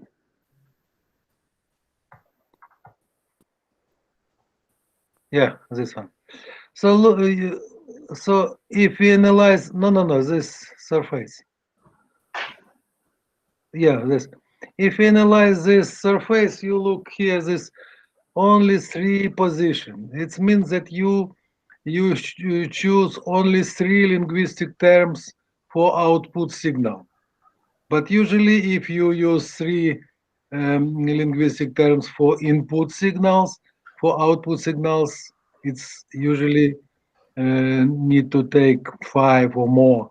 And in this case, your surface will be more flexible, not just like relay type, you know. Why you use only 3 linguistic term for output signal? So it was decided by authors to. Okay, so it's your decision, yeah. Yeah, it was decision. Okay.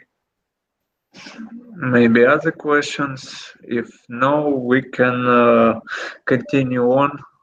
Thank you, Taras, for your presentation. Thank you very much. So I would like to invite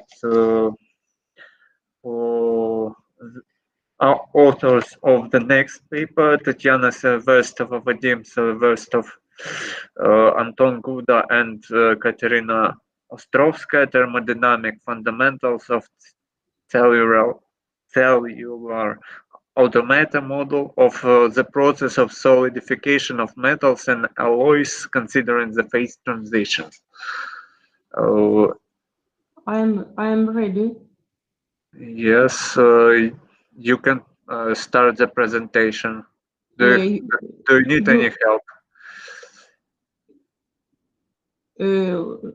У вас презентация моя. So you would like to show pre-recorded presentation, yes? Yes. Yes. Okay, then we have one. I will prepare it. 1 more minute and we will start.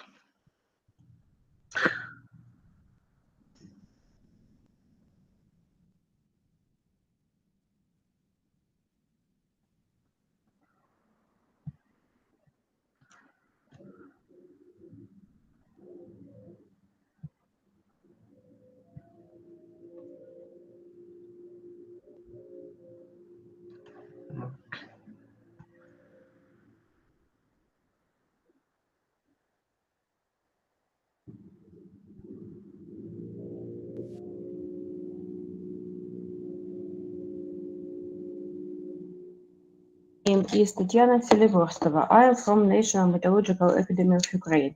My term is Thermodynamic Fundamentals of Cellular Automata Model of the Process of Solidification of Metals and Alloys Considering the Phase Transition. In industrial process control system, including foundries, embedded system based in the microcontrollers are rarely used. Unfortunately, direct simulation on microcontrollers is impossible due to limited computing resource. Using cellular automata approach allows supplied calculation in embedded system. Calculation of metal and alloys is accompanied by complex physical chemical processes in the melt. The most important of them are due to heat release during the phase transition, heat transfer due to convective flows in the liquid phase, and other. Thermodynamic phenomena accompanying the process of solidification of metals is described by Fourier equation. Equilibrium specified energy is uniquely relate the temperature and phase state of the init volume. This cellular automated mechanical model assumes the description of non-linear process in a discrete language advanced and allows avoiding the description of thermodynamic principles in the form of partial differential equation. To construct a one-dimensional thermodynamic model of solidification, taking into account the phase transition, it is necessary to determine the rules of that transfer between cells. Consider a cell with a Neyman neighborhood of the one-dimensional case, figure 1. Energy entering the cell E, describe equation 3. A schematic representation of head flow motion of the one-dimensional case is shown on figure 2. A head flow between cells describe equation 4. So the change of energy for E cells based on equation 3 is determined by the relation 6. The above approach of calculating the change in cell energy can be extended to the case of two-dimensional and third-dimensional problems in Cartesian coordinates. A significant part of technical objects has a cylindrical shape that allows using the property of axial symmetry to reduce the dimension of the model and reduce the amount of computing. Let's consider the motion of head flows for a group of cells with a Neyman neighborhood of the premises of axial symmetry of the simulation object. Figure 3 schematically shows a cell in a cylindrical coordinate system.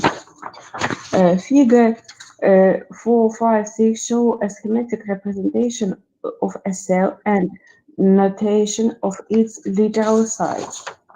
The change in cell energy for cylindrical coordinate system consists of the sums of energy changes in the radial sectoral direction and along the axis of symmetry of the body. A cell energy change in the sum of energy change in all directions, equation 7.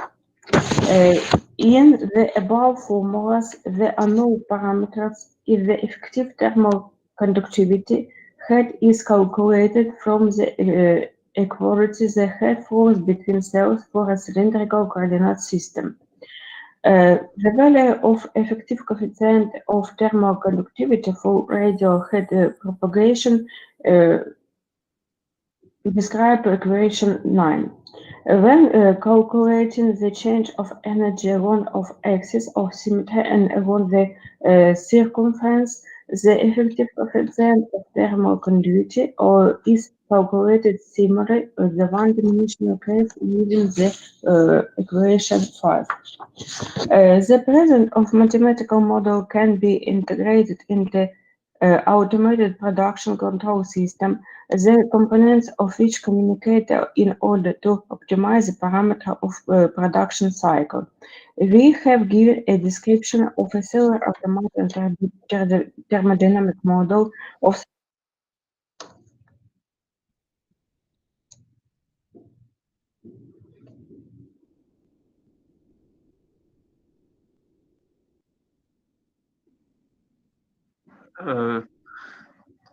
Yes, I would like to thank you, Tatiana, for being concise, and also would like to invite you, the audience, to ask any questions.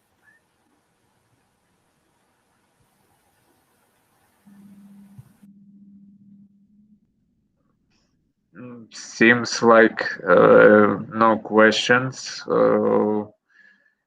If it's okay, Tatiana, so we can. Okay. Thank you. Thank you. Thank you for your presentation one more time, and we will advance with the next presentation. Yes, Sergey Lupenko, Natalia Stadnik, Yaroslav Litvinenko, and Andrei Zazula, model of signals with double stochasticity in the form of the conditional cyclic random process. Good afternoon. Wait, I want show. Wait.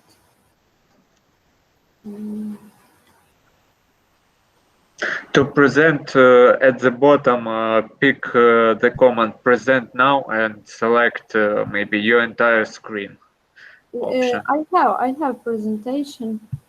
Wait. Oh, yes, it's good. It starts. No, alright. Yes.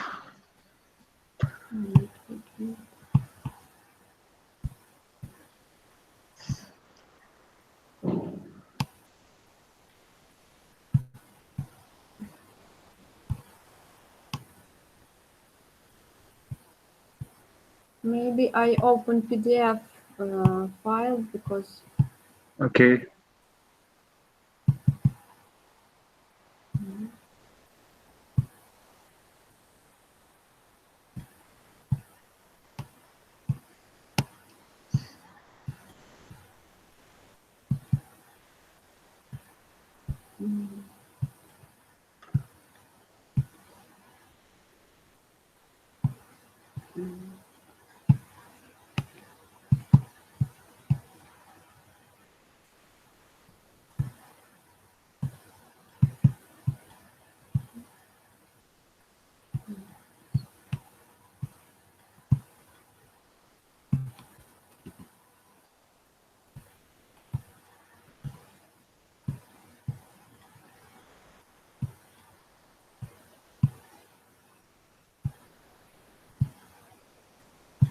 But it was okay. It was your slide. Wait, because I We have.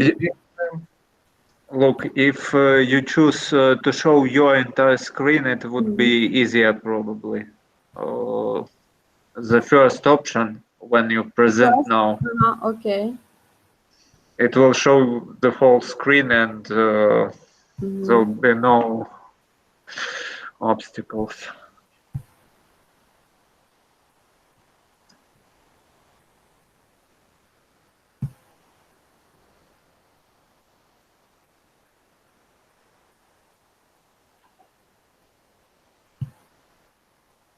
You can see? No. First version was very nice. Then you decide to go to PDF. But Okay. first version was okay.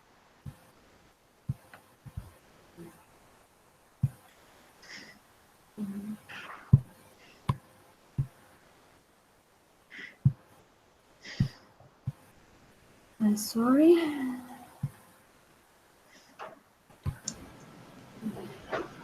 Maybe send to moderator file. No, I don't have any files from authors.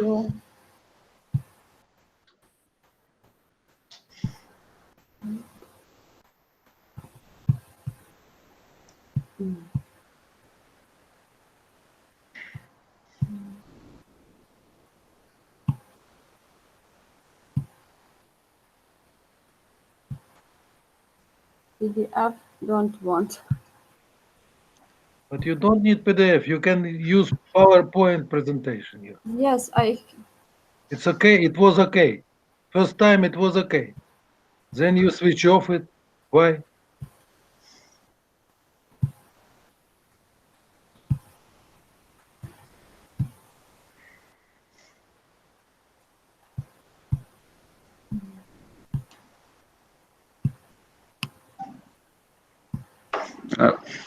I will. Wait.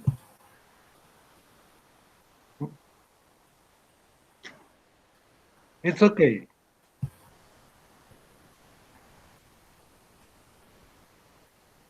Just maybe use F5. Right. Why? No, don't. You can start. Time is money. You see my presentation? Yes. Okay. Good afternoon, dear colleagues. My name is Natalia Stadnik. I'm assistant at the Department of Computer System and Network. I want to present to you a report on the topic, model of signal with double stochasticity in the form of a conditional cycle random processing.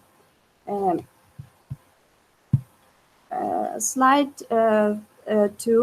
The article needs to be clarified the definition of the class of the conditional cycle random processes and the definition of the random function of the RISC of the conditional cycle random process, as well as clarify the essence of the approach to this statistical analysis and analysis the risk of the cycle signals within their mathematical model in the form of the conditional cycle random process.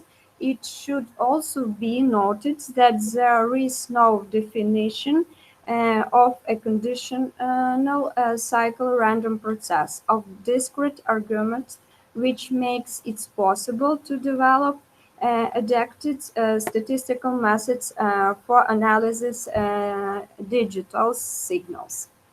Next slide show proposite model.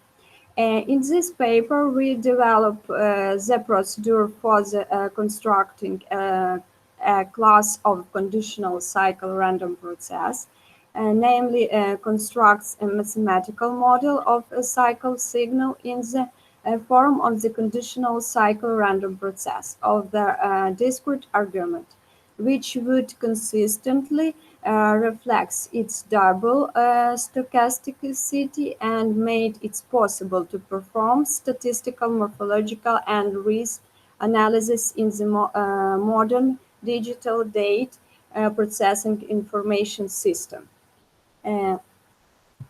Next slide show results decision. We very briefly consider the concept of the cycle random process of the discrete argument and introduced the notions of a class of the isomorphic cycle random process of a discrete argument. Next, you can see this formula and properties. Next slide, you can see definition.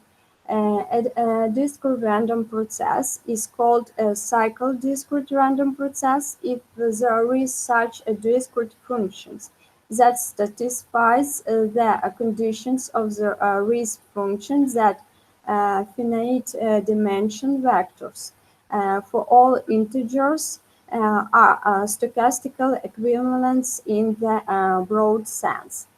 Next formula you can see satisfies the following equations.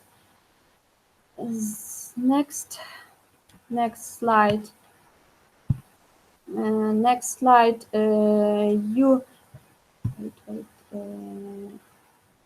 We have another definition too. A cycle random process with the RISC functions and cycle random process with the RISC functions will be called isomorphic in order and values if the following properties occurs. Will be properties like first A and first B. Next slide continuance of the definition second. Isomorphic with respect to the order of cycle random process. And it's namely there is binjections between a random process.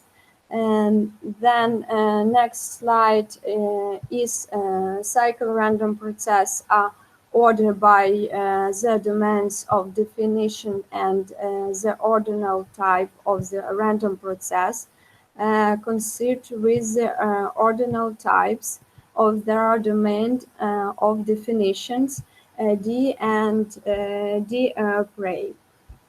Next properties, there is the same type of order of cycle random process.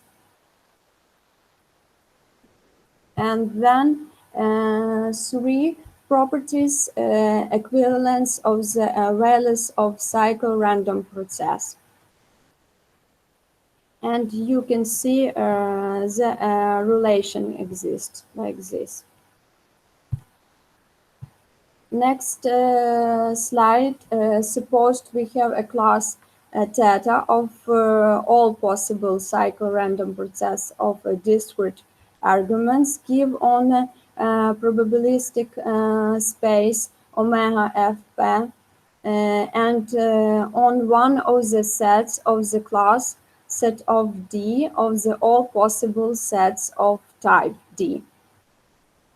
And next, defined equivalence relation P in the class data generate and break down, and you can see following rations occurrence like this.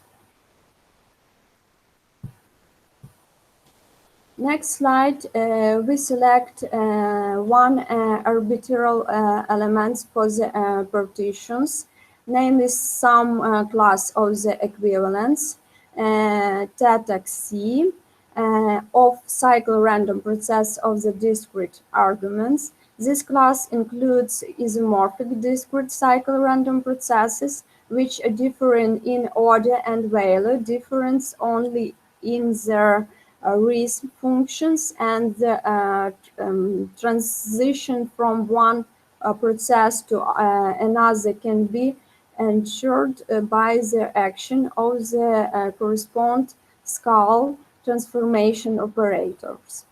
And then this operation you can see in this formula 5 and 6.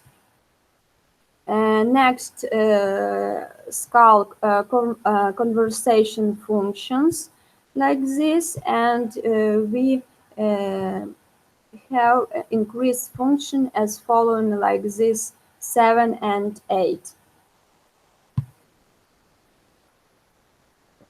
Between next slide, between the function of the rhythm and cycle random process of the equivalence classes theta C that are linked through skull conversation operation have the following dependencies. You can see in this formula 9 and 10.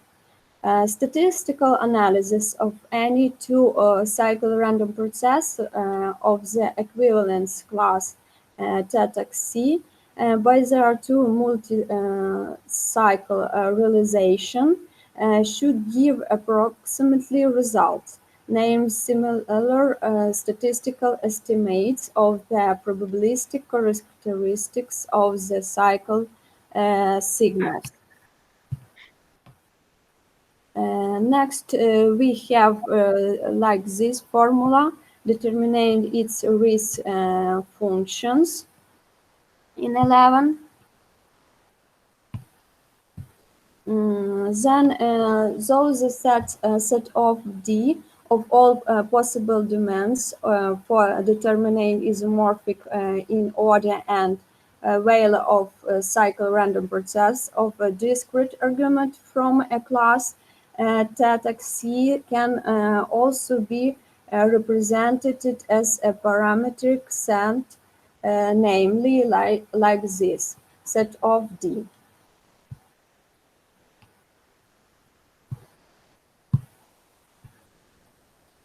Next slide give definition 3.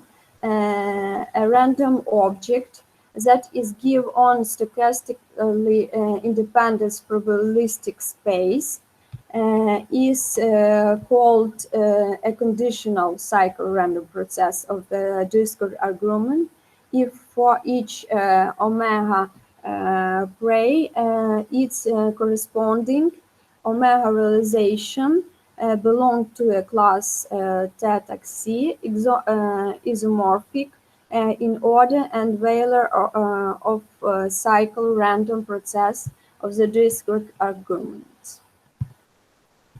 Next, definition for random functions give a probabilistic space is called a random function, risk function of a conditional cycle random process of a discrete argument if for each omega prey corresponding to its omega realization belong to the class set of D, each element of which satisfies the conditional of the risk function, namely like these three properties you can see. Definition 5. A random object given on a probabilistic space is called a random domain for determining a conditional cycle random process for a discrete argument if for each omega prime its correspond omega realization is a discrete subset of real number whose elements satisfy the following condition like this. That's why a conditional cycle random process for discrete argument allows simultaneous consideration of the both stochasticity of the signal take into the account in their statistical morphological analysis and statistical safety of the rhythmic structure of the investigate signal take into the account in the risk analysis. Morphological statistical analysis is reduced to the statistical analysis of any of its materialization as a cycle random process with the determinate risk functions in accordance with the known methods of the statistical processing for cycle random process. And then we have defined as following like this. Formula setting.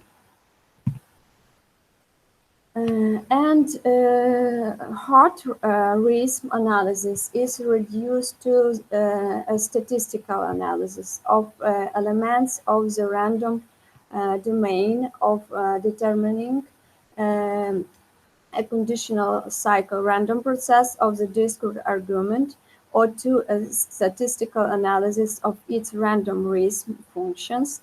The random risk functions is completely determined by the elements of the random areas according to the like this formula.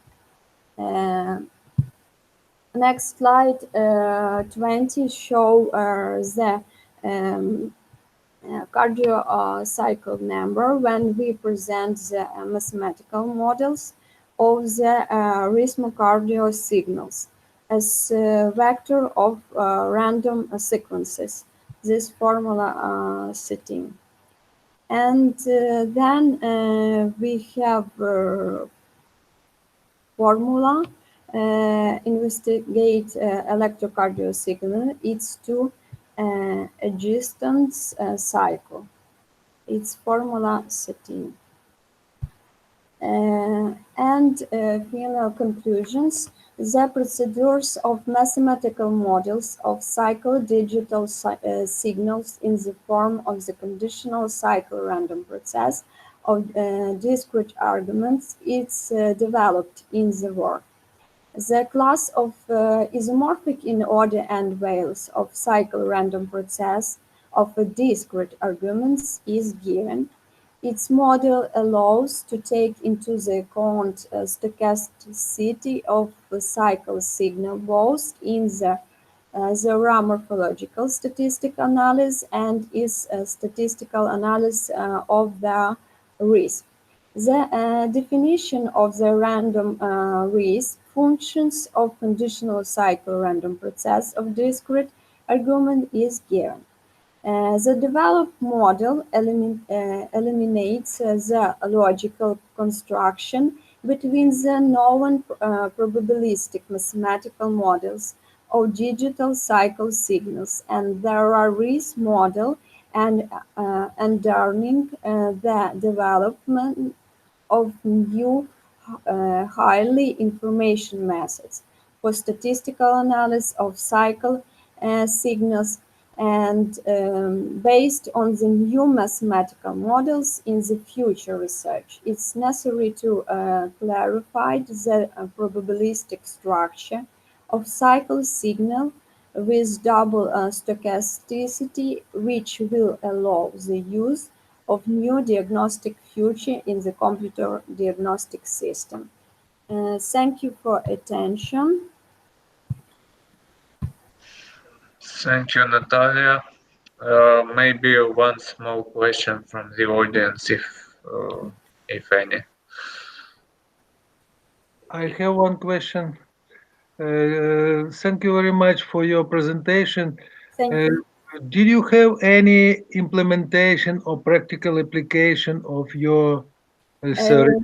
We have, but its article we give only calculation and new model, and I think in another article we give in the practical in electrocardiograms diagnostic.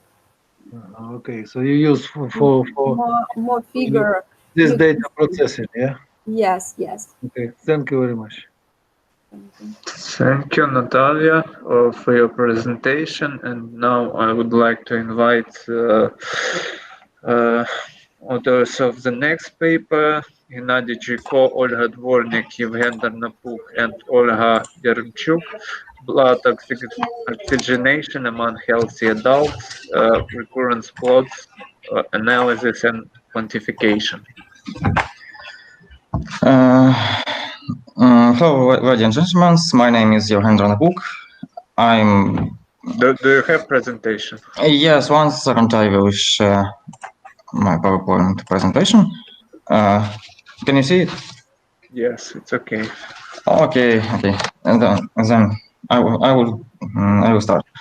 So my name is Yevgen Tarnapuk. I'm PhD student from Petromogilevaxi National University, and I'm presenting our work, blood oxygenation among healthy adults, recurrence blood analysis and quantification.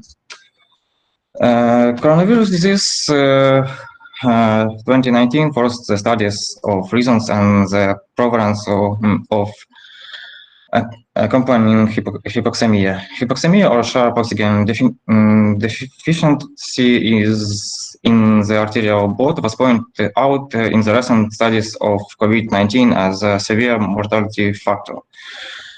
An element of blood red cells, hemoglobin, is responsible for blood oxygen saturation. Each molecule of hemoglobin can capture and deliver to the need place up to 4 oxygen molecules. Oxygen saturation less than 92% are associated with significant adverse events in outpatients with pneumonia. Some authors set these critical thresholds even higher, up to 95%. So, first of all, I need to explain some terms that we use in this project. Blood oxygenation is a fraction of oxygen-saturated hemoglobin relative to the total hemoglobin in the blood. Pulse oximetry is a routine medical non-invasive rapid measurement using small gadget with a finger clip. The recurrence plots are in use actively in the last 3 decades as a method of study for dynamical system with clinic behavior. And quantitative risk assessments is a consolidated approach to evaluating the risk level of industrial system, which is traditionally based on the main technical failures leading to potential accident scenarios. So, dataset and method of processing. The dataset includes 17 males and 19 females in the age range from 19 to 66 years old persons.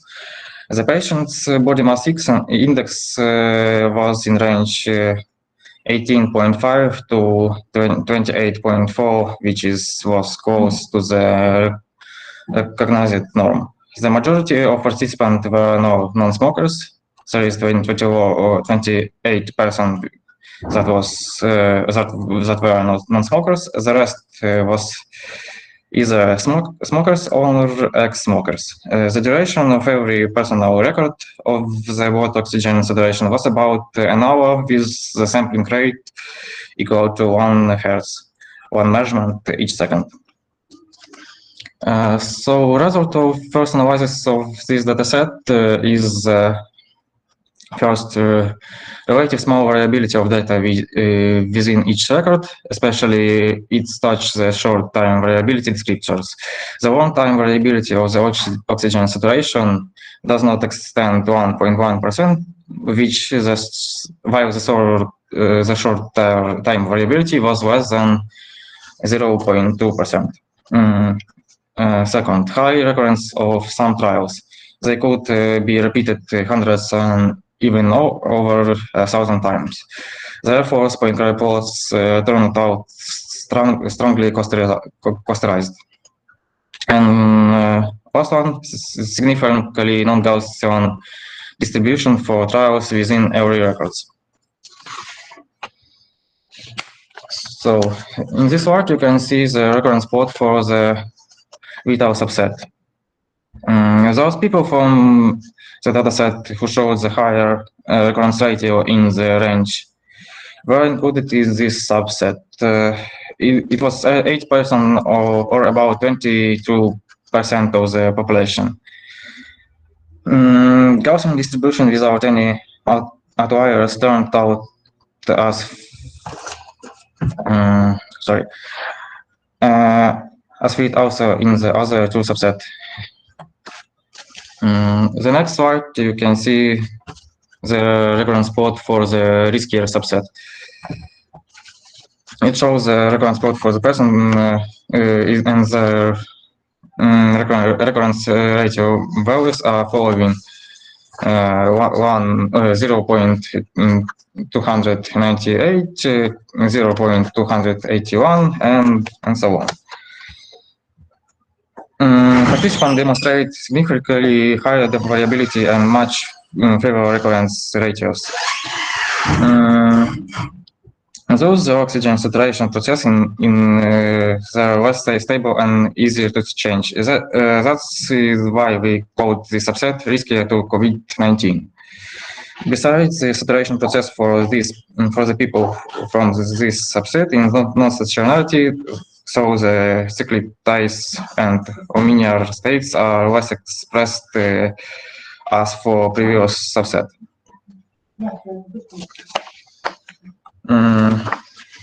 The main subset comprises 20 participants or 56% of the total population.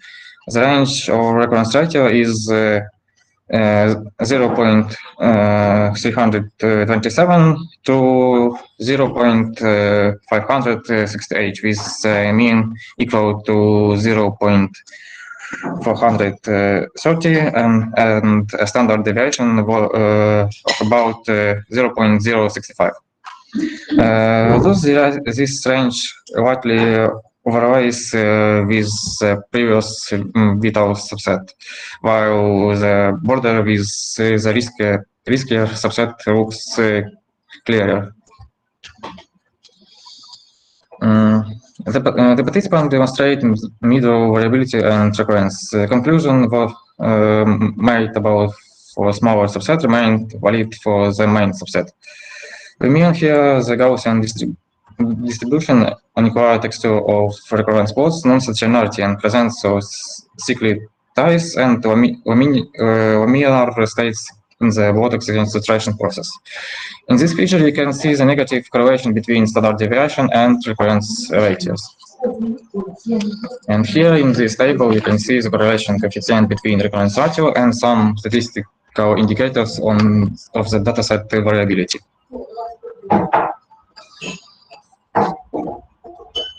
So, conclusions.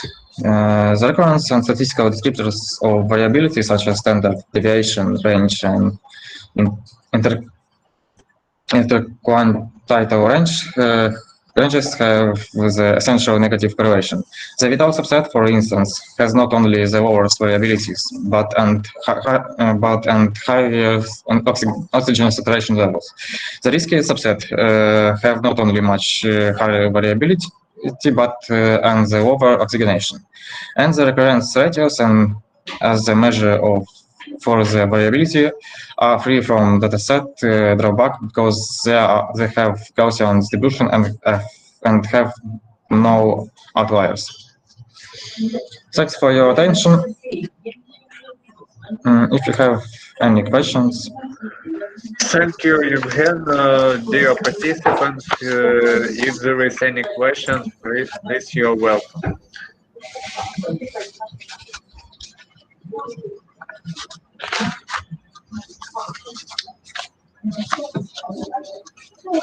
Seems like no questions. Maybe I can say about level of blood oxygenation. I can say from myself because I got COVID. I have blood oxygenation level near 99%, and I doesn't have pneumonia, but I know my From my friends that have about oxygenation near 92% or even less, and they have heart pneumonia, and they're still trying to recover from this disease.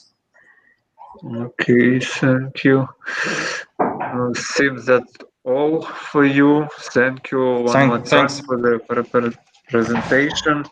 And our next presentation, Vladimir Beglitsa, Sergey Timofeyev, and Alexander Gozhy, Cognitive Analysis and Modeling of the Investment Situation in Ukraine. Yeah. Good afternoon, dear colleague. The topic of my presentation, cognitive analysis and modeling of the investment situation in Ukraine. Yaroslav Mikhailovich, start my presentation, please. Okay, we received a presentation from Alexander, yes, and we'll start it right now. 1 minute to prepare.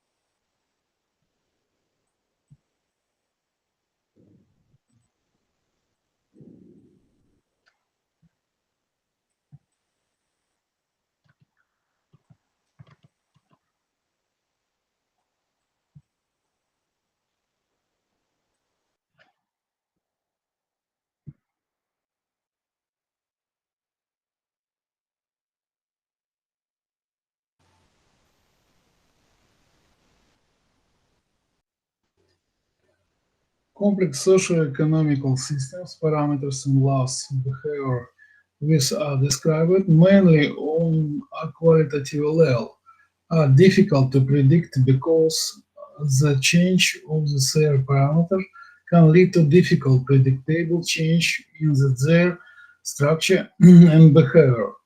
Therefore, it should be noted that analysis and modeling of systems and management then using traditional approach based on analytical description or statistical observation of dependencies between inputs or output parameters is often impossible, and we have to resort to subjective models based on information obtained from experts and with is cultivated with the involvement of logical thinking, intuition, and heuristic.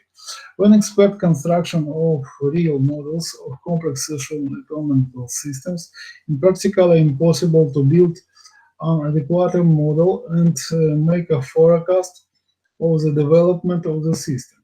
But from this position, one can find a solution using fuzzy graphs to analyze the information and uses the result of the analysis the further research.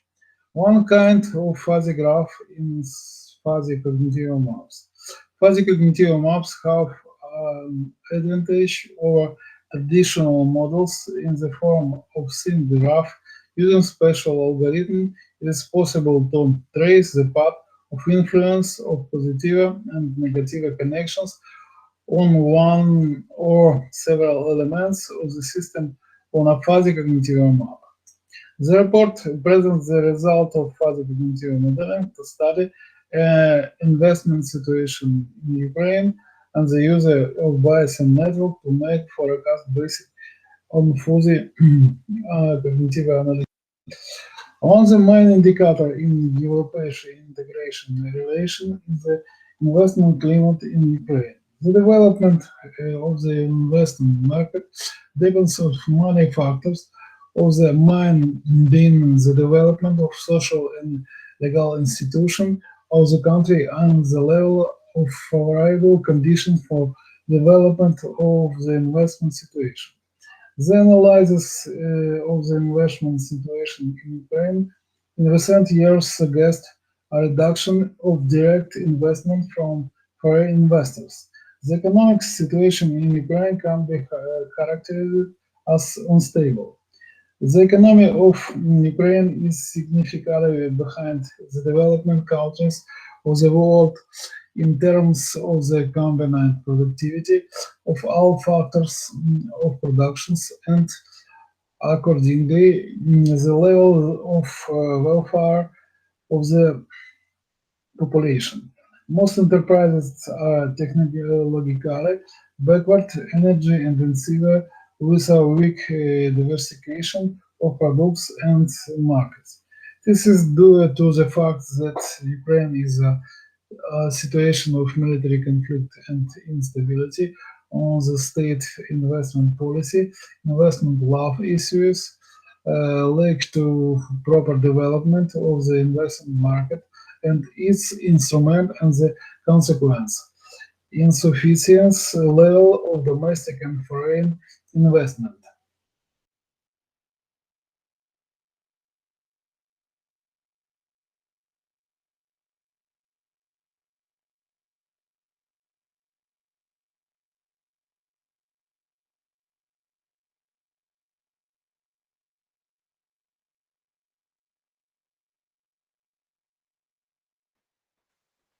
No sounds. Next slide shows the method of cognitive analysis problem. The method includes the following step: the construction of fuzzy cognitive map, the problem its analysis. 2. Interactive calculation of system parameter of the fuzzy cognitive map, consonance of degree, dissonance of in degree, and system impact on the concept P and the concept of a system PJ. The system characteristics are calculated by the following formulas. In this slide present the formulas. The system indicators of cognitive maps are calculated iteratively for the time period of the system function.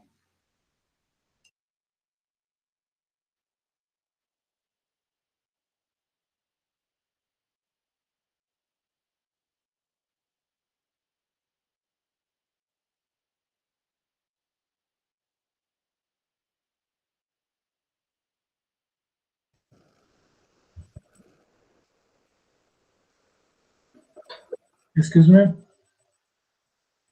In this slide, present the fuzzy cognitive map for modeling investment situation and matrix concept of fuzzy cognitive map for modeling.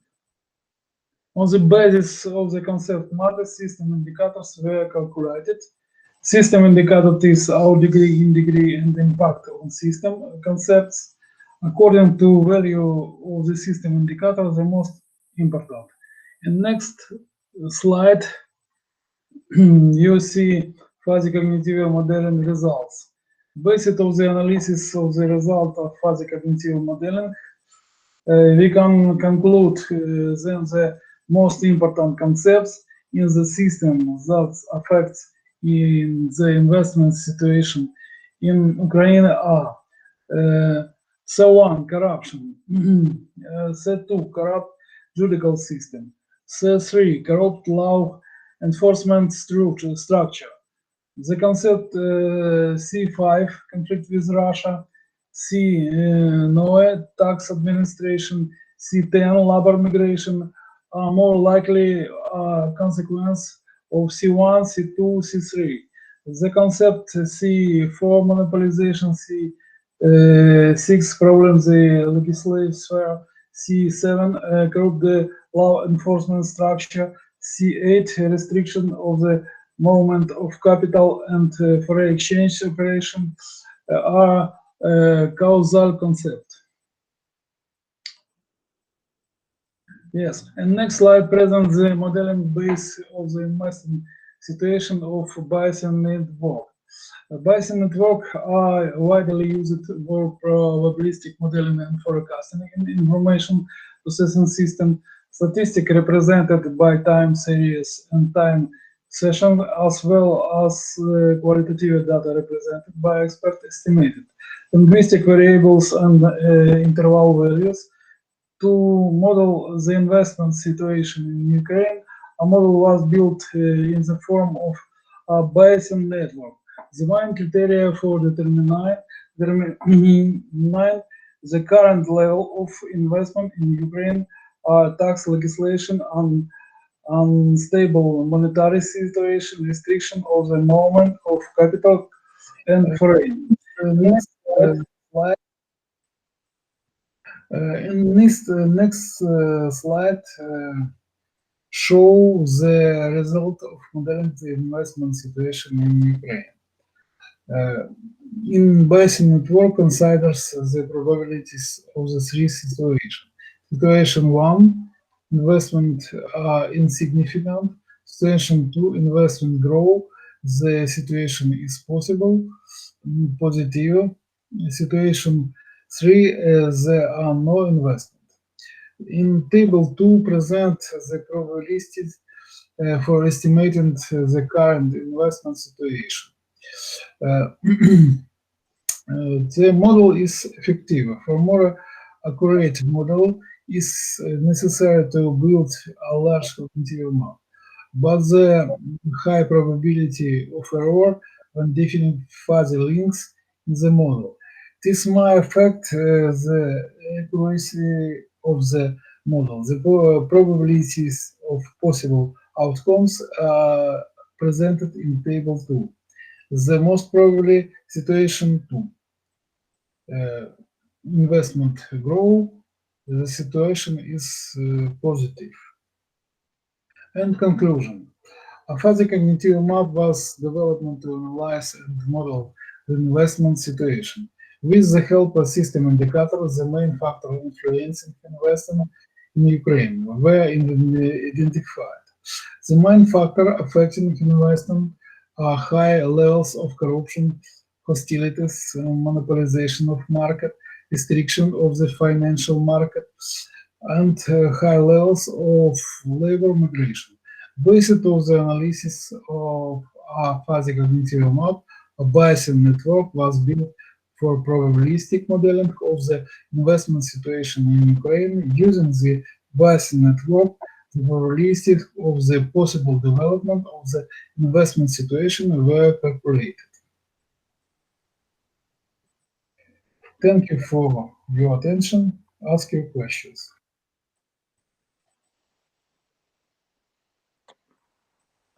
Thank you very much, Professor Gozhi, for your nice presentation. I just have one question. What is your opinion? How is the future perspective for investment in Ukraine? Yes, thank you for your questions, Yuri Pantelevich. In this situation, the Eastern investment process has slowed down.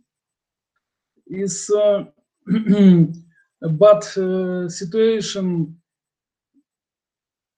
very slow, negative and future, but situation investment growth. The situation maybe is positive.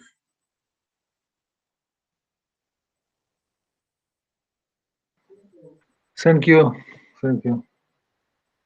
Thank you. Any other questions? No?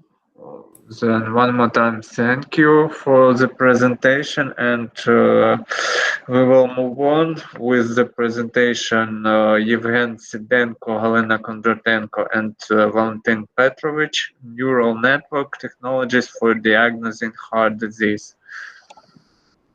Do we have speaker? Yes, Sims. Good afternoon. Do you see the presentation? Yes. Yes. And sound? Hi everyone. Today we are going to speak about neural network technologies for diagnosing heart disease. Since the creation of the first computer to modern supercomputers, the main purpose of computer has been and remains to facilitate people's lives. Computers are used in medicine in almost every field. The diagnosis has always played a leading role. Because without the definition of specific disease, it's impossible to begin effective treatment. The difficulties for a person in medicine are based on the fact that a person doesn't have an unlimited memory and cannot process a large amount of information at once, unlike a computer. Predicting disease and ensuring human health are the first and most important goals for every country. Therefore, the topic of medicine using intelligent system has been and will be relevant for many years. According to statistics, heart problems compared to all other organs cause the highest number of deaths. This statistic is similar for each country. The task of this work is to create a system that can accurately determine the presence of heart disease for certain input parameters. An open database with 1026 patient records will be used for this purpose. Neural network as one of the most effective and fast methods for solving various kinds of tasks will be used to solve the problem. There are a huge number of applications related to the diagnosis of disease using neural networks. A huge amount of research is being done and a lot of attention is being paid to use the computer to diagnose coronary heart disease. This attention is caused by the fact that this disease is the most common cause of sudden death in the world. The first group of scientists in this area used artificial neural networks and have got 71% accuracy. Next works in this area have higher accuracy, 96% accuracy, another group 95.5%. A very interesting combination of two technologies, genetic algorithms and neural networks used for diagnosis, and was achieved 93.85% accuracy. A database from 4 different countries is used. However, it consists of the same fields, so a complete merge is performed. This dataset consists of 76 characteristics, but 30 of them should be used, only those that do have a biological effect on heart disease. After that, a random sorting is performed. This is done in order to properly separate the data for testing and training. Before the start of working with data, we need to divide it into 2 groups, for training and accuracy. In our case, 126 for testing and 900 for training. There are all used dataset fields. Characteristics of different types are used. Physical, chemical, and biological. Fields have 2 different data types, Boolean or integer. You can see fields age, sex, chest pain type, arterial pressure, cholesterol, normal sugar level, electrocardiography, biggest heart rate, stenocardia, depression ST segment, slope ST segment, number of large vessels, thalamus type, and whether a person has heart disease or no. There are a lot of different instruments for solving the task. One of the most flexible methods for solving the problem is to create an implementation of neural network using simple mathematical operations. The Kotlin programming language is used because it's concise, fast, and can be run on any device. In addition, any other programming language can be used. To begin with, matrix operations were implemented. At the time when the functionality of neural network is created, you need to initialize weights for this. The formula is used on the screen. This is one of the many methods for initializing weights. It has more accurate initializations and shows better results. For training, used error backpropagation method. To find the value of how much you need to change the weight for a particular node, use the first formula on the screen. This formula calculated by searching for the differential ratio using values such as neural network error, sum of all input signals smoothed by weights, and output. Differential ratio is needed in order to find out how much to change the value so that the network calculates the correct result. The second formula shows how to change weights in nodes.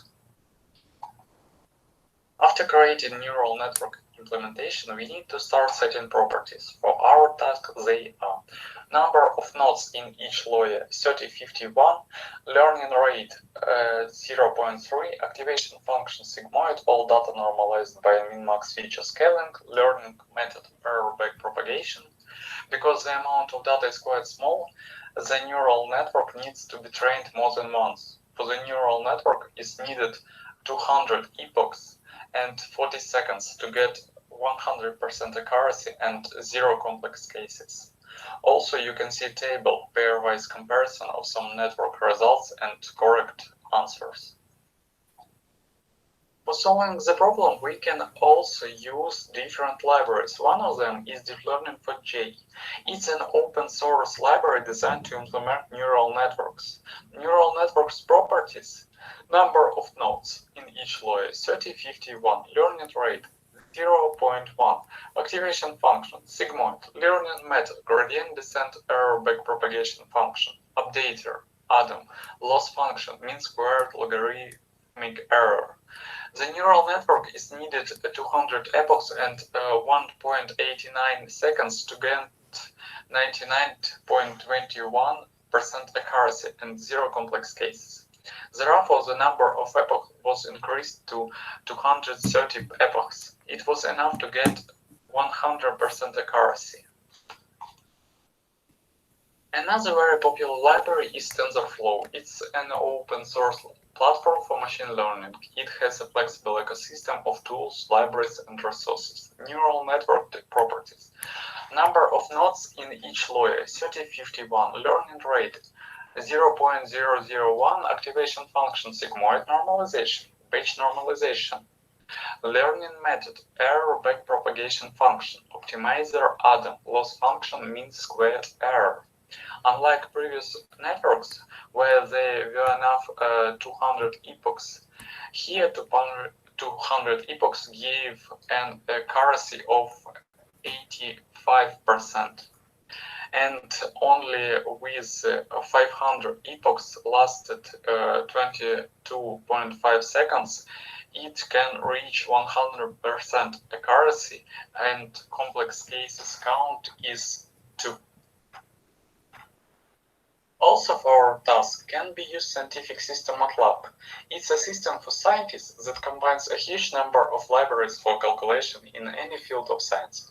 It's the most comfortable system, so it needs only 3 properties for setting network: number of nodes in each layer, 3051, division of data, training 80%, validation 15%, testing 5%.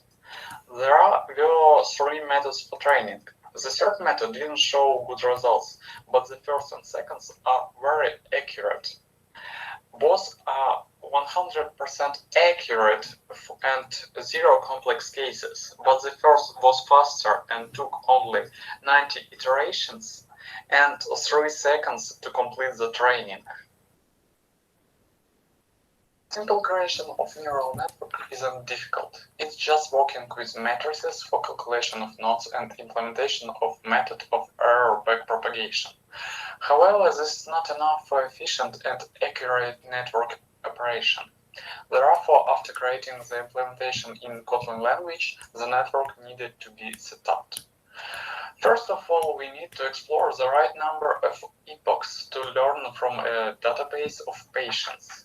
During the study, 30 neural networks with different learning rates are created. Each is trained for a certain number of epochs, and the average accuracy value from all 30 networks is recorded in a table for the plots. On the plot, we can see the more epochs happened, the greater the average accuracy of the entire network. We built other charts by the same principle, but with another change in parameters: number of nodes in hidden layer and learning rate. It was needed for searching the best setup parameters of network for our task. After exploration, the best values were found. The number of neurons in hidden layer is 50, the number of epochs is 200, the learning rate is 0.3. During the writing of the work, created 4 different neural networks for diagnosis heart diseases.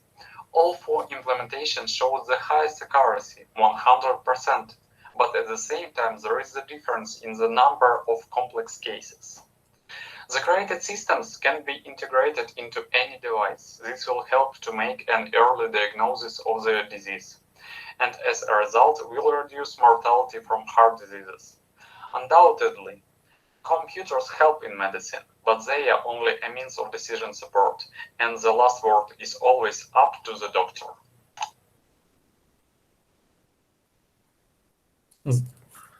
Thank you for the presentation. I see all the authors. Yes, if the audience have any questions, you are.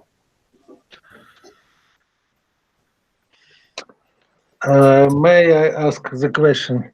Of course. You when you use deep learning for J, Yes. you get got the results 100% of accuracy. Which size of database of patients was in this case? How many examples? Only for training 126 patients records. 100, and your system recognize everything correctly, yeah? Yes, 100% accuracy. But usually you need to have some database of patient for training and some for testing. So you training for 126 and testing for this for the same. No. For training is used 900% or 900 patient records and 126 for testing. Ah, okay. So it's different, yeah? Yes, it's different data. Thank you very much. Thank you. Any other questions? No, thank you. Thank you very much for the presentation. And now I would like to invite for the presentation of the paper Alexander Hozhy, Irina Kalina, Victoria Vysotska, Svetlana Kharchenko, and Roman Kovalchuk, Qualitative and Quantitative Characteristics Analysis for Information Security Risk Assessment in E-commerce Systems. Yaroslav Mikhailovich, please start my presentation.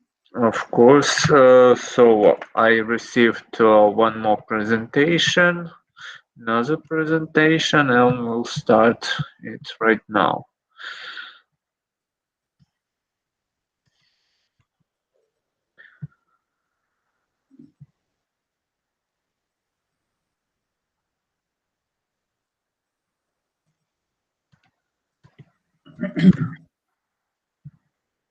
Yes, the topic of my presentation, qualitative and quantitative characteristic analysis for information security risk assessment in e-commerce system.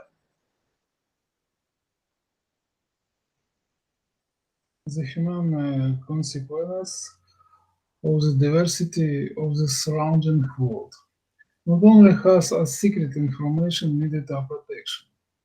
Modifying unclassified data can lead to leakage of classified information. The destruction of disappearance of data that has accumulated with great difficulty can cause them to be lost. Depending on the scope of a particular data processing system, the loss of leakage of confidential information can lead to a variety of important consequences, from innocent jobs to the dramatic economic and political consequences. In particular, among the cleanest and automated system that serve banking and trading structure. Therefore, it is very important to solve the problem of creating, using, and evaluating the effectiveness of information security system for the designed and existing electronic commerce system. Next slide presents the classification of information security threats. Information security threats can be classified according to various criteria. First criteria, confidentiality threats, illegal access to information. Next criteria, integrity threats, illegal data modification. Next criteria, accessibility threats, taking action that makes it impossible to or impede access to information system resource. Next slide show future of data processing in information security tasks.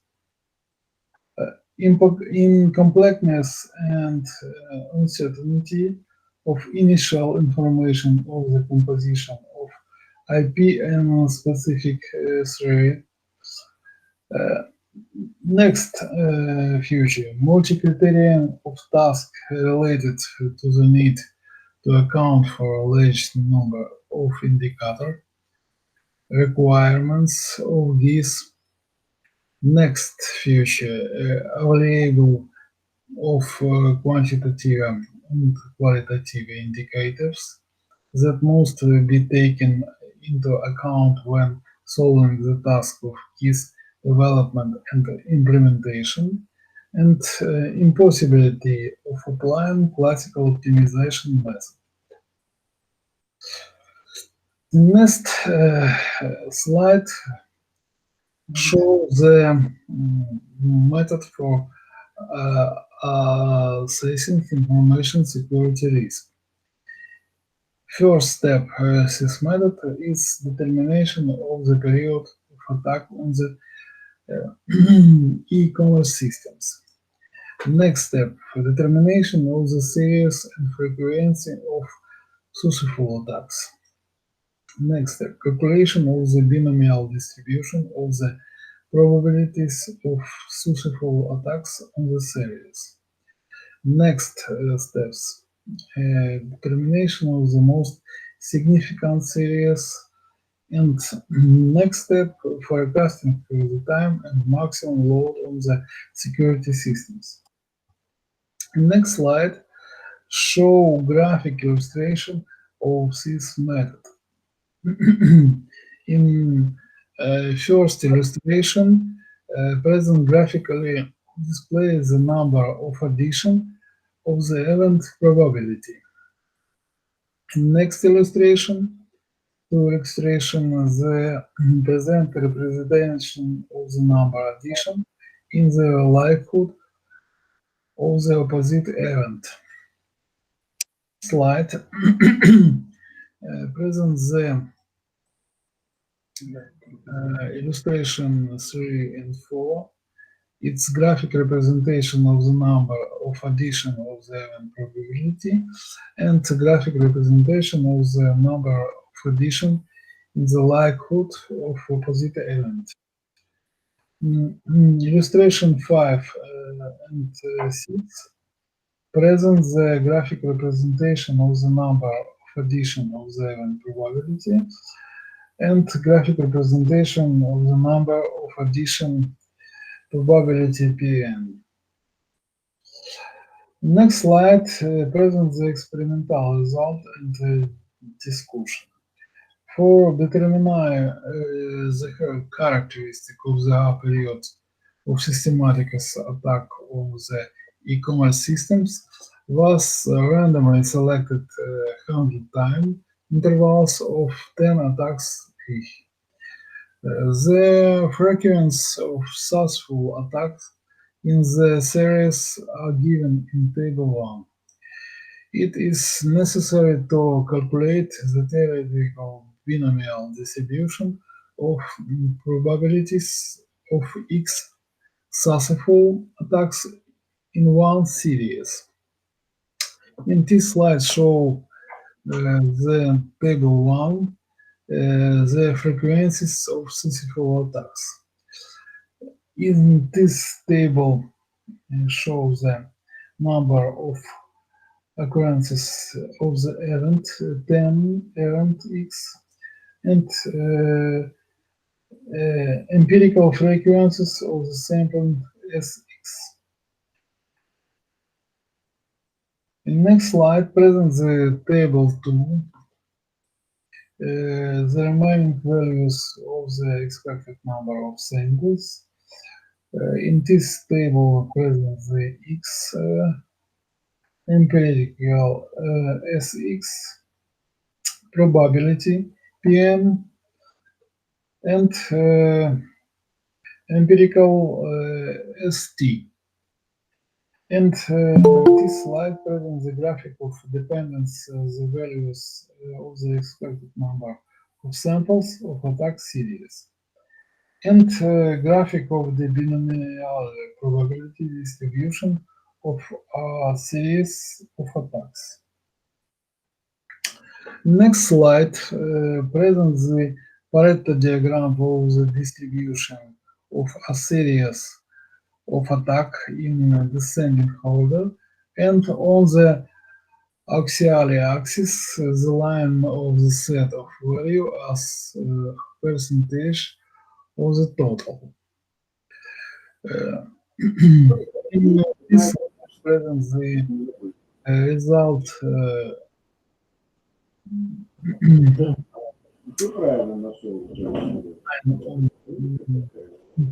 then the series have almost no effect. In order vote is take 10,000 samples of 10 attacks, then 8,507 samples. More.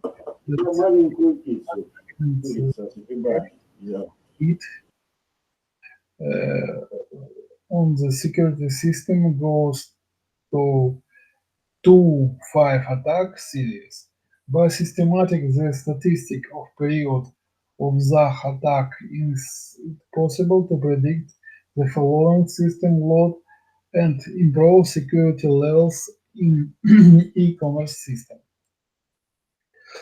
Conclusion. There was developed an approach to the analysis of qualitative absolute frequency of attack series on the system per a certain period and quantitative relative frequency of attack series of the system per a certain period, characteristic to access the information security risk in e-commerce system.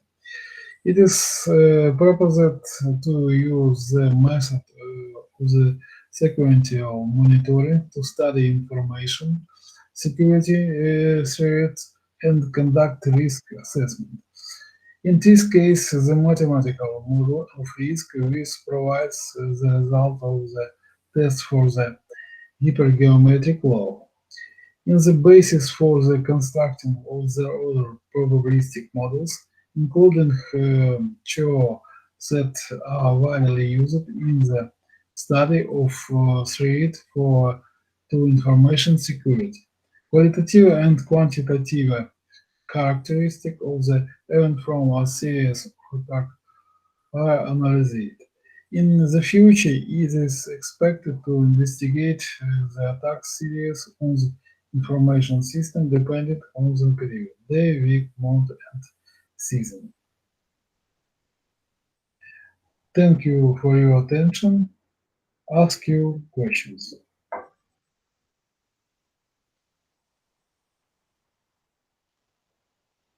Can you tell me who can use this your information risk assessment for e-commerce? Can you propose it for some companies or who can use it? Some company. This information is very interesting and very widely information. It's information some company.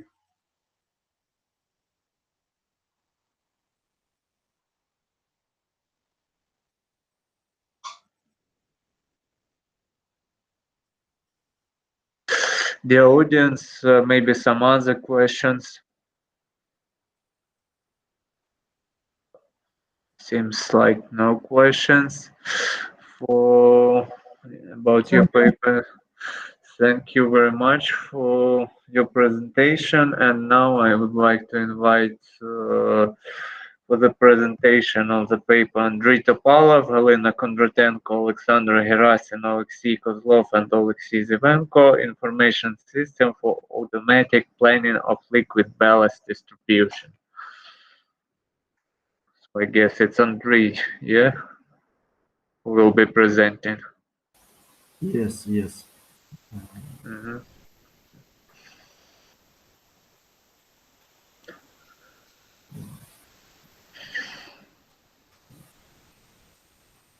So we don't see. Yeah. Okay. Can you yes. see? Yes, it's okay. Good afternoon, dear members on this conference. Today, I would like to talk with you about information system for automatic planning of liquid ballast distribution.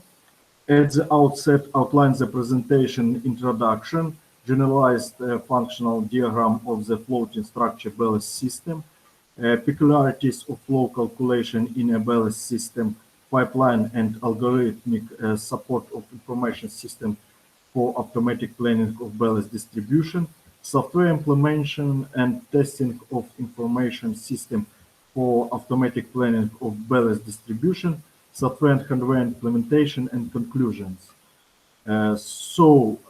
Before discussing information system for automatic planning of liquid ballast distribution, a few words about the ballast system of floating structures.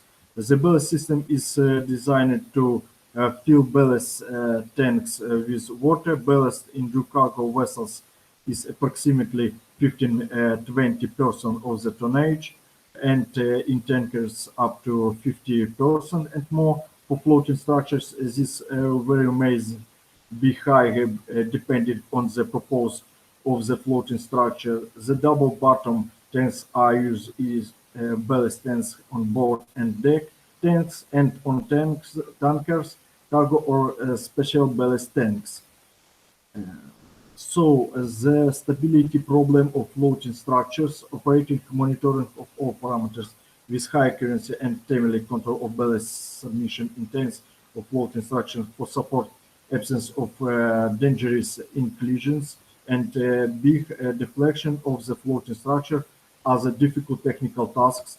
The list and the trim of the ship and floating structure and their results can be as follows. Firstly, wind action. Secondly, unwind loading of the ship. Thirdly, the presence of unknown to the crew hull damage. The causes of list and trim shall be detected and eliminated to avoid it be ballasting.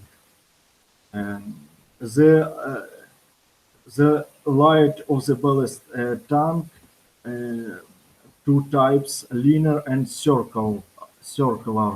The linear scheme assumes the pumping of water by the pumps of the agent's junction box. In case of failure of any of the pumps, the circuit scheme consists of two side links connects by a list to jumpers. The line connects the ballast tanks and ballast tanks with the gate valves. Okay, on this slide we can see a generalized functional diagram of the floating structure ballast system to consider the automation of planning ballast distribution in different floating structure. A functional structure of a ballast system is formatted as the functional structure of the fragment of the ballast system for the is distribution box is shown in figure. The number of distribution box of linear of Rhine circuits is determined depending on the predetermined time of immersion and immersion of the floating structure. On this slide show the light of the ballast tanks. The list and trim angles control is carried out due liquid load distribution inside of the floating structure. The ballast system consists of pipeline for pumping components and in ballast each ballast contain input and output gate valves for filling and emptying.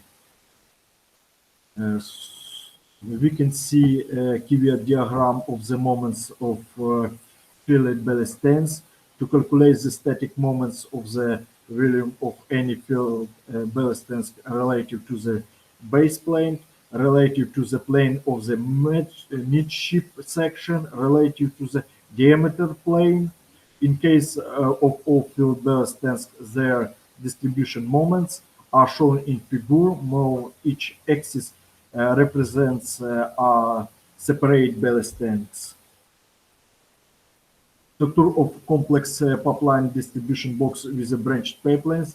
The structure of a complex pipeline of distribution box with a branched pipeline of a ballast system can be present in figure. In this pipeline, consider piezometric pressure and flow rate that determines the flow rate in the main pipeline and in the components of the branched pipeline. Take advantage of the Bernoulli equation and the equation for the conservation of flow rate. So particulars of flow calculation in a ballast system pipeline. Next, three formulas. They contain question. In this case, you look like this pressure loses on separate section of pipelines arisen from Bernoulli equations. On this slide, show algorithm for determine pressure loss in a complex pipeline. The algorithm starts with obtaining the values of the pressure in the pipeline. Next, the pressure flow characteristic of the source pressure, branching pipes, and line air are calculated. The next step is to obtain the total pressure flow characteristics of the ramified section and the entire pipeline. Then the flow is determined in the trunk pipeline and in the branched pipes. After receiving the flow rate information, the ballast tank filling is calculated. The algorithm finished recording all flow rate data. So, software implementation and testing of information system for automatic planning of ballast distribution. You can see on this slide the output of the computer system performance is displayed in the graphic user interface of the software application. Graphic user interfaces are graphical windows containing controls as well as text areas for outputting. Creating a graphical interface includes the following basic steps: the location of the required interface elements within the graphical window, and programming events that occur when the user accesses these objects, for example, at the click of a button. Results of calculation of coefficient of hydraulic resistance of gate wells at filled 5 ponton ballast tanks within 1.3 hours. Let's consider the impact of placement and weight of liquid cargo on the example of a floating dock with a current capacity of 18,500 tons. The ballast system consists of 4 distribution boxes, 20 ballast tanks, and its equipment with ballast pumps with a capacity of 3,715 meters hours. Centrifugal pumps in turn operated at constant speed. The receiving pipelines have a diameter 750 millimeters and diameter 350 millimeters, or gate wells have motor reduced to or 10 kilowatts. Graph of flow depends on the hydraulic resistance of the valve of first pipe in the comps pipeline. The depends of the flow rate on the hydraulic resistance of one of the 5 valves of a complex pipeline is presented. This graph shows how much the water flow in each of the pipelines will change when the damper on the first pipeline is completely closed and the dampers on the other pipelines are fully open. Consequently, for the simulations filling of different ballast tanks, it is necessary to calculate coefficient of hydraulic resistance for each section of the ballast tanks pipeline. The simulation was considered for the case of filling of 5 ballast tanks of a floating dock at one time with the estimate filling time. And so software and hardware implementation can be made on the basis of a SCADA system and calculation parameter in the ballast tank. The values of liquid level in the ballast tanks are calculated with the help of the special PLC software using and level sensors, float level switch and hydrostatic pressure sensor, hardware implementation control and model data acquisitions So conclusions, the given computer system gives the opportunity to calculate the necessary current values of the operating variable, flow rates and coefficient of hydraulic resistance of gate wells of the ballast system when performing different technologies operations, draft, changing, list or trim aligning, changing the overall stability of floating structures and vessels of various types in the real-time mode.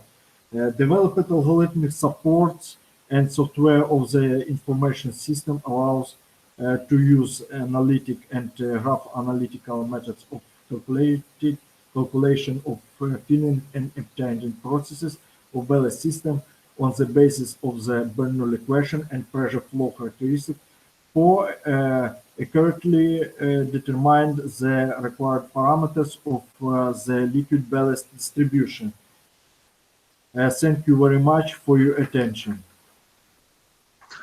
Thank you, Andrei. I think we have time for maybe 1-2 questions, small questions. If let me be with the first question. Is your system deployed on some kind of a floating object, floating dock or tanker or something else?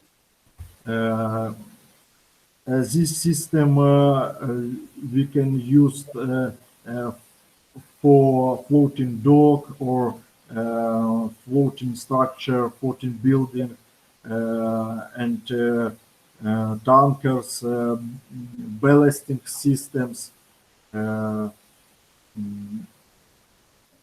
Yeah, my question is, was it already deployed on some experimental or vessel or something like this? Or is it just a project with no... We create experimental model, floating structure and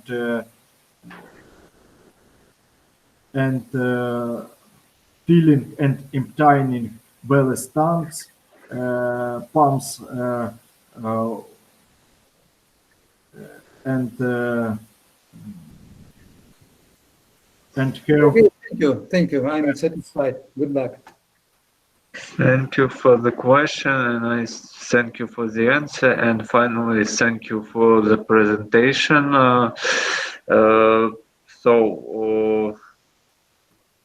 To finalize, right now we're gonna have a closing session. Yes, so I'm happy to announce that we have heard all of the presentation of the papers accepted for the publication. It's great. It's very inspirational, yes, and I think we'll try to publish it as soon as possible, but at the same time we'll do as much check as we can before the publication. And now I think I would hand this over to Yuri Pantelevich for the last words. Okay, so dear colleagues, first of all, I'd like to say thank you very much to all presenters for very nice presentation. Most of them was really high caliber presentation, and I think it's good experience. Sorry, good experience to conduct to hold conference or workshop in online mode, and good experience for people to keep time for their presentation, because sometimes condition like this, 10 minutes for presentation, and after 10 minutes microphone will be switch off,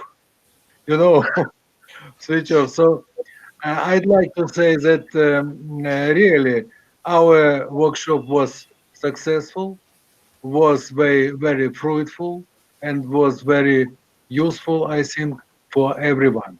And next our step, maybe we will ask you to correct little bit some pictures or to correct some your paper if it's necessary, and we will try to do our best to publish and to send for Scopus registration. Thank you very much again, and hope we will do next our workshop next year, or maybe 1 year later. We will decide. Thank you very much. Good luck, every success, and happiness to everyone. Thank you. Thank you. Thank you. Congrats. So, bye-bye. See you later. See you next time. Bye-bye, dear friends. Bye-bye. Good luck. Take care, friends. Все. Запис завершується. Все. Дякуємо всім.